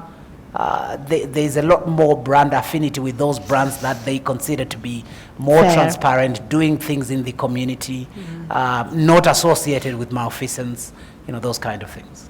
Do you agree with that? Perhaps, if I can add, I would definitely agree with Adi that, clearly today there is, in the millennial, there is hardly any real difference because of all the technology, the connected world. Just to add on to what he said, really, sustainability, the goal, the objective can't be different. You can't have an American sustainability standard and African.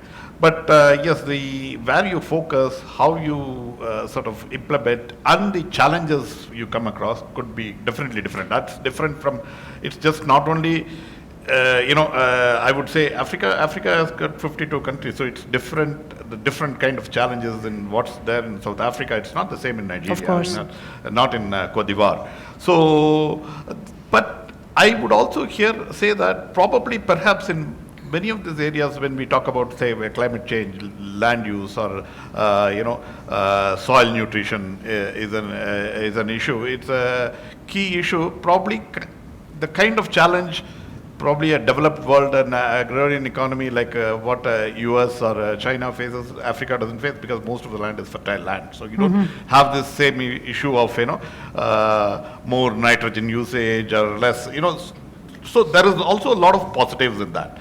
And just to complement what Hadi said, yes, power is, giving power itself is a big thing. But then when you are starting late, when you are doing this one, you always have this opportunity to do the right thing the first time.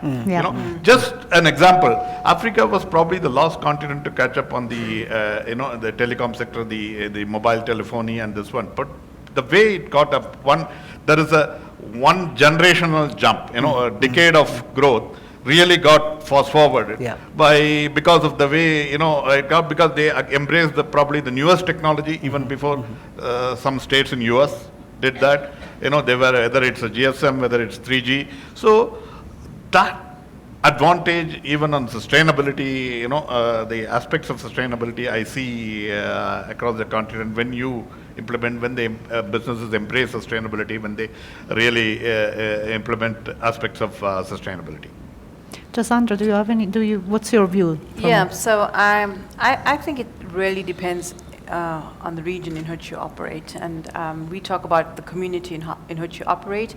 And the way we look at it is on a needs analysis basis. So we say X percentage of our revenue line will go towards community impact.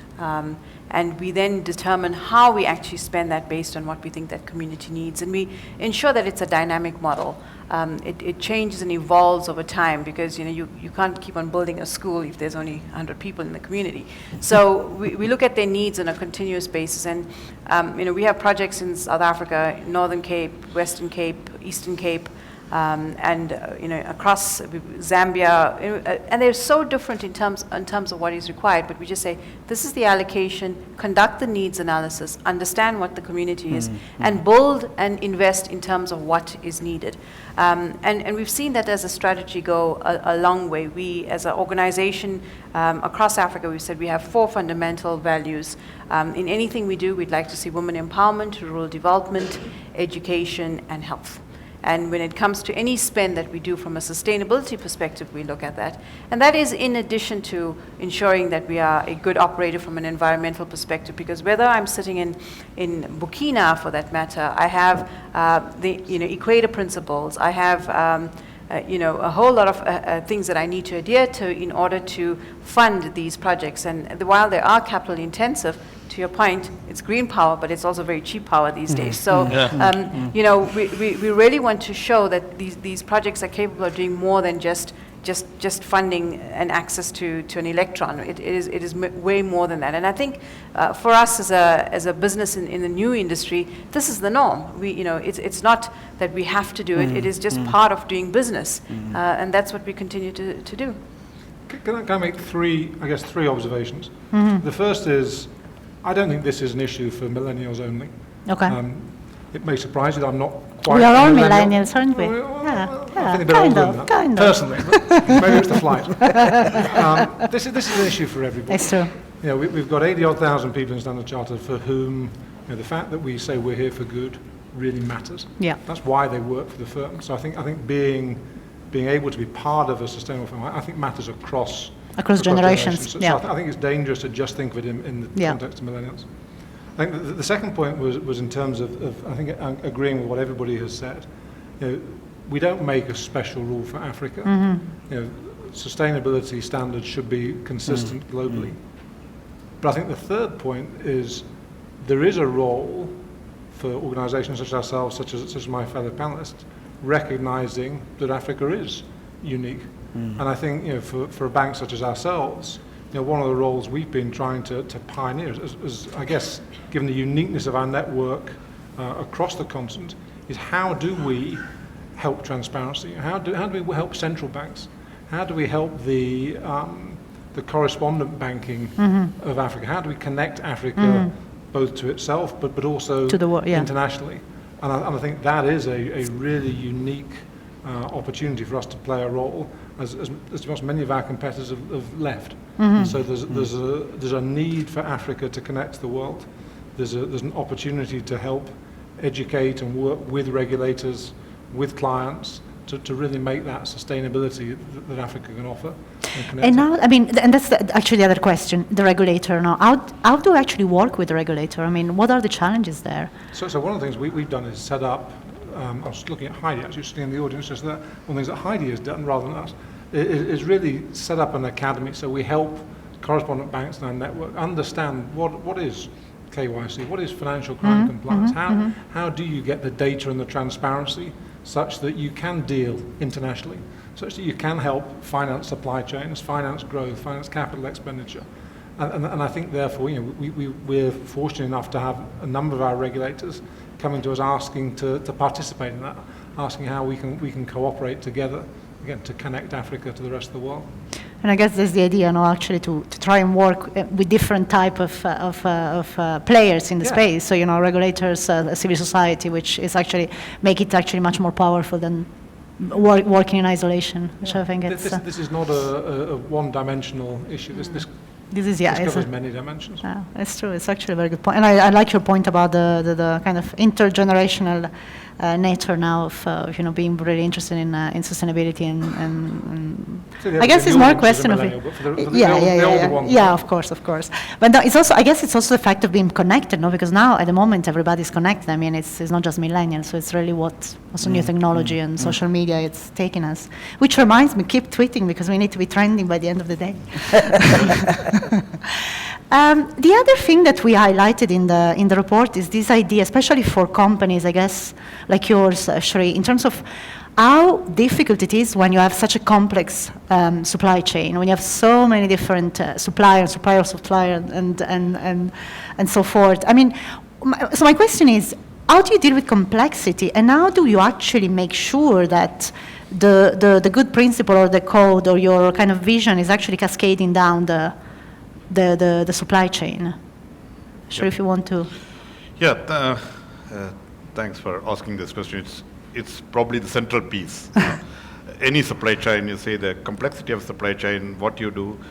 The first and foremost rule is, don't run ahead of yourself.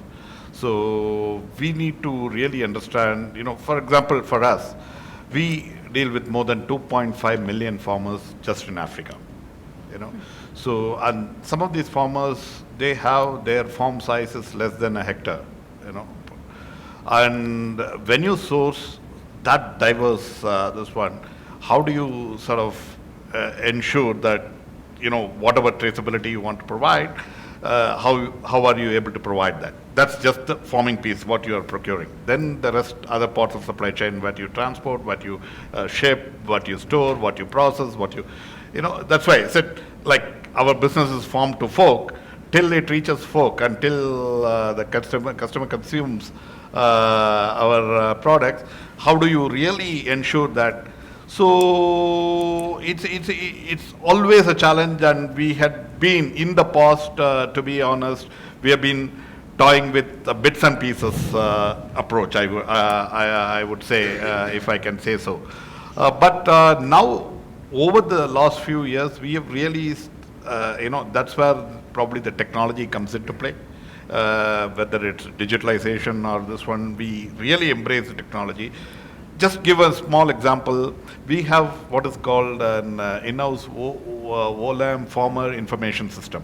It's a sort of a program which we developed in-house to really create a database of our farmers. We sort of expanded when the smart telephony, when my friend Hardy's business developed and the smart telephones became norm of this one. We sort of developed that to really capture just not about the farmer, the name and the this one, about his farm, what's there. Then of course, with the help of the Google Web, you make it integrated. So sitting in Singapore, I can see a farmer A's farm in Cote d'Ivoire near San Pedro. So we sort of expanded that and what form it says, then, so, and with that kind of this one, we now clearly, what we are in the process is, we want to really develop something like, Intel Inside, WOLAM Inside, WOLAM chip, as, our group CEO calls it WOLAM chip. See, what it will ultimately tell, that's our ambition, that we are still not there, is every ton of whatever product, whether it's rice or coffee or cocoa or cashew or whatever you get, we will be able to tell you, starting from which farm it has come in, how many farmers, whether, give you what sort of this one, to across the supply chain, what's the water usage, because many people don't know, while coffee, it does a lot of things. Coffee is also one of the largest consumer of water. Okay, so it's like sometimes it's like a double-edged sword. You do develop a green coffee, this one, but then you are actually destroying if in a country like already water shortage, the water footprint. Probably coffee is the wrong crop to develop. That's interesting. You got to do those balances, and you got to do those. So coming back to this, the WOLAM chip, the WOLAM Inside, is what we will probably able to ultimately, in probably a couple of years' time, we will be able to exactly tell a complete supply chain footprint. Today, we are able to guarantee part of it. Probably, say, any cocoa we supply, probably on child labor, on the fair wages, and probably some of the HSE issues we will be able to guarantee in the part of shipment, and whatever processed in our factory, we are able to guarantee certain aspects. But we are in the process of building a comprehensive this one, and it is easier said than done. It is a challenge, and there is no foolproof answer today. If somebody says that it's there, I would like to embrace that, but there is not. But it is possible. It is possible. But for that, as I said, you need to have a governance process, your systems, your internal system processes, everything should align to that. We have to design, we have to entirely recreate the way we buy, the way we, process, the way we transport, the way we store. Everything needs to be redefined, redesigned, and digitalized to really bring in that level of transparency and in the supply chain, what we can have. I mean, that's great, and it's actually great to hear, and it's also, again, how can you use technology and big data to really get visibility and transparency. Mm-hmm. But how do you actually ensure, once you have the full visibility of what is going on and all your kind of mapping, all your farmers, how do you then ensure that they're actually sustainable? I mean, do you sanction them? Do you reward them? How do you do that? Well, see, sanctioning probably comes last. That's the easiest thing. I can blacklist X, Y, Z. Yeah. Then you would be blacklisting 80% of your suppliers. Then it's going to hurt you. Yes. So first is educating. It's a process. It won't come overnight. So, for example, again, a pet topic is child labor in Côte d'Ivoire cocoa farms. You just go to the root cause why there is a child labor. So if there are no schools in 40 kilometers radius of a farm, how do you expect a child to travel 40 kilometers every day to attend a school? Are we kidding? So we have to then set up primary schools. We have to set up the necessary infrastructure. So there again, we have to collaborate. Okay, you can't, with a single hand, you can't clap. You need other industry partner, the other stakeholders. But then, so you need to really address the root cause, you need to educate, you need to really, this one, and everybody, nobody, as a parent, I want my son to, go get a good education. Nobody, there is no exception into that, So it's only a question of what is available, what is not, and there are schools, the hardware is there is no software, there is nobody to teach. Yeah. So you need to address some of these basic issues. And then, you need to educate them, you need to reward them, you need to differentiate, the name and shaming. There are, farmer cooperatives, you see that one cooperative which had done exceptionally well, you reward them, you pay them some premium, and that's the name and shaming. That works brilliantly well among the.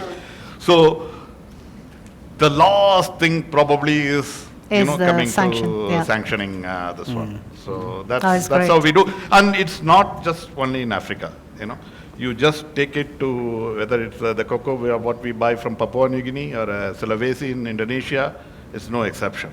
Indonesia, the bigger other problem is the haze, and whether it's the burning of the forest, and that's it's a bigger issue there. Mm-hmm. How do you? I mean, do you have the same issues like in terms of how do you actually incentivize people to implement then your vision and your standards? Yes, it's part of our daily way of doing business. Mm-hmm. And I mean, in terms of regulation, so environmental regulation, we give an example. This year, we're probably funding $600 million worth of renewable projects on the African continent. But in order to secure the funding for that, you have to meet certain criteria, and it starts down, environmental and social programs. So what is the impact of your power plant on the environment, on the social aspects, and you build your plans accordingly, because as much as it is a corporate desire and something that we implement on a daily basis, it's also a way in terms of how we secure our funding. So the parties at whom we partner with, our institutional investors, our lenders, for example, all require us to meet a certain standard.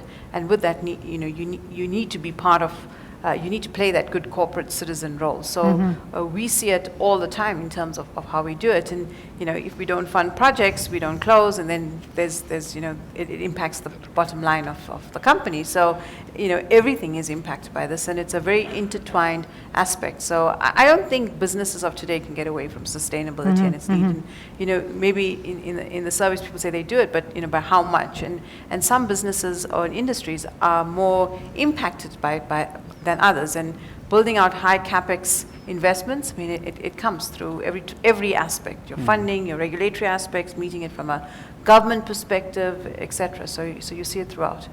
And I guess, Simon, it's really where the financial sector needs to it play a role, back no? to that, Yeah, always get letters, that capital. Yeah. We play a role in making sure that the capital is provided to the right people, and that there's ongoing testing of that as well, and the education piece. So the whole thing comes full circle. Yeah, your education is really one key piece, no, in that in all the equation. Do you want to last word before we open to the just in terms of on the supply chain side, as I said, our supply chain is a bit different from obviously from Olam's, obviously. But for example, the move away from, in terms of environmental protection, the move away from scratch cards. And making sure that airtime is actually available electronically. The less educated the chain is about the advantage of that, because typically they find the scratch card easier, to actually sell. So when you start introducing electronic airtime, you have to start introducing incentives. Rather than to go into sanctioning, so that they can adopt that, because it requires them to now invest in a point of sale terminal. Their biggest complaint is that, look, I might lose sales because there may be no power sometimes, and I'm not able to sell, airtime. So how do you incentivize them by giving higher discounts for selling the airtime electronically, rather than having to sell scratch cards, which then end up being litter all over the towns? Yeah. That's great. I could go on forever, but I think the time is running. Is there any question or comments? Can we have a mic here? Here?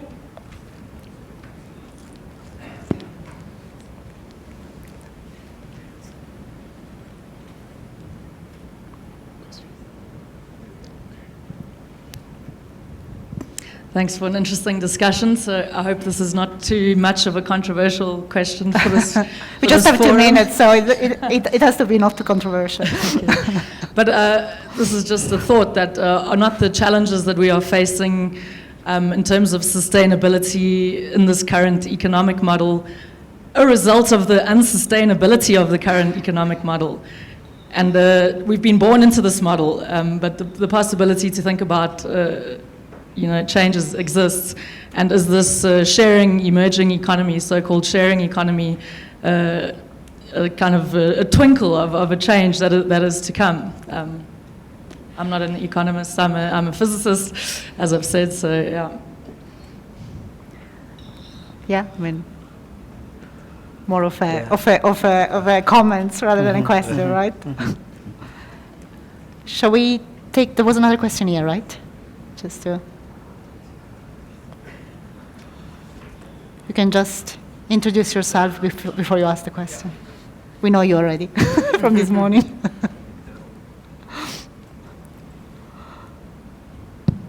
Yeah, hello. My name is Seydou from Eaton, Eaton Electric.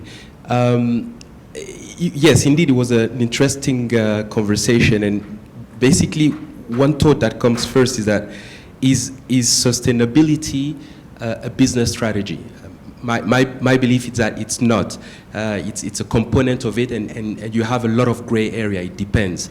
But when I look at the panel, it's very interesting because you have telecoms, you have power. Telecoms need power. You have agriculture.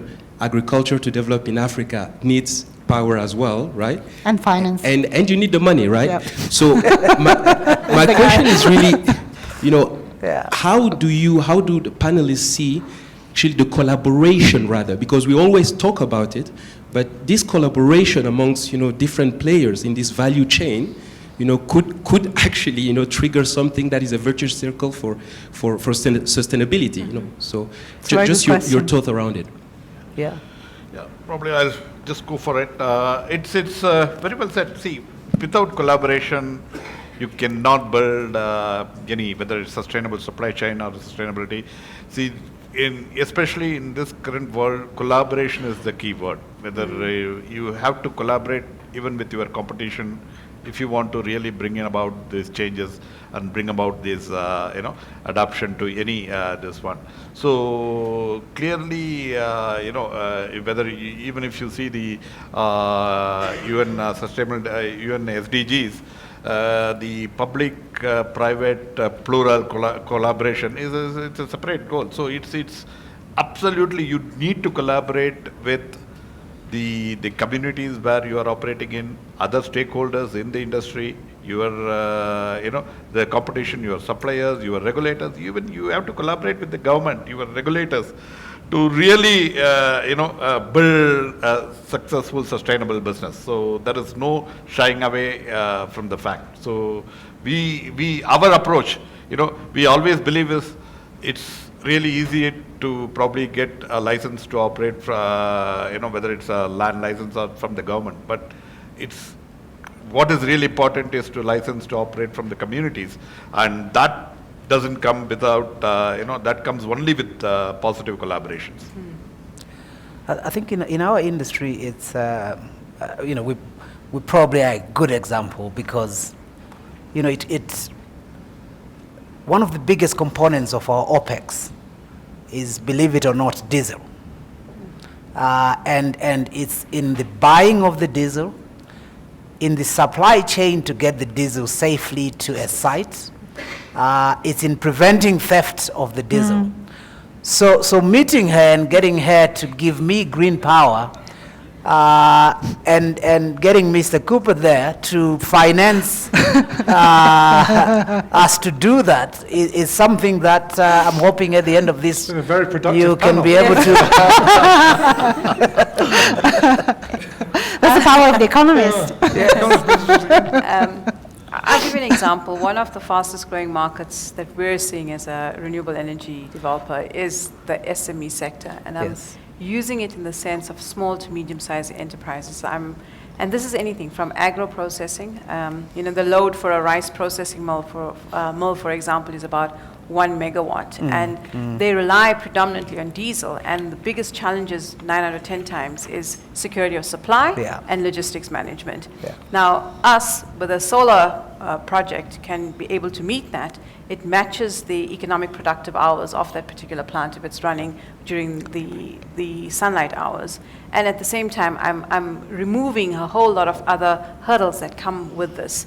So it's not just clean, it's also cheap. And in the last 5 years, solar has come down to 20% of what it was 5 years ago. So I am very cost effective. So it is collaboration because I won't build a plant without knowing that I have people who can offtake. And to a large extent, when it comes to this sector, the C&I space, my offtakers are commercial or small to medium-sized businesses. So I will design and build out models specific for them. So it's wonderful meeting them. Thank you, the economist. And Simon, one of the biggest challenges we have is how do we actually fund the SME sector when it comes to power projects, because it is a completely different model. So great that you're here, because I'm sure I could bend your ear for an hour or two in terms of what could happen in that aspect. I think I'm just getting my checkbook out. We were hoping for something a bit more dramatic, like just. I think that word collaboration, everybody has echoed actually the themes that we've talked about all afternoon, which is this is not something that any one part of the supply chain can do on their own. What we all have to do is work together, with the whole ecosystem of the supply chain.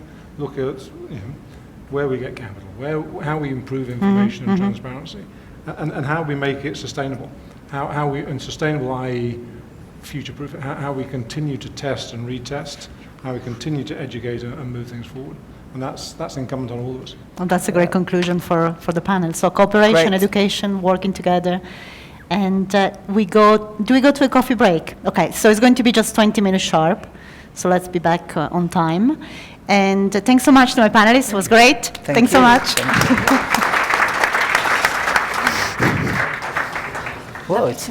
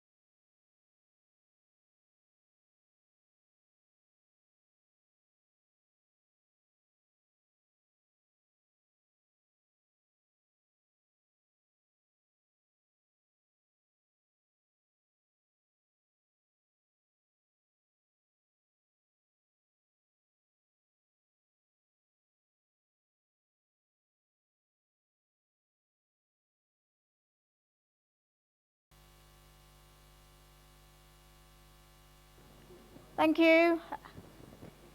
Our session is what if? What if the world is tipped upside down because of some political risk? We talked about some political risks this morning during my presentation, and we talked about globalization, and we touched on a number of issues and topics of concern.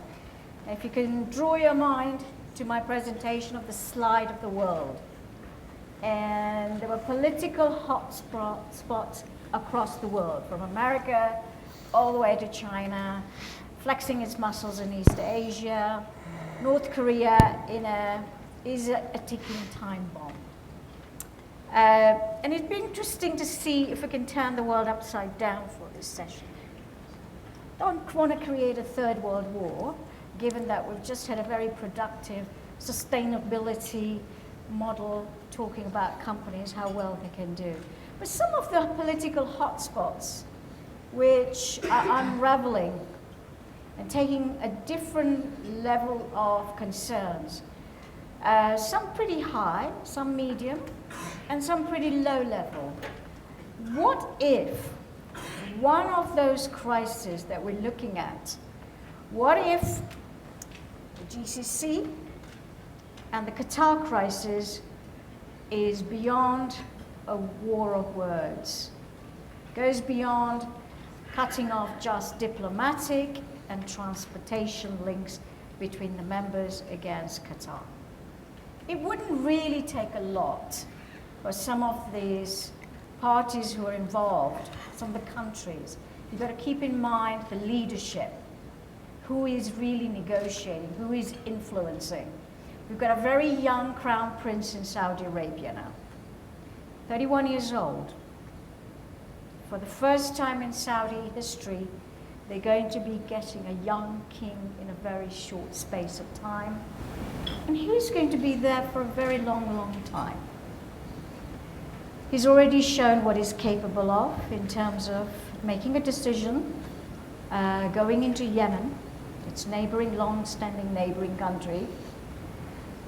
Very quick also in terms of wanting to ensure Saudi Arabia's regional position remains in the high level, where there is an Islamist custodian of Mecca and Medina, whether it is the Islamist police force around the world, and as the most leading economy in the Middle East. Now, I'll kick off with that with Darius. What, in your opinion, you've seen the list of things that keeps everybody awake at night.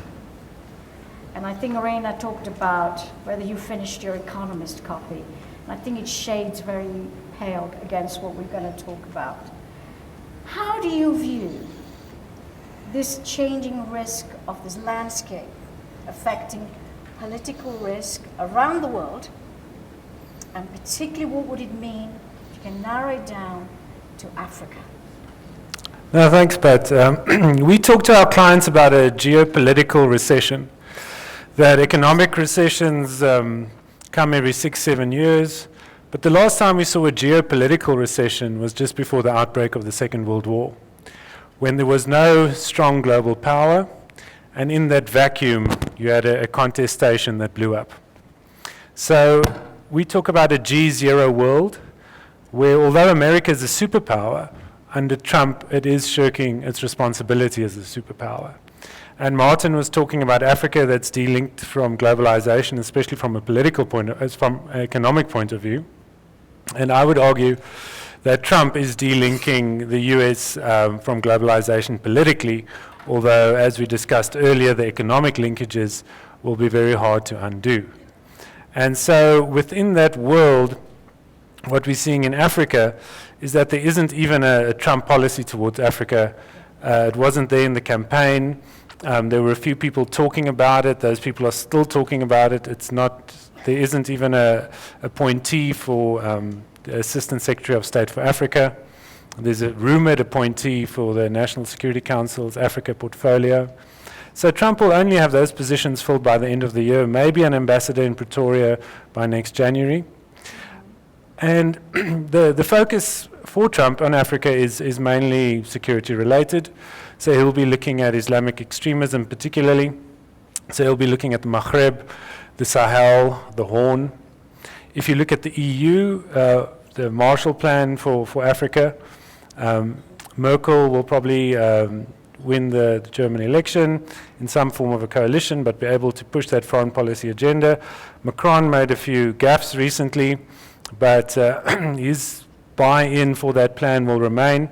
However, that plan again looks very much at the Maghreb, the Sahel, and the Horn. You spoke of one belt, one road. That is going to have a significant impact on Africa, but again, mainly on the Horn and East Africa. You look at what Japan and Japan and India are doing to counter One Belt, One Road, the Asia Africa initiative of theirs, or the Freedom Corridor. Again, the focus is on East Africa. So what all of that means is that Central Africa, and the DRC there in particular with its problems, and the election, which whenever it takes place, will very likely lead to significant violence. And then Southern Africa, particularly being neglected by those big powers. South Africa itself has got its internal political crises, and so they're also turning away from their foreign policy commitments. And this has created a room for smaller players to enter into Africa. Morocco reasserting itself, having now joined the African Union. It's going to join ECOWAS, the West African Regional Economic Community. Israel also playing a more prominent role. And then the Iran-Saudi issue also playing itself out in how those two countries vie for power in Africa. And then Turkey itself also pushing its agenda. So a lot of new actors on the African continent, the more established ones withdrawing, and a number of conflicts brewing really doesn't paint a very stable picture, especially in Southern Africa. You mentioned a number of conflicts, the Sahel, the Horn, the Maghreb, Israel's particular interest in Africa, Turkey. Out of that long list, if you had to tell me which is your top concern and why, what it would be? The DRC. Definitely the DRC. The president doesn't seem to be interested to vacate office anytime soon. He's got an extensive patronage network run by a very large family. He's got numerous siblings that are all part of that. We don't see them relinquishing that power. The international community, as I just explained, their priorities are elsewhere on the continent. And what you could see is if Zambia increases its authoritarian tendencies, and if Zimbabwe, after Mugabe, has its own power vacuum, you can see how the conflict can destabilize and cascade down the region. Also looking at Angola, Angola is going to have a change of presidency in August. They are not aligning themselves with Kabila as they have in the past. The instability in Kasai province, which is spilling over into the Angolan neighboring region, is of great concern to them. But again, Angola doesn't have the financial capability at this point to play a prominent role in stabilizing that. And then so you have Rwanda, who's the main external player there, who will be pushing its own agenda. Fortunately, the integration of the East African community is something you spoke of earlier. That is a good example of how things can go right in Africa. To some degree, that will mitigate the worst of a potential fallout in the DRC, but it really only affects the Eastern DRC, and what we are seeing now with Kasai in the West, destabilizing, it really will be very hard for any single player to play a stabilizing role. I think you mentioned the instability, the potential instability in DRC. Zimbabwe is a long-standing, really dwindling down. Mugabe, Angola, Dos Santos stepping down, but he's not really stepping down, he's behind the scenes. Long-standing family there. Then you move further up. What if, James, what if DRC folds? We've seen it going into its own civil war, with a spillover effect into Uganda. It cannot be isolated. What impact will that have on the EAC? I would start by maybe asking a semi-controversial question, which is what do we mean by DRC falling? in the sense that... As the Kabila goes, there's a vacuum, civil war breaks out, it's free for all. So a free-for-all in the DRC, particularly if it pulls in other countries, we know is problematic. I do think that we do need to keep in mind that the remit of the government in Kinshasa does not necessarily extend massively beyond. And already the DRC is, much of the land in the DRC is a balance of,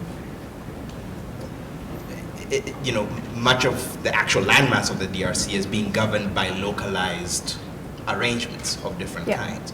And so, yes, what happens in Kinshasa matters, and it is all too likely to provoke a civil war. I think for that to kind of be an even bigger narrative would entail drawing others in. And you can see that potentially happening. Having said that, that kind of big P politics among kind of the established current elites, to me, is not the thing that worries me the most about what's happening in the region, because I suspect that we are seeing a rapid loss of legitimacy of an entire layer of these leaders that will largely render their intrigues irrelevant to some of the real threats that are coming up. Okay. What if they start falling like a domino effect in a short period of time? What if 5 countries within the Central and East Africa, we have a change of leadership overnight? Military coups, civil war, what does it mean for the region? Given that the US hasn't got the appetite for sending troops anywhere, it refuses to be the international police force under Trump. And I don't think that's a particularly far-fetched scenario. I think we saw the Arab Spring a few years ago.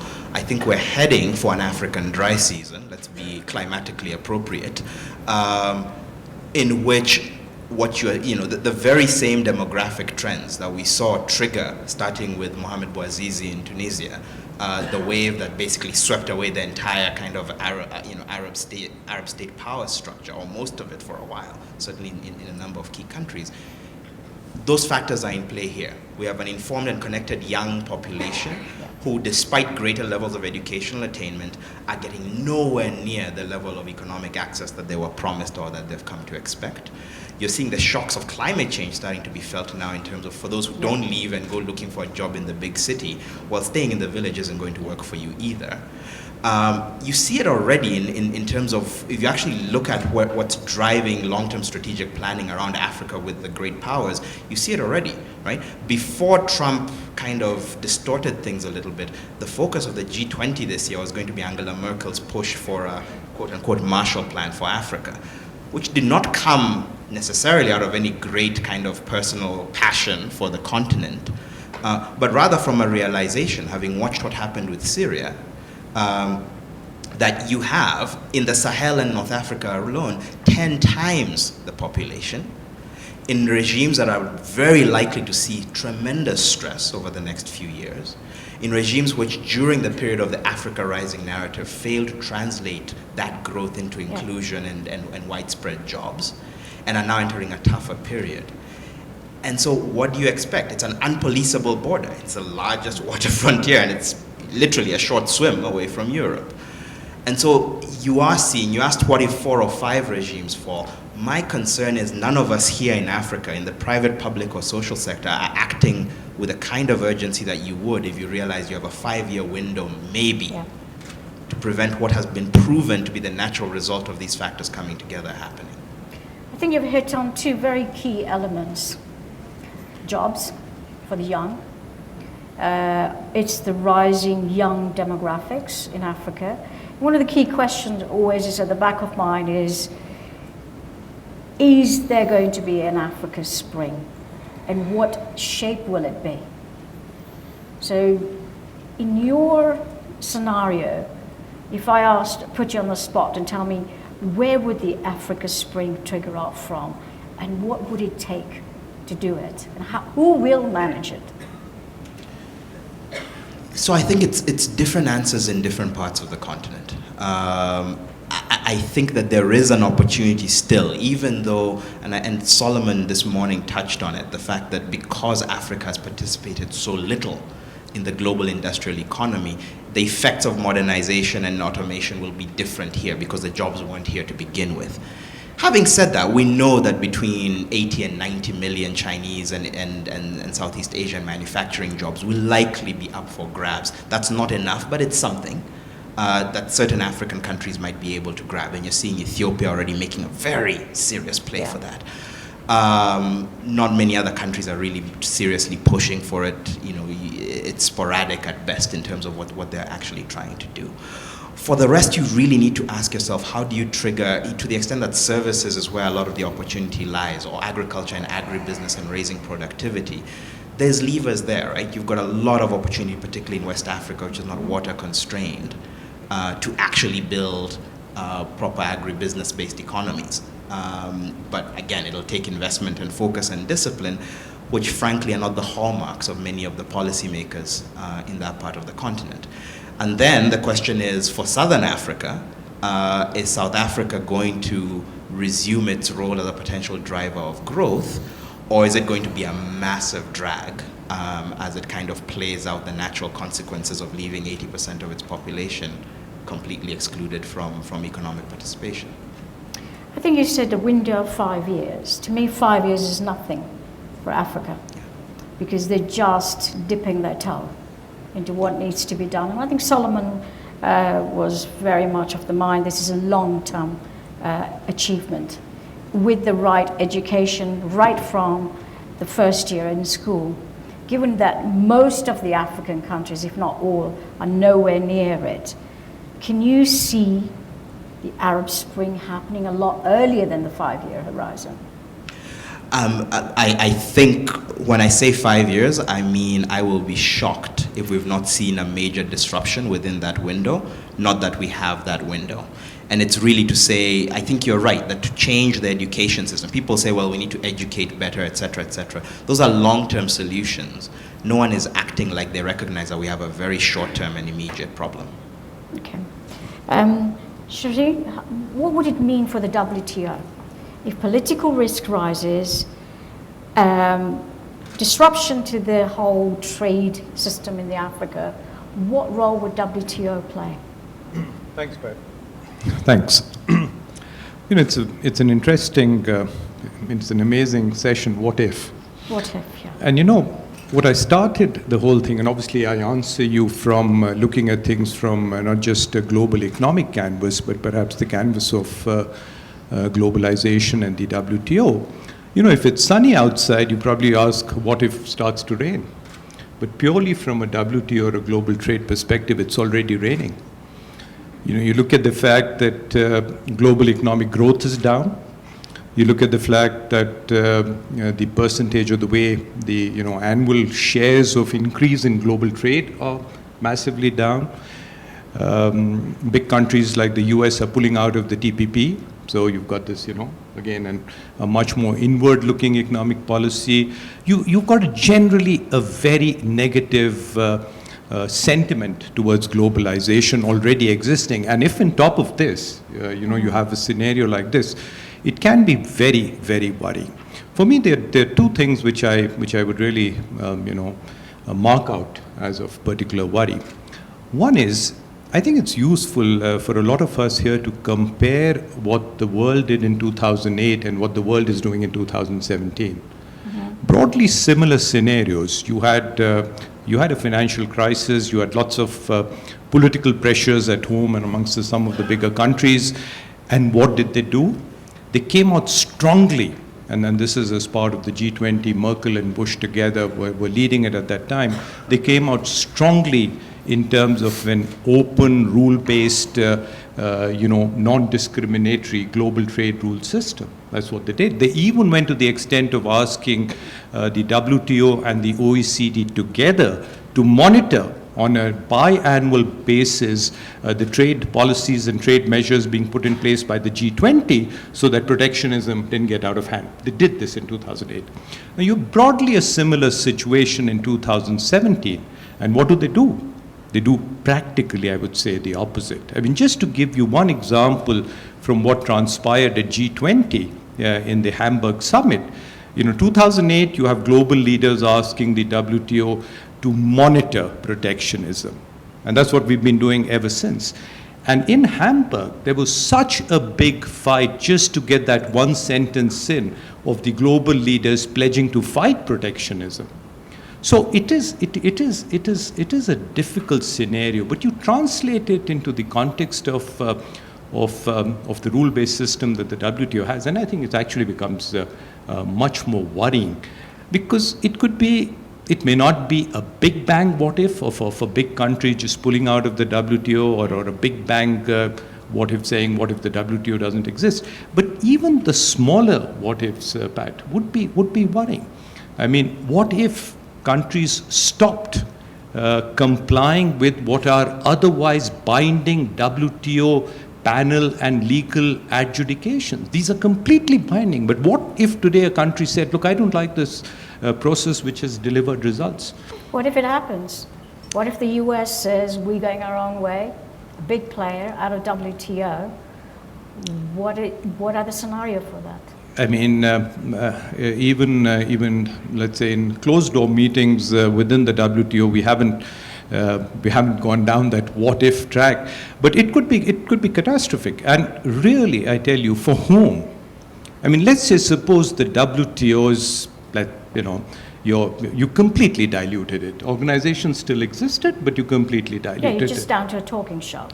Okay, so at least you wouldn't have to change the terminology. It'd still be WTO. Right. You still get paid. You still be the world talking shop. No, but seriously, it's the small countries which will suffer. And I'll tell you three things. One, you try setting up today an organization where every decision, small, medium, or large, is to be taken by consensus. No big player is going to let that happen. Yes, my friends, every decision in the WTO has to be taken by consensus. What does that mean? It means that Vanuatu, whose share of global trade is 0.001%, could theoretically raise its flag and say, I don't agree to this deal between Boeing and Airbus, even though they may not produce one little part of it. So in effect, today the WTO is the only body where all its 167 members are like permanent members of a Security Council. You're not going to get such an organization again. Two, the certainty and predictability that exporters get. Why do they get that? Because all tariffs are bound. A country cannot exceed the tariff that it has bound in its schedule. And that didn't exist in the 1930s tariff war. So for me, that would be a big thing. But the third would be the principle of non-discrimination. Today, Spanish cigars, if they go into the United States and if they attract a duty of, let's say, 10% or 5%, then the United States is prohibited from levying a higher duty on the same cigars coming in from Cuba. So you have complete non-discrimination. So for me, yes, I mean, if I start thinking about some of these things, yes, I will have sleepless nights. Which are the most vulnerable countries in Africa if that happens? Any country for whom the domestic market is not big enough to sustain, let's say, about 50% of its manufacturing is in high risk. Most of the countries. Which means most of Africa. Most of Africa. It will be. It would be, as I said, I mean, I said it more universally, that the smaller countries stand to lose, but the bigger countries too. You know, it's the traditional, it's a traditional, I think the analogy is that of a space rocket, where we're all in the same rocket. The rocket goes, everyone goes. That's very scary. Extremely. Darius, China's footprint in Africa has been rising through trade, investment, particularly very selective countries like Ethiopia, much beyond that, developing economic free zones. Its commitment to Africa is very long-term. Invested billions of dollars, lending in any way you can think of. And they played a big part in this growth story of Africa. So far, it's been very much restricted to the economic and trade interests and investment. At what point can you see that shifting gear into a political spectrum to secure their investments on this continent?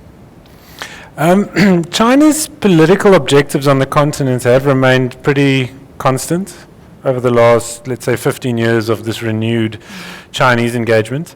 It respects sovereignty, which a lot of African nations love because they're tired of Western countries interfering with their sovereignty. But it does push its agenda by winning African favor and using that favor on the multilateral level. So we've seen that in the UN system, G77 plus China. We've seen it in a number of other multilateral organizations, and that's worked out for China. We've also seen China support UN peacekeeping initiatives and the like on the continent. And you know, I think Indian diplomats are some of the best in the world, but Chinese diplomats are also very, very good. And China's diplomatic corps in Africa is really good. And also how they've structured it back at their head office, the team that reports to one of the former ambassadors to South Africa. So they know what's going on. They follow it very closely.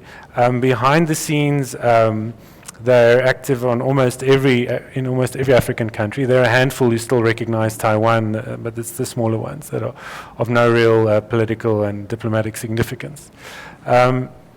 So given that it's quite a constant drive for certain objectives, the onus rests with the African countries to decide how are they going to use that to their advantage or not. Are they going to say, okay, China's not going to interfere in our sovereignty, they want our resources, but they'll bring infrastructure, and they'll cut deals where, you know, my brother and my niece get 25% of the deal. That works for me. I mean, you've seen that in some countries. Angola comes to mind. Or are they going to say, look, let's acknowledge what China wants, but let's be firm on what we want and push them for infrastructure that's more of a win-win outcome, and that you've seen in Kenya, for example. And to link to the previous discussions on which organizations will be affected and how, bring that to the African context, the African Union, because of these political elders who are now reaching the end of their shelf life, the African Union has been weakening, but the regional organizations have been strengthening. The East African Community, of course, the shining example, but ECOWAS again too. So those regional organizations that can also embrace China and India and Japan, their drives for expanded infrastructure, use that to their advantage. That's going to be the big differential for African countries. In what ways would they use their influence? You mentioned ECOWAS, which is a trading bloc. It's the most ineffective. It's the one that's been unsuccessful in a number of our areas still. It's been struggling to come together as a body, both as a monetary union, but also as a trading bloc. SADC, the most successful one. Now, what role would China play within those bodies to ensure that its interests are protected? Well, it's about aligning China's policy objectives with the relevant policy objectives of that organization. So let's use SADC, for example. Regional integration is very important for SADC. However, in Southern Africa, you are seeing what I call the twilight of the liberation movements, where liberation movements are still holding on to political power, whereas they've lost that in most other parts of the continent. They're entering this twilight because of what James was saying, you know, younger population, more connected, more urbanized, greater expectations. That social compact of the liberation era no longer has integrity. And so they've got their own domestic problems that they're focusing on. And so they're taking their eye off the ball in terms of what SADC is doing. So SADC's got a lot of good policies in place, but they're not necessarily being implemented that well. So what China can come and do, they can have their embassy in Gaborone engage SADC, say, look, well, you know, you say you want regional integration, we can offer you training, we can offer you staff that we can second. This is our plan, let's align it. We want to put in this railway line, we want to put in this highway. And if SADC doesn't act carefully, then the end result can be something which is more in favor of what China wants and less in favor of what SADC wants. That facilitates, you know, resources leaving rather than industrialization and beneficiation. James, do you agree with that? Increasing China's influence, what does it mean?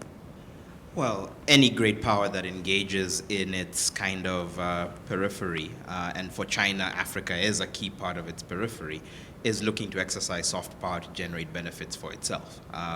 Europe and the United States have been doing that in Africa for decades, centuries, frankly, in the case of Europe, and China is getting in on the act. I think it's a given that each of these major power blocks, to the extent that they engage and to the extent that they invest in the continent, will be looking to build up soft power that maximizes the return to their populations on their investment. That's just common sense.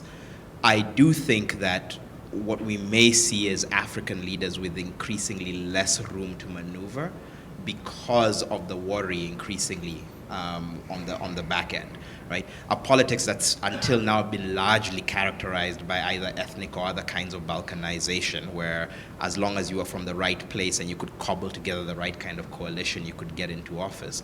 I suspect we're going to see a transition over the next decade or so to where are the goods, or else something much, much worse, just based on the fact that you've got a young, hungry, angry population potentially coming to the fore as the dominant cohort in the among the voters. It's not going to be that easy to just do a deal that feathers the nests of the top leadership and China. You will actually need to take into account the need. And we saw it in Kenya. I mean, you made the point around the decisions around the infrastructure. President Kenyatta knew he needed a shiny new railway before the elections. Right. And he got it. Maybe is it the best thing to have gotten? Maybe, maybe not. But they knew they needed to deliver something visible from the collaboration with China, a pressure that the Dos Santos regime perhaps hasn't had as much of. Do you think that was a good thing on the president's part for the country's long-term future? I think it depends.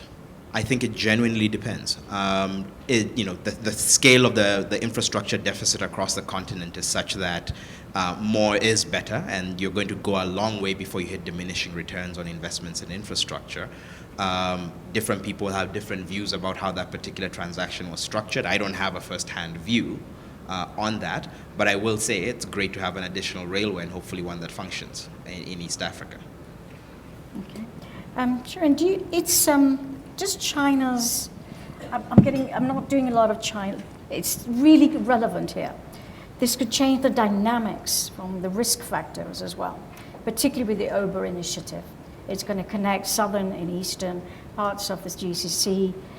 The way the trade flows in the next 10, 15 years will have an influence on the back of the investments coming as well. It's kind of, we've built it as where we're lines. It's not a question of we will take 25% of it, but it's a given thing. You know, they're your new partners. They're your new friends on the ground. They're beyond just saying we like you. So they're helping to develop the infrastructure deficit, certainly helping to develop the manufacturing sector as well. So what role will WTO play with this Ober initiative? First, responding a bit to your to the China dialogue you're carrying on. We'll end on that. All the UN bodies, their chief executives meet twice a year. It's called the CEB meeting, the Chief Executive Board meeting. Just mention it. Someone who attended the last meeting said this to me, that close to 40% of the UN organizations have either their head or their deputy head as a Chinese. Full stop, just a factual statement that I'm passing on to you. In the context of WTO, and absolutely went here, China, there is something which will have an impact on a what-if scenario, which is what we're talking about. China joined the WTO about 15 years ago, and one of the conditions of its joining was that from 2015, it would be regarded as a market economy rather than as a closed economy. Now, this has a huge bearing because if any other country was to instigate any trade remedial measure, such as an anti-dumping measure, then you deal with a country as a market economy. The way of calculation or even determining whether anti-dumping is taking or dumping is taking place is very different. So China was kind of going along on the presumption that come 2015, now we'll be treated as a market economy. Now, the US and the EU have yet to give China a market economy status. And the corridor gossip in Geneva, or the corridor, which sometimes is actually more authentic than some things that you hear, actually has it that China may take countries to the dispute settlement process. And for me, that's worrying, extremely worrying on the account that if it goes to dispute settlement and there is a ruling in favor of China, you could get into one of those scenarios of some of the bigger players not agreeing. But on the positive side, I mean, after all, I mean, it'd be odd, you have about 10 minutes. If we only looked at all the negatives, are there enough, at least, silver linings or possibilities of, light at the end of the tunnel? There are. Let's look at again in the context of the WTO. So far, irrespective of what has been said about protectionism by the big players, that global monitoring, the fact that you have schedules of concessions in the WTO where all tariffs are bound has prevented large-scale protectionist measures. Point one. Point two, in spite of all this, just about a year ago, the WTO and its members did agree on a major multilateral deal, the Trade Facilitation Agreement, which even after the agreement required ratification by 2/3 of its members, and we had ratification of much more. Extremely positive. You have a third, the possibility at least of something what has been covered in the latest What If edition of The Economist, saying, what if borders for movement of people became freer? And again, sure, that's probably very, very idealistic or utopian, but similar movements of proposals have started that if you could have trade facilitation in goods, should you not also start considering trade facilitation in services and the movement of people? And we have a WTO ministerial coming up in December in Buenos Aires.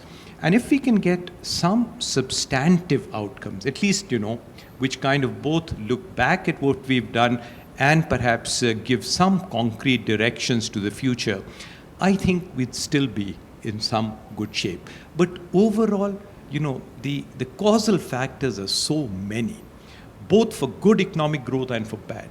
That means, even if you're looking positively, so many things will have to fall in line. Investment, take labor, just for a second, take labor. Part of the hugely global sentiment or negative sentiment against globalization is because of job losses. But as James, you said, I mean, this is to a much larger extent because of automation rather than purely opening up your markets. And that's why, as you said, Africa won't lose those jobs immediately.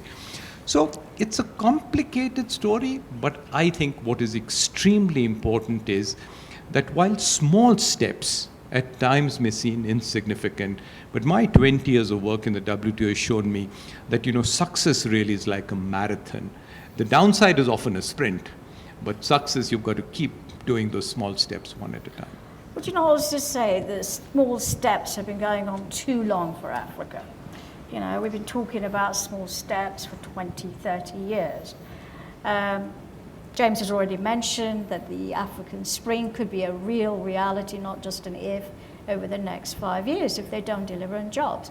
To deliver on jobs, Africa's got to grow by 8 to 10% consistently, not 1%, not 2%. And the largest economy on this continent, South Africa, is still trying to figure out where it sits. Okay? Now, in that small steps, what does it lead to if the jobs are not delivered, and they're not going to be delivered in our current scenario? And would you also say Merkel's Marshall Plan for Africa is not because suddenly they've got to look south, but because they've been dealing with the refugee crisis on their doorstep. And it's now become a key issue for them, not just as an internal, but also looking beyond their borders on how to put a lid on this. So a combination of domino effects that what if could become a reality tomorrow. It could, and we've got to prevent it, I would say. And again, if you look at small steps, I'll then mention perhaps a slightly bigger than a small step. It's very easy to look to see what your trading partners should do or they haven't done. If you look within the continent, let me say one thing which will go a long way.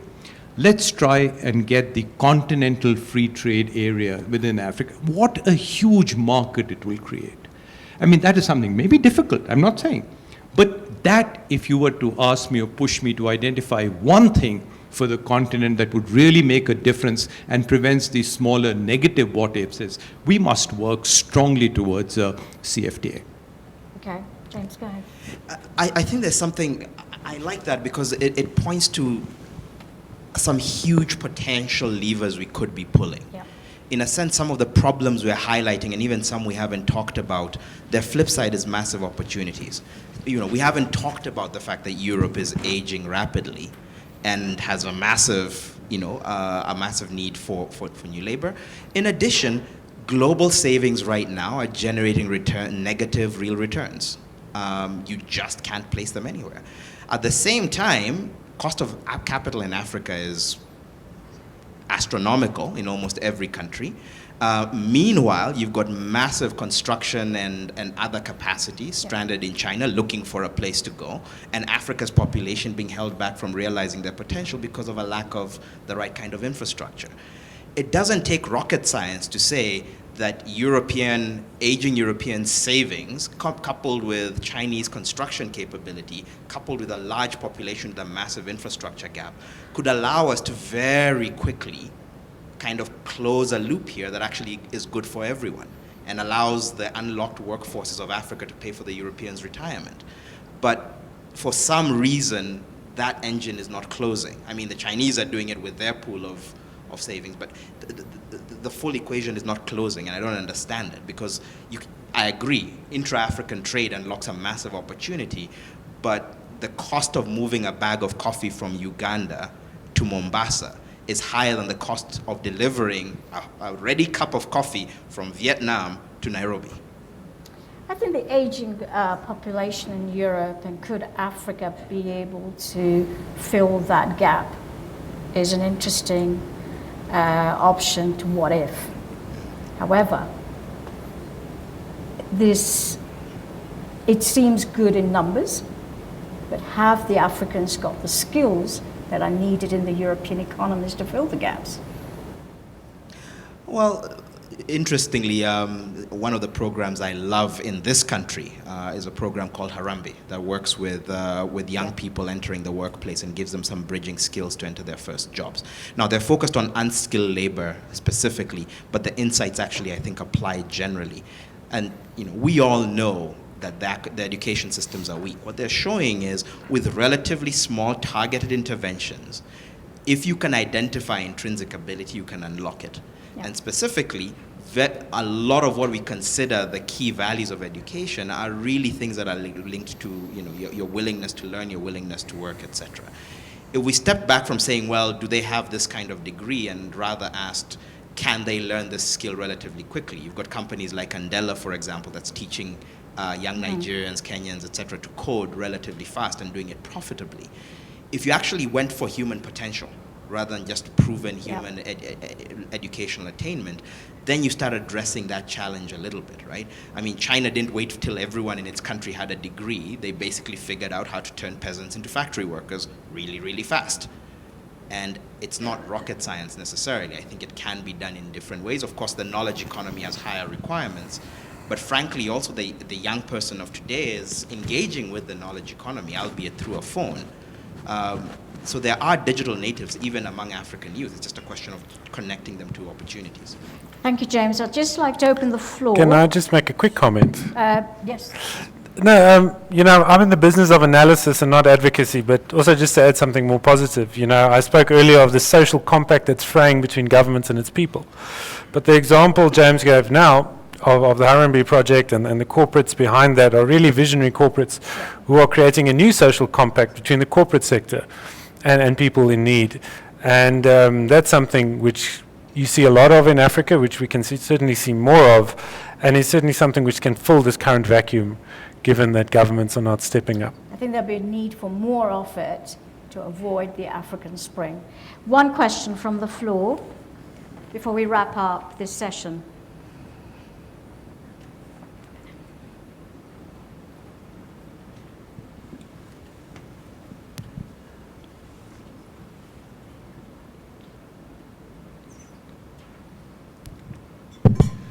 Thank you. Thank you very much for this very interesting panel. My name is Ayo Dushola. I'm the Chief Economist for UNDP Africa.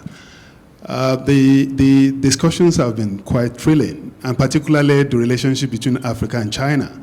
But the issue is there is no partner that really just goes for a free lunch. Yeah. It has to be known.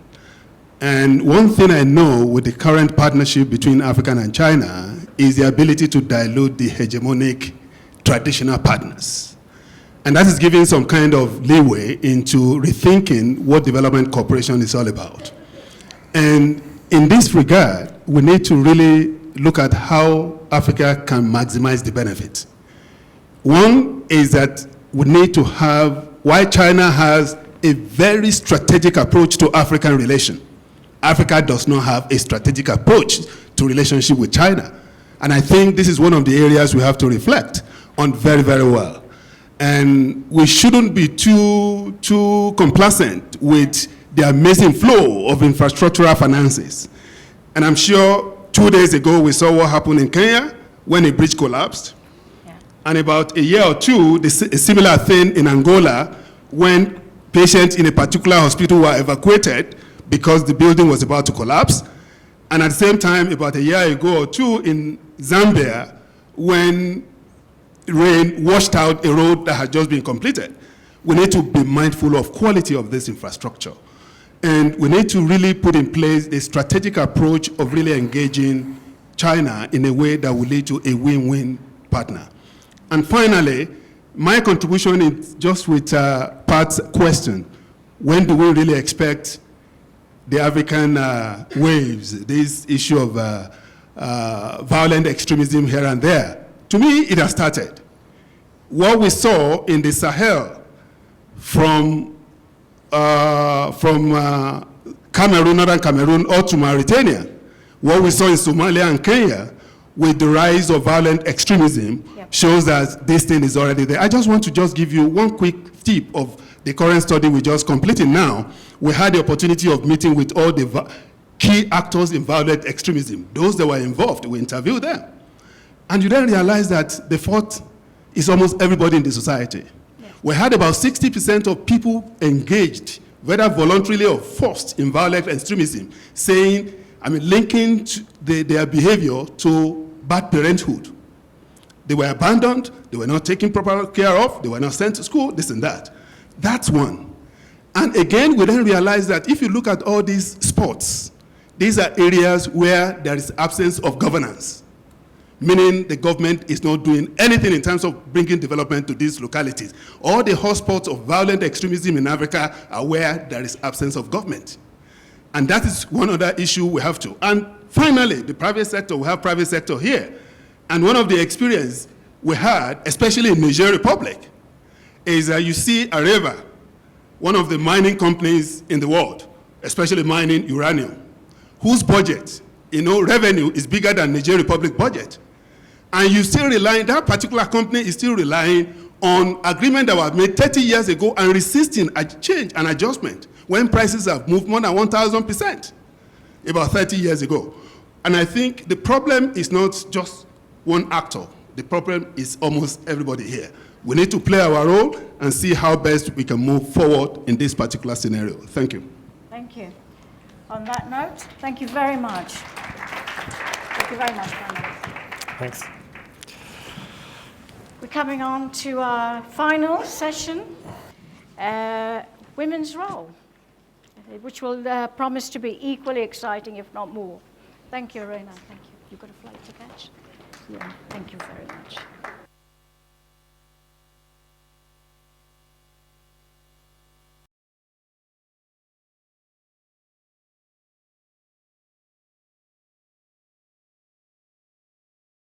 Do that. So, as we prepared the stage, as Pat mentioned, this is really about bringing gender equality into the boardroom. So we have heard from our previous session that gender is actually one of the key concern here in Africa in terms of social responsibility.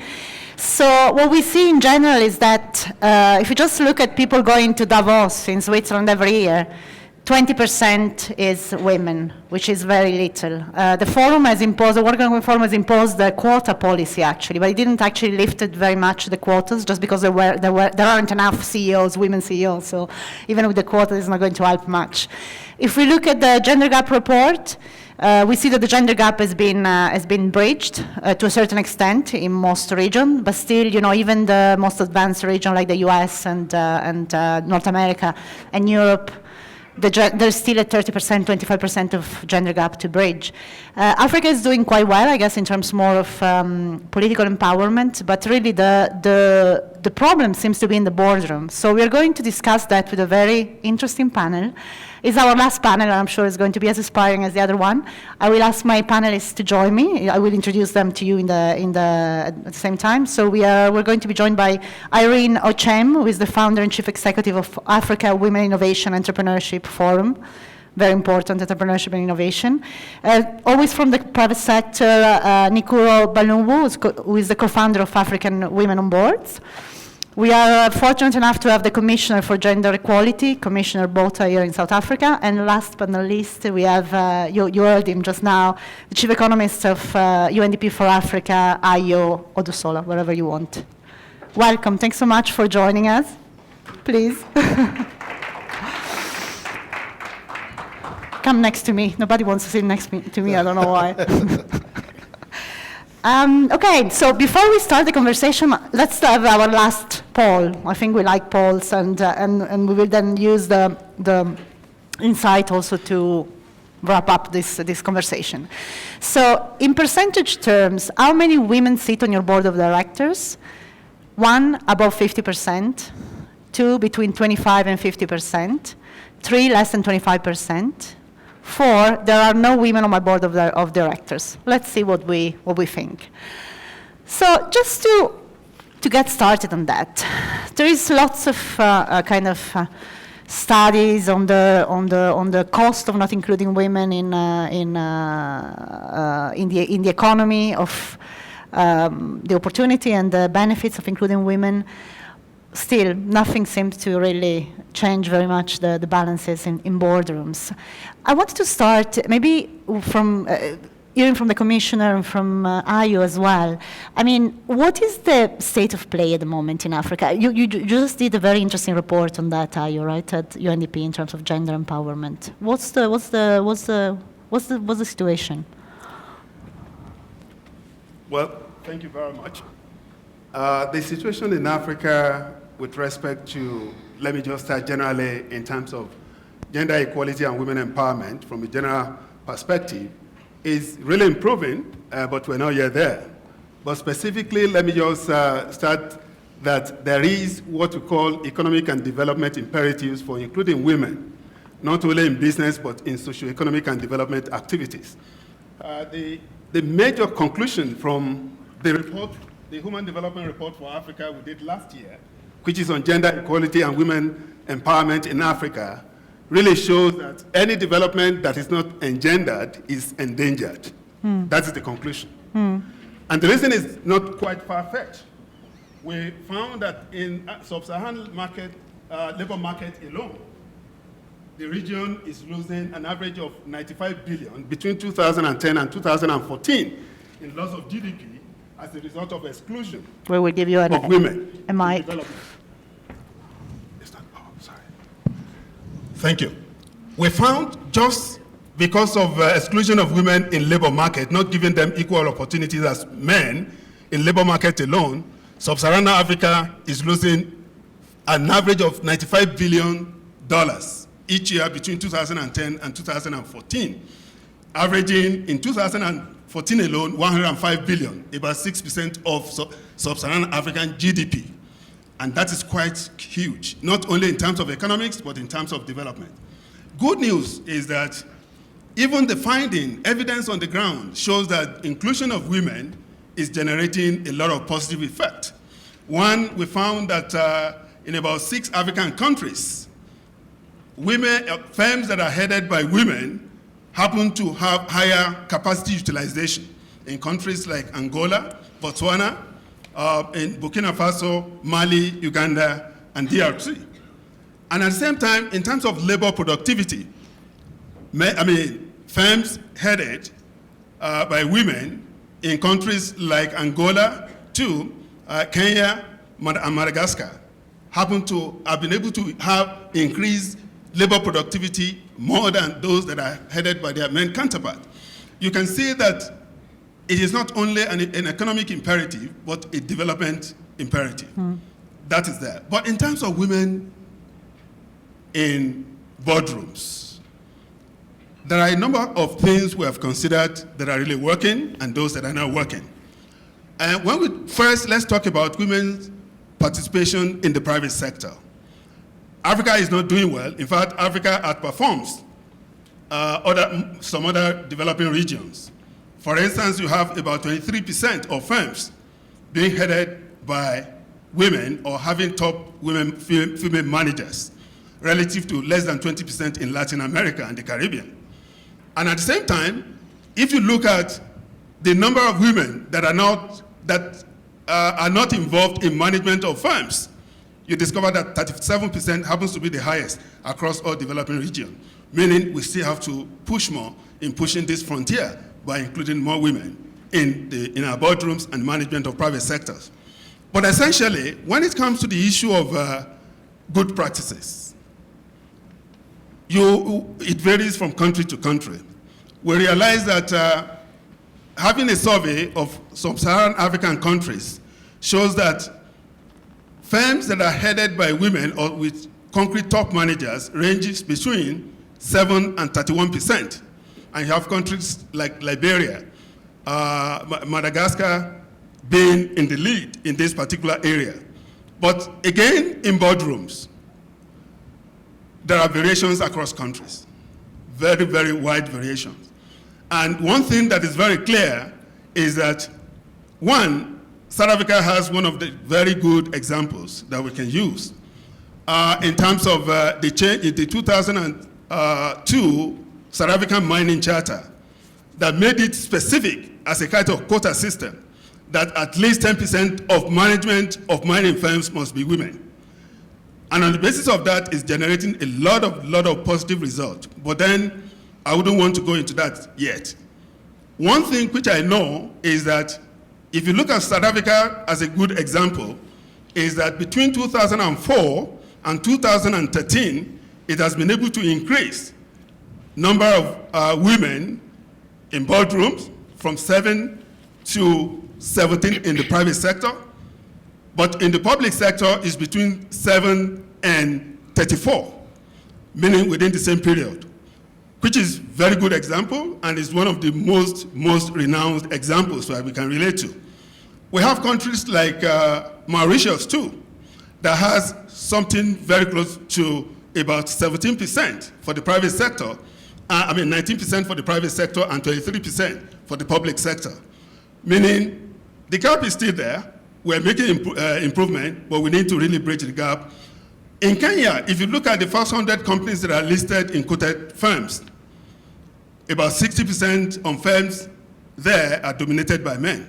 And the remaining 40%, where you have multinational corporations, only 22% of those 40% are headed by women, meaning we are making some progress, but we're not yet there. Finally, we've heard that over the past 10 years, Rwanda has been #1 in the world in terms of women in parliament. As we speak, it has about 64% of women in parliament. But it has not been the same in terms of private sector women boardship. You have just an average of about 12% of women in boardrooms, heading firms and enterprises in Rwanda. These are the situations and the variations across countries. But there are so many countries that are yet to get to that particular level. And this is one of the areas we need to focus attention on in making sure we bridge the gap. Well, let me just give opportunity to other speakers so that I can give Thanks, Ayo. That was fascinating. And I'm actually quite impressed by your memory. I'm just like, how can you remember all those numbers? Yeah. That's why I'm chief economist, I guess. I like to go more in details into this. Why is the political world doing better than the business world. But I want to ask first, Commissioner, in your experience also, obviously you have a long history of advocacy for gender. I mean, what are the challenges in your current position? What do you do? I mean, how did you do your vision on how to, from the public sector, how do you actually make the change? How do you create those behavior or incentivize those behaviors? Well, thank you so much. Let me start off by saying that somehow it may sound contradictory in terms, but we in South Africa, we have to think somehow what apartheid did. That, look, our situation in this country had to start somewhere, that you had a very abnormal system. So what the economist was talking about how as a best model in South Africa, what is happening now is precisely because there had to be a conscious decision that, look, there is a problem, and the problem here, or the elephant in the room, was apartheid, and the exclusion of the majority. So it had to start there. So political will, I mean, post-1994, the figures you spoke about, which I agree with, were as a result of a conscious decision that said that it can't be business as usual, it can't be normal. But having said that, there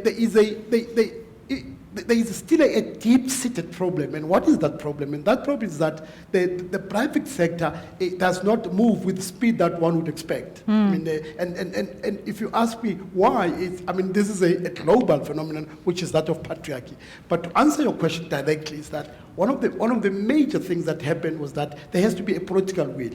And that political will has to acknowledge and recognize that there is something in it for men as well.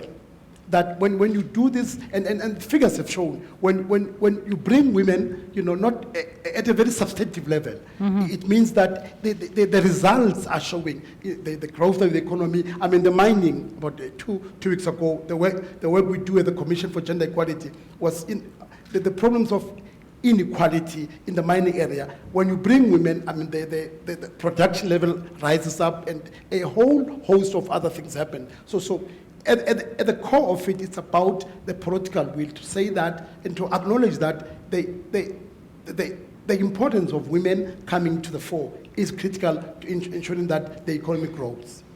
And how do you do that? I mean, how do you? Well, you do, it's legislation, one of them, but legislation without commitment, it's like when you draw policies, on their own, they're not sufficient, they're not enough, because then you may have a situation, and we still do have. I mean, you spoke about the mining charter. We have a crisis now. The mining houses are up in arms with what Minister Msebenzi Zwane has come up with, but these are, they're taking us back. So you have to have a blend. You use legislation which would impact on policies, but you also have to persuade, and persuasion, so that you do not have an element of where there would be resistance, there would be intransigence. That the private sector, when they talk about the bottom line, one has got to, in fact, persuade them to because you see, the thinking is that, and this is what I said about the elephant in the room with patriarchy. The thinking is that if women are in these substantive, meaningful positions, then there is something inherently wrong about it. So you use both the legislation, but you also use advocacy. Advocacy, which it becomes difficult because when you advocacy and rents and cents, I mean, business will tell you, but look, there's nothing in it for me. So you'd have to, the two are not mutually exclusive. You have to use both. Either it's the policy and the persuasion, but also the commitment at the commitment at the factory shop, so that everybody else, I mean, your trade union movement buys into it. Your CEOs buys into it, because you'd have those policies. If there is no buy-in in all of these, these communities, you would find that they will not work. And how is it, I mean, going back to what I was highlighting, why is it that it seems that it's actually easier to elect women in parliament rather than put them in boardrooms? I mean, it's kind of interesting when you think about it. There's lots of countries have done lots of progress in that respect. It's not even easy. I mean, we're standing at, I think we're the second after Rwanda. Yeah. It's also it has not been easy, and there's a current debate in the country about is South Africa ready for a women's president, but I'll not get into it. So it may appear that it's easy. It's not easy because there is a thinking that there is somehow something inherently wrong, something that I fail to understand, and that the Commission, which is a Chapter 9 institution created by legislation to ensure that we support this democracy, is that if you elect women, then suddenly the roofs will collapse. There'll be something, so it's not easy even politically, because who are the gatekeepers? The majority of gatekeepers remain male. It is us who. So if the elephant in the room remains largely men, who are of the view that we've been given some innate power, some divine power to rule and to lord over women. Okay. So before I want to hear the view of our two actually women and leaders, because I think there's obviously all you can do as a society, as a politician, as a kind of rules, but then there is also women. What is how do you actually motivate women and put women in the position to be able to actually apply to a CEO job with the same actually qualification than a man? Before doing that, I just wanted to see the results of the survey. Okay, so it's not bad, because there is question number 4. There are no women on my board of directors is 0, so it means that there are women in your boards of director. Less than 25%, 14 people. 14 of you have less than 25 women in the boardroom. Between 25 and 50, there are 7, and above 50 there is 1. Who is that? Which company is that? Oh, okay, interesting. Okay, so very good, very good. Yes, they deserve an award. Fantastic. Hope that somebody's tweeting. Please tweet. So, in terms of, Nikuro, starting with you. First, your experience, and secondly, you work with that. You work with mentoring women. You actually with preparing women to be eager to get power and to be there. How do you do that? So my experience is that, it's been very difficult. So I'm private sector, and sort of I came from a private sector background, and I'm still private sector. I left my old job to set up a new company, and my work with AWB, which is African Women on Boards, just happened to be born out of frustration. The fact is that I wanted to sort of do more. I wanted to get on boards, and I found that the gatekeepers, as you say, were sort of like, holding the keys really tight and wouldn't let go. And sort of like a lot of things that women don't talk about. I feel like the question when you ask, what can other women do? I think that other women have to speak out more. I think we don't speak out at all. I think the older women, what they told me was if I worked really, really hard, and just work really hard, that I'd get to the top, and that's not true. I work really hard. My friends work really hard, and it's a struggle. There's all sorts of things that you have to navigate. For me personally, before I go to a meeting, and I've talked to my female friends about it, I'd have to worry about what to wear, whether I should wear red lipstick or pink or no lipstick. Whether my hair was too flamboyant, or all sorts of things that don't cross your mind when you're putting on a tie. True. And then it's very difficult to convince the men that they should see me as money. Like I would, prefer to be seen, I can make you money. They see my peers who are guys as, opportunity to make money. They don't see me as that, and they don't see other women as that. It doesn't really matter what kind of woman it is, it's just they see something else. And until we can actually talk about it, until we can recognize this as a serious problem, I don't actually think we're having legislate all you like. The board is it's a private board. If there's no commitment, you can't do anything. So we actually have to change the minds of men. who are the gatekeepers. I think there's a lot we can do if we spoke out more about the real challenges. I think older women, and it's on us, older women, people who are older than me, people who I'm older than, to actually talk about the real challenges that we face, as opposed to saying, work really, really hard, which is not true. So for me, the idea is just speaking out more, convincing the men that we can, maximize value for them in terms of making them money. I think when they start seeing us as money-making opportunities as opposed to objects to be, admired or whatever it is, then it becomes a real way to have the conversation. I remember a few months ago, I built an app, and I was pitching it to a board, a CEO, a financial institution who was a CEO, head of marketing, head of retail, and head of SMEs. And the app was focused on SMEs. It was a financial app, and there was 4 guys in the room. And I was trying to explain to them that, this is really, if SMEs are 70% owned by women, then this is something they should consider. They had no clue what I was talking about. Okay. I was like, no, this is what we do, this is what women do, this is how we think. They're like, no, this doesn't make any sense. It was sort of like explaining the difference between why some women like to wear tampons and others like to wear pads. Honestly, the conversation went nowhere, and it was an hour, 30 minutes of talking. And I was talking at them, and they were talking at me, and there was just nothing, there was no real exchange because they didn't understand what I was talking about. However, I'd done like a proper survey, and I talked to quite a number of women, and they were like, oh, great idea. I'm not saying that had there been a woman in the room, it would have just sailed through. I'm just saying at least understand what I'm talking about. Mm-hmm. And that's where the issue is. I mean, one of the issues. But again, I think there's an onus on women to talk more about the problems they face, as opposed to saying to our young women or our younger women, if you work really hard, this is what they told me. That's not true. I work really, really hard, but I can't just get through the gate.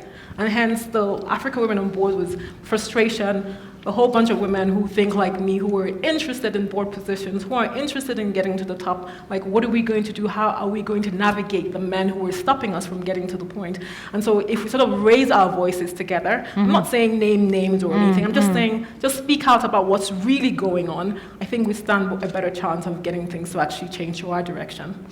Do you think there is also, I mean, if you look more, so something you hear very often with minority and, why it's very hard to rise to the top, is also the fact that sometimes there is also, the fact that you don't really see anyone like you in the boardroom is something that in a way discourages you a little bit, and you're like, I'm not sure I want to be there when there is no one similar. Do you think there is a component of that? Do you think it's also a question of really empower women and say you should be there, even if you're the first one, you should be there? Definitely, I was thinking about it because I've been doing a lot of writing of late, and I wondered why. I'm from Nigeria, and there's quite a lot of women in management and in senior positions, but not in the boardroom. They become managers. So our moms worked really hard. I barely saw my mom growing, and all my friends didn't see their moms. We have like help. So you're sort of raised by a whole family of people. So our moms went to work, right? Unlike maybe the conversation in the United States or in the UK, our moms actually were working mothers. But they only, if I remember correctly, they ended up as managers. And so while they worked really hard, they had all the stuff, all the perks, supposed perks. But I don't remember any of our moms being CEOs or going for director meetings. They all just were the managers, the bank manager. They weren't the director or anything like that. So I never saw that growing up. And I now think about it, and I realize that it wasn't that my mom or our moms were not ambitious. It's that I'm sure they faced exactly the same problems I'm facing now. And so there was no one to help them open the gate. And therefore, they gave up. And so they did reach to a level of their career, but there was nowhere to get to the next level because all the people on the next level were the glass ceiling, right? And they were not getting in. Irene, in your experience, because also all your network is really about empowering also women in entrepreneurship and innovation, which are two areas where entrepreneurship, I guess, more, but innovation is probably an area which is not as we're not as present. What's your experience first, and how do you do that? How do you actually work concretely with this women entrepreneurs or? Well, my experience is that in the entrepreneurship side of women enterprise, women are marginalized. We are in a disadvantage, there. So it's not different from other sectors. But Africa, globally, there is a gap, in female enterprise. But in Africa, it's much more pronounced due to some cultural reasons and structural ones, okay, that are peculiar to the African context. In many African, not most, in many African societies, women encounter a lot of barriers in accessing the things that they need to start businesses or grow businesses. Here we are talking about accessing finance, for example, accessing markets, having adequate, sufficient entrepreneurship skills, and having the network platforms, okay, that will help them. If we talk of accessing finance, globally, I still say this, women, there is a gap, there is a gender gap there. But in Africa, you have some cultural problems in some societies that as a woman, you can't even raise finance on your own without having a male support, either of your husband or of your brother, even when they don't have anything to do with that business. So these are the realities. So there are these challenges, these barriers that they have to encounter, and that creates the significant gap that we have in business ownership. If we are talking about bringing women into boardrooms, I think the boards they will need to tap ultimately into the experiences of women as entrepreneurs. So if you have led or owned a successful business, you're in a better position to be a part of a board. Yeah, so there is need to economically empower women to build support and enhance female entrepreneurship so that they can gain those experiences that they require to be parts of boards. When I see a problem there, very few women are have STEM, what we call this, everybody calls the STEM education. And it's a reality, it's a reality to be to be a member of a board. Many board members, have that technical, scientific kind of education. Not all of them, but it does help, So across Africa, there is need to emphasize education and specifically STEM education, starting with young girls and then up to tertiary level at the universities, to lay a lot of emphasis on that. Governments have to do something. So as African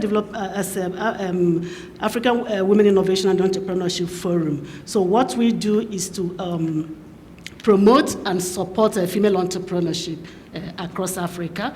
And we try to identify the challenges, the barriers, and then we try to find solutions to them. And what are these challenges? There are, about 4 of them main challenges that we have identified: accessing finance, accessing market, having entrepreneurship, right, sufficient, adequate entrepreneurship skills, and having a networking platform that you can tap into. And but then the first thing is that we advocate and try to promote equal participation, equal opportunities for women, tapping into economic opportunities, entrepreneurship opportunities. We know that SMEs are the engine of growth. And if Africa really wants to achieve growth and transformation, they cannot continue to ignore their 50% population. Everybody's saying this, it's now a cliche, but it's a reality. Equally, on the boardrooms, I think it makes sense to be able to tap into women's experiences, to be able to have different opinions, different perspectives that make for better success and better decisions. So. So I wanted to just quickly add that, I mean, I do agree with you generally, but I think in terms of culture, yes, there's a lot of cultural issues and cultural barriers why women are not getting on boards, but I feel like we constantly talk about the African culture, or that's why, I think I think one of the reasons that we're not talking about it, we're sort of like blaming everything on the culture. If you look at I don't know if you were paying attention to the New York Times, I think it was last week or 2 weeks ago, where they talk about harassment in the Silicon Valley. That's not an African culture. No, it's not. It's just a group of men. There's 100 men and there's 2 women. That's what happens. Now, what's gone on in the past 2 weeks that people have spoken up. And in the people speaking up, what's going on? 2 CEOs have resigned. There is now, focus on the subject, and things are quickly changing. So yes, I do agree that there are things we can do, more education, more women in STEM, more women, all that stuff, but there's things we can do now. I think that in terms of our African men, they're not different from men anywhere in the world. No.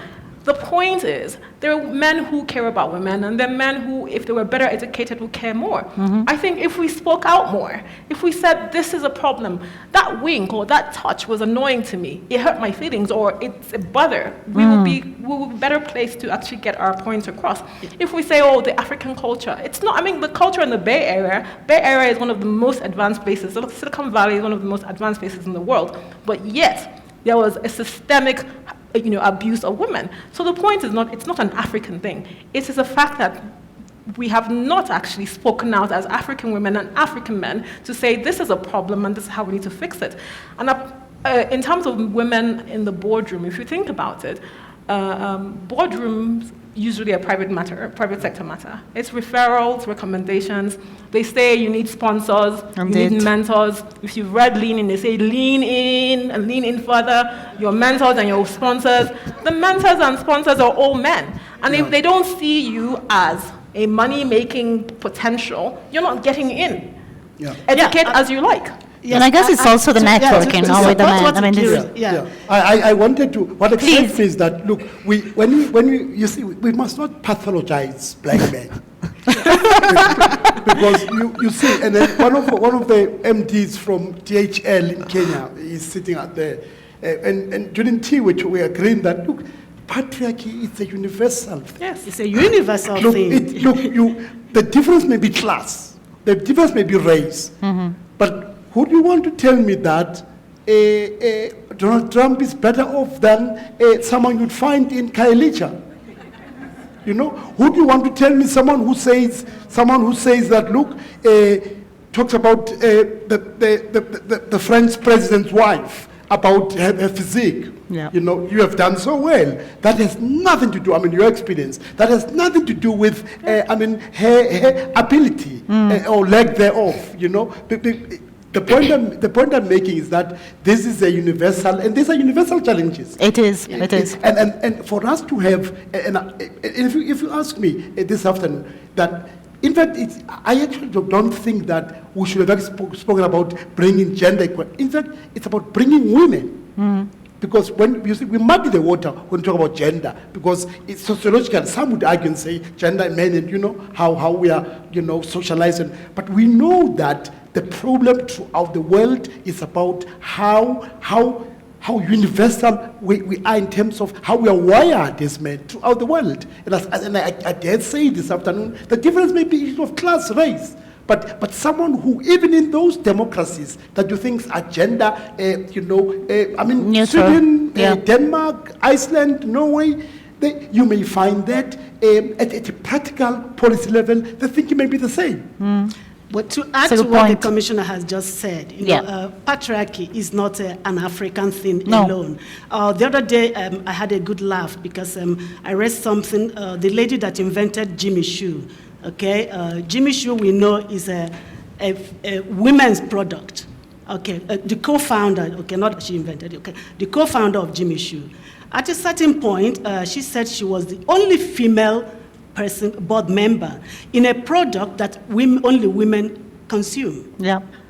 And that is not, she's not African, and the board is not an African board. Indeed. So it's a global challenge, it's a global problem, but in the African situation, we have, I think the patriarchy thing is more institutionalized in Africa. So it's more difficult for African women to really penetrate that ceiling, because I've had conversations with brothers and friends alike in a setting like this, and some of them, somebody expressed, I would rather die than see my wife be above me. So that is an African man talking. Okay? But then, to your point, Nick, I mean, is it us? We're not doing a good job to actually show our value, our economic value, to your point. Yeah. Because it's true. I mean, you're right. I mean, in Jimmy Choo, there's just one woman in the board. I mean, it's kind of funny, you know, because if you had more, the founder of that product. If you had more, you would understand better your clientele. So who are the women bringing in the perspectives that the consumers, who are women, should So this is it. But then is it us? Aren't we doing a good job? I mean, what do we need to do to be more? Well, let me refer to this particular book again. There's a page there where it shows how... Nice cover, by the way. Sorry. There is a page that shows how firms headed by women in about 8 countries are what we call star performers. Not only in terms of capacity utilization, but in terms of labor productivity. And it shows that we need to do a lot of advocacy around that to really show that it's not that women cannot, but they even do it better when they're committed to it. So that's one thing in terms of selling the product. But let me just tell you that there are a number of things we need to look into. But let me start from the social norms. What we found in this report is that even if the Constitution says women should be given A, B, and C, but once the social norms says contrary, people tend to follow the social norms. Customary law. Yes. But one thing we found that is that systemic silence about these non-progressive social norms is that all of us are contributing to the process. Exactly. So when we see it, we need to speak out and advocate for the best way out. Because systemic silence in obnoxious social norms is very dangerous. And we're all contributing to that. We need to speak out. That is from that perspective. Indeed. Now, let me just tell you, there are a number of other issues we have to think of. Assuming we remove all these obnoxious social norms, non-progressive social norms, do you think we'll be at par? No. What we found is that countries with high level of educational gap between men and women tend to have lower female participation in labor market and the private sector. Interesting. And for instance, in sub-Saharan Africa, we have a country that has the gap between men and women participation in labor market to be about 49% percentage point. Can you believe that? Now, whatever you do, even when you remove all these anti-progressive social norms, we may not be at the same level. We need to push for education. Now, there's gender inequality in science and what we call technical fields. We need to really address this. Because while we are addressing the norms, we need to really make sure we build the needed skills and provide the needed education for them to move to that level. Recent studies show that in East and Central Africa, only 16% of postgraduate students are female. How can you bridge that gap if you don't do a progressive change in the educational system? That is one thing we've got to do. And again, a recent study by the World Bank shows out of about 40 sub-Saharan African countries, shows that only 8 countries have balanced labor participation in terms of not only in labor market, but in headship of firms. And you have 32 having less than 20%, meaning female or women entrepreneurial development is very critical for us to move forward in bridging the gap. We need to really advocate for special attention on this. And I think we need to really be very pragmatic and very proactive. Now, Commissioner Botta said the main elephant in the room is me. Men. Now, let me just give you one good example, but not in labor, in boardrooms, but in the area of what we call reproductive family health in Burkina Faso and Niger, done by United Nations Population Fund. When they realized that women are willing to have what we call lower fertility rates. But because they do not want to go against their husband's wishes, then they have highly unmet family demand in terms of high level of fertility rates. What did they do? They then realized that, okay, we cannot change this unless we inform the men. Yeah. They form what they call husband school. That's the name, husband school. Go to check Burkina Faso or Niger. Now, within 2 years, they bridge the gap for more than 25%. Meaning, don't ever see them as impediments. See them as integrators. See them as catalysts. See them as propagator of the particular. But you must point that there's something wrong with them. Definitely. Yeah, you In must the point that, beginning. because I hope you're not suggesting that we must, if we are to deal with it, you must point it out and say the elephant in the room is patriarchy. And one of the best ways, and I agree with you, husband schools, but you also have to start somewhere. Yes. I mean, what we're seeing now is we are a product of what happened to us yesterday. How do you raise the boy child? But how do you also raise the girl child? Yeah. You see, all of those are important because you look, the boardroom, look, the boardroom is what it is today, not because it's accidental. It's a systematic. It's a way that how do I raise my two girls? How do I raise Monganjalo and Latiwe? Do I raise them to know that, look, the world is an oyster? Or do I raise them to believe that, men are alpha and omega? I don't think so. Yeah, that's a very good point. The elephant in the room, as you say, Yes. is patriarchy. He doesn't like it. But I also see another elephant in the room, and that is we women. We must that's what I was. develop confidence in ourselves. Yes. Nkiru spoke about speaking out. Yeah. It's not just speaking out, but I see a lot of women. We don't have confidence in what we can do and what we know we can do. It's like sometimes I'm fake. They will spot me out. So we have to, apart from speaking out, we have to have that confidence to ask for, if you are in a senior management position in your organization, come out, ask for, something higher until you get to the boardroom. So this is But that's all part, I guess, also of their upbringing, no? Because if we start actually telling girls or kids, that they're more the same and they're good and they should actually, so it's a bit of. Girls, Can I just say that I agree generally with what everybody's saying, but I think that African women are ambitious. I think Nigerian women are very ambitious. I can't speak for every African woman, but the ones I know are actually. I know there are women who are not ambitious, but there's quite a number who are. Like there's 100% number of women that I know who are super, super ambitious.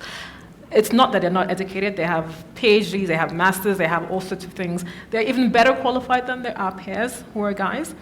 The thing is, it's not the same for us. It's a different way of measuring for us. You would give a guy the job just over a drink. I would have to jump through all sorts of holes and to get there. And even when I'm there, the conversation is not the same conversation. That's true. And I think that's the immediate problem. That is true. The long term, yes, education, all that stuff is fantastic. But in the immediacy, what do we do? What do companies do? I mean, I would like the companies to see me as number. She can make me money.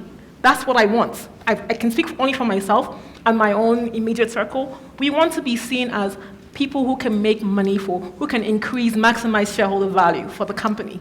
That's, for me, the immediate result that we can get. And that can be tomorrow. That can be just because I've had this conversation and some CEO is thinking that, maybe she's making sense. Why don't I sort of have women on the board? Why don't I bring one woman on the board? And then in the long term, things will keep changing. But today, I think we can have immediate results by men or the people who are gatekeepers, the people who are on board, thinking differently on the relationship that women bring to the table, on the things that we can do that can help them even make more money. Yeah. So it's really an education. It would be interesting to hear from, if we have men here, who are board members, to tell us, what is it that stops them from taking women into the board. Very good. I see. My panel is taking over, so I don't know. I'm like, okay, I'm going to leave. I'm going to leave. We have 5 minutes. Actually, it's a very good point. We can stop and hear something from. Please. I know you're very keen to tell us something, please. Okay, sorry, I'm not a man. Can you introduce yourself first? My name is Yemisi Tayo Abuaba. I run the IC business for Standard Chartered in Nigeria. And I just want to add, great discussion, by the way. And Nkiru, I like your point. I think, first of all, we've got to be careful because we're putting another order. Why does a woman have to have a STEM education before she gets on the board? Because we're assuming that the only thing you need on the board is technical capability, which is not. You have many women who are brilliant. You don't have to be a scientist. Yeah. I mean, I have technical capability. I know the job I do. But the more we put hurdles, the more we go back. The reality is that if you have a smart woman who's excelling what she's doing, what the argument is, why can't she be there? And I think the things that we're saying goes back to many things. One of them is touched on, the girl education. There's got to be a lot of changes in the way we approach these things. I have 2 boys, I don't have a girl, and I know the ambition I have for them. And by the grace of God, I've raised them. I mean, they're in great schools in America. Do we raise our girls that same way, telling them they can do anything they want to? That's the first thing. The second thing is, when we have women in those positions, do we actually handhold the other women? Because we talked about sponsorship. Men are good at it. The few women who are on top, what are they doing? If we don't actually look inward and say, you know, I don't agree with quota system because sometimes it gives the impression that somebody is dashing me something. I qualify for it. Yeah. Okay? But the reality is that I may not be where those discussions are taking places. If there is a woman who is there and he knows I am good, why can't somebody raise their hands up? Why do I have to go around talking to 15 men to get a position that I should ordinarily deserve and I can add more value? I think those are the kind of discussions that we've got to face and face squarely and say to ourselves we're doing something wrong. If the statistics that we're saying are correct, that you've got women in great places and they're making waves, then we're doing ourselves a big disservice. Africa is probably just exaggerated in that, but it's a general thing across the world. It's something that we need to know. And I agree, by the way, we have many, many, many ambitious, brilliant women. So we're not letting them be. We're actually underutilizing the capacity that we have. That's the way I see it. And that's actually a general consideration because it's not just Africa, it's everywhere. I think we have this problem really everywhere, which is really about education and also networking. I guess networking is important. And you mentioned as well, Nicola, this idea of supporting other women, which sometimes is kind of missing. I'd like to add about STEM, and I do agree. I wrote a short article about STEM, and the whole, we're sort of talking about STEM for women, and I do think it's another hurdle we're introducing. I think what we want to say to girls is sort of like, do what you want to do and do your best at what you want to do, and the rest is history. I ran a company that was quintessentially a tech company. I'm not a techie at all. In fact, if I hadn't read Lean In, I would have I did turn the job down until I read Lean In and I'm like, okay, I must lean in further, right? And I did a great job with the company. In fact, my lack of tech was actually what made me do a great job because that meant that I I knew I didn't know anything and therefore I was open to being informed. I reached out to everybody and asked the right questions, and that's how I was successful in the company. I don't have a tech background. I'm a lawyer by training. So the point is, if we put this hurdle, STEM, I do agree there should be more women in STEM. I think STEM is important at the lower level. Let's not actually. There's the people who are the 23-year-old and the 25-year-old and the 30-year-old who have, left school. We're saying to them, you're not good enough because you didn't do any STEM. So we should actually say, do what you can very well, and then you should be able to then get to the top because you're working really hard. Yeah, and you're right, because at the same time, as to your point, it's a man doesn't necessarily have to have STEM to be in the boardroom. So why should women? I mean, of course, it's good to have, and it's good. I think in general, it's one of the sectors where there is more growth and more better paid job. But then at the same time, it shouldn't be. We should actually be on the same playing field with men, which we're not, and that's the issue. Encouraging more women into STEM education is only to widen the opportunities of more women getting into boardrooms. Yes, Nkiru, you say you run a tech company, you are not a tech, but eventually you will need a tech person as a component of your board to be able to. That's management. So, a CEO is not a finance person. he has a CFA or CFO, then has a legal person. I don't think you just need to be able to manage people, you need to be able to do your job, which is management. I don't think you need to have every single skill on the planet to do your job well. Yeah, no, that's for sure. So I don't actually need a tech degree or a tech background to run a tech company, as I found out myself. I'm just saying we need to widen the opportunities for of course, women, agreed, you know, agreed. to be able to get into boardrooms. Agreed. Is there any other question or comments? Please, can we have a mic here, and then there is another question there. That's the MD from Kenya. Interesting conversation. But just a point to note, a lot of times we have two sets of boards of directors. And the ones I see first are public listed companies. And then you also have multinational sort of boards.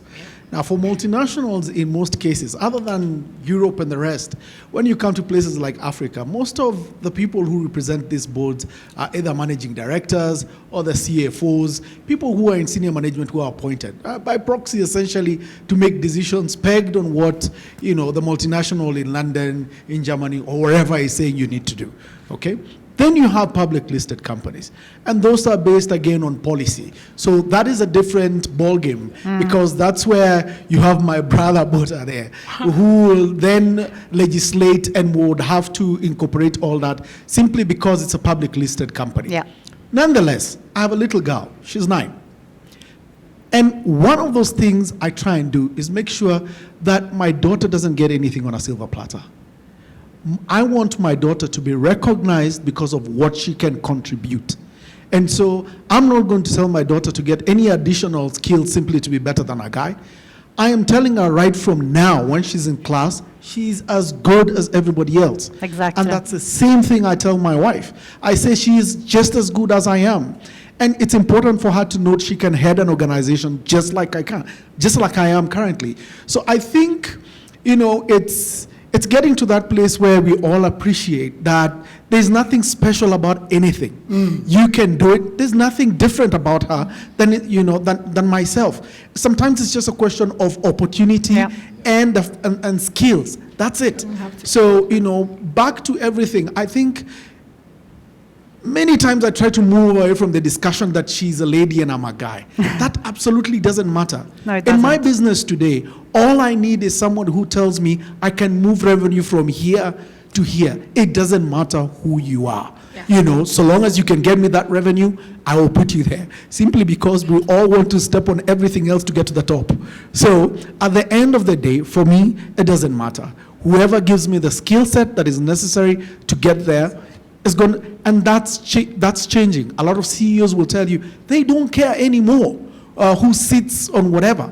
What matters is, are we progressing the business to the next level? Because that's all everyone wants to hear. Today it's about lowering your costs and increasing your revenue. So long as that is working, no one cares how you care about the deliver it. gender. Yeah. So and that's why we should all be now. I think let's also be encouraged that the world is changing, things are changing, and there are more opportunities for all of us, regardless of whether we are men or women. Great. We have a question there. So I'm just taking a few questions, and then we can react, because I know there are lots of. Please, can you please introduce yourself? Hi, I'm Sarah. I'm a global account manager in South Africa for Standard Chartered Bank. I just had a question. Thanks for the lively panel discussion. It was very interesting. I think Nkiru had a very good point in speaking to the fact that unlocking the highest levels of private sector access for women is the biggest hurdle we're facing at the moment, considering over the last, say, 2-3 decades, even longer, there's been huge strides made in gender equality, I think at the lower levels, as you had mentioned. Is there a way that, and perhaps this is a controversial question, but that we can accelerate women into the boardroom? For example, you see in some Scandinavian countries the quota system, which I think a lot of private sector companies are quite adverse to. Would that be something you think would be an effective solution, or it would kind of hinder from the meritocracy aspect of deserving to reach that role? It's actually, can we do a poll about that? Because I think that we're very different idea. Who is, are quota good or bad? Or whether, would you impose quota, yes or no? Can we please do it? I just want to see, because I think we're very different. Okay. So the consensus is actually, I would say no, right? What do you think? And parties imposing quota, interesting, okay.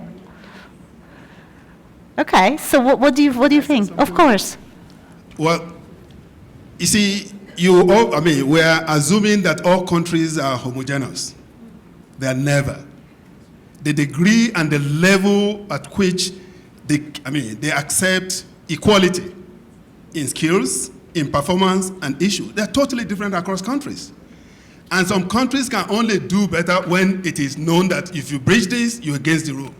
So that's why the role of quota is very important. And recently, about 2 years ago, they published something about the mining companies that are adhering to giving women more role in management position. It was one mining company in South Africa that came first with about 21% women in leadership position. The second company was only 14%. So you can see the gap between 21 and 14%. That is one of the role of quotas and legislations. Mm-hmm. And it is true, let me tell you, the way you and I, see some of this impediment is totally different from those that are in rural areas or even in some state capitals of some countries, because it varies. So because we want to use this one as more or less the starting point, it does not connote or does it say that, men are of different value from women. No, that is not the issue. It's because the gap is wide. For us to narrow the gap, we have to use the law. And once the law is there, let me just tell you one particular example with respect to UNDP Global. In 2008, when the former UNDP administrator was on board, about 15% of women are in position of UN resident coordinators in 176 countries. And the woman said, Helen Clark, the former Prime Minister of New Zealand, said, this cannot be. Then we introduced what we call gender marker. Now, when she was leaving, April, we had about 45% of UN system, resident coordination system, headed by women globally. If it is not by that, it will have been extremely difficult to do it by persuasion. But the benchmark is there, which we monitor every year. I think we need to do this. And we need to really use it to build advocacy around that. Then we can then support it with other things. Councillor Bota, just one quick thing. The issue is, I am using my we'll moderate next year, by the way. Patrialism, though, is a global issue, but it's an unprogressive social norms that we need to deal with. It is an issue we have to agree, and we should not keep silence. That's why I said systemic silence is a major enemy of the good. So we need to really address it. So we're on the same board. Not today, not now. We don't have enough time. Is there anyone, I just want to know, is there anyone who is against quotas in our panel?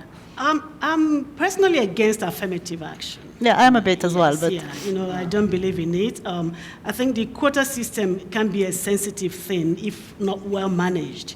So in the South African case, it has worked. Because well, it's not working as we would like it to work, but yeah, it's still working. Yeah. It's a tool that can work, but you have to be very careful about it because it can also, create more challenges. Yeah, so what I think would be the solution is making the business case for having more women in the boardroom, and getting men to commit to it. Come out to say diversity is a reality. So as leaders, we have to make a choice to include more women into the board, definitely, so that we can be more profitable in our business. Have more, more. So it's just getting men in the boardroom to let us, drive, share the driving seat with them along the way. Okay, last. So I agree. I'm generally myself against affirmative action. Maybe coming from a place of privilege where I didn't have to fight. I'm not South African and I'm not American. I didn't have to fight for my rights in the way that South Africans have had to and Black Americans have had to. But now I have to fight for my rights. So I'm for the quota because get me on the board and then I'll prove that I can do the job. And then we'll show you. So I think that's what it is, right? So I never had experience before now. I'm in it and I'm like, quota, please. I think that for me is that the carrot and stick. And I agree with you that we have to prove to the business world, to the bottom line, that look, and you have done it quite well, that look, there's something in it for you. Here are the performing, hear what it means when women are in positions where you have irrefutable evidence. But I don't think that the two are necessarily mutually exclusive. I mean, it's carrot and stick. I mean, somehow you need to legislate, but legislation on its own is not a panacea. Yeah. That's a great way to conclude. I'm sorry, they're going to fire me. I cannot. We are already like 15 minutes over. So we'll have the opportunity to later on in the cocktail to continue the conversation. It's great to see all this commitment and engagement. Thanks so much to my panelists. It was a fantastic conversation. We all enjoyed very much. Thanks so much. So we are now at the end. I will invite Pat back on stage. We'll just wrap up the day.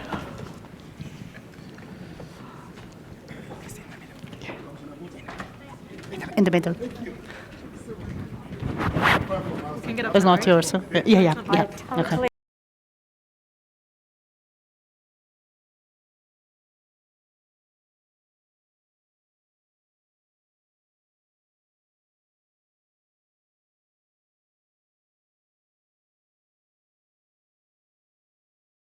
I'm just saying. She's not on the board.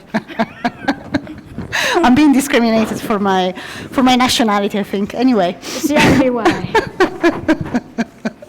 There's no quotas, by the way. Okay, so it was quite a great day, wasn't it? That was particularly fabulous. Yes. Yeah, it was a great session. Good day. A very good day. Great day. Yeah. So shall we do a little just wrapping up what we discussed. So we started actually from the global outlook. So we started talking about Trump's tweets and what are the biggest threats and risks to the global outlook. So I think the consensus was that we're all worried about retreat from globalization, but then also we are all quite comfortable with the fact that globalization is a bit irreversible and it's very hard to roll back the economic and political integration that's happening. Supply chain as well, that's part of the globalization. Yep, very much the status quo. And innovation has also been the other quite interesting point. Like really, how do you innovate? How do you use artificial intelligence to augment the human intelligence? So talent's very important. These private ships. In how to disrupt global corporation and from the inside, which was really interesting this morning. What else? Did we look at the risk in the afternoon in your session, which was really fascinating? Yes. What if we turned the world upside down? We broke a few eggs. We didn't quite make the omelette that we wanted, but certainly highlighted some of the risks. And what you need to take away is, if governments and companies do not work together to deliver the jobs on this continent, not a full-blown African Spring, but selective and periodically a limited version of that could easily happen over the next 5 years. And I guess also all the conversation we had on supply chain is also something quite related in a way, because it's really how multinational and corporate and at every level can step up really to make sure that and also really to make sure that we can preserve this reasonably sustainable integrated world we are in. So I think that was actually a fascinating conversation with different sectors, and now actually it seems that sustainability is moving really to the center of the company strategy, which I think was really inspiring and great to hear. This last panel obviously was quite fascinating. I think it was lots of controversy. I would say it was the most heated session of the day, even more than what if. And it clearly could run for a lot longer. Yes. And how divided the women are in this room about quotas. That's actually really interesting, and I think it's this quota versus non-quota is always a good it's a step forward. A good way to And I think it was fascinating to see how, you know, some of it is really against, is really again about education at every level, and you know how you actually create the mindset of women of, you know, knowing that they know what they deserve and that they are the same as men, because it's sort of sometimes what we heard, and I think it's also part of why the female leadership, it's in a way really sometimes more successful than the male one, because we tend to be less confident. So basically, when you're less confident, you also take into account all the different, it's more complex now. You kind of take into account everything that could go wrong. So your leadership is different, and I think sometimes it's maybe more successful than a male one. I would say the quote is a step forward, plus combined with re-educating the men. Yeah. Particularly at the board level. And you were absolutely right, it's a global issue. There are various degrees everywhere. It is, and I think we see it everywhere. You know, we see it. There seemed to be this kind of. I mean, I was kind of relating to what the panelists were mentioning. Is the fact that it seems to be we have done progress maybe at the middle management level, but it's very hard. There's still this kind of glass ceiling. No, we see it also in the UK. You know, with even glass half full. Yeah. So it's how do we break the last kind of piece of glass there. So I think that's our challenge, and I think we had a very great. I think this session will run forever. Yeah, it will. I'm sure we would have come to a conclusion today. But yeah, I mean, it was really great. It was fascinating. Thanks so much for staying until the end. It was great to hear your idea, to engage with you. I think it was one of our most engaging events, right? I mean, it was just so nice, so much conversation going on. Yeah. Thanks so much. Can I just remind you again to fill the form, please? Let us know what you reckoned about our day. We are now going to invite you to a cocktail reception where we can discuss more about quotas if you want to, or just have a glass of wine, South African wine. And I think the boys at the other end are just saying, wrap up, please, they want to drink. Yeah, I know. I was trying to ignore him, but I could see him. Okay. Have a safe journey home. Thanks so much. Thank you.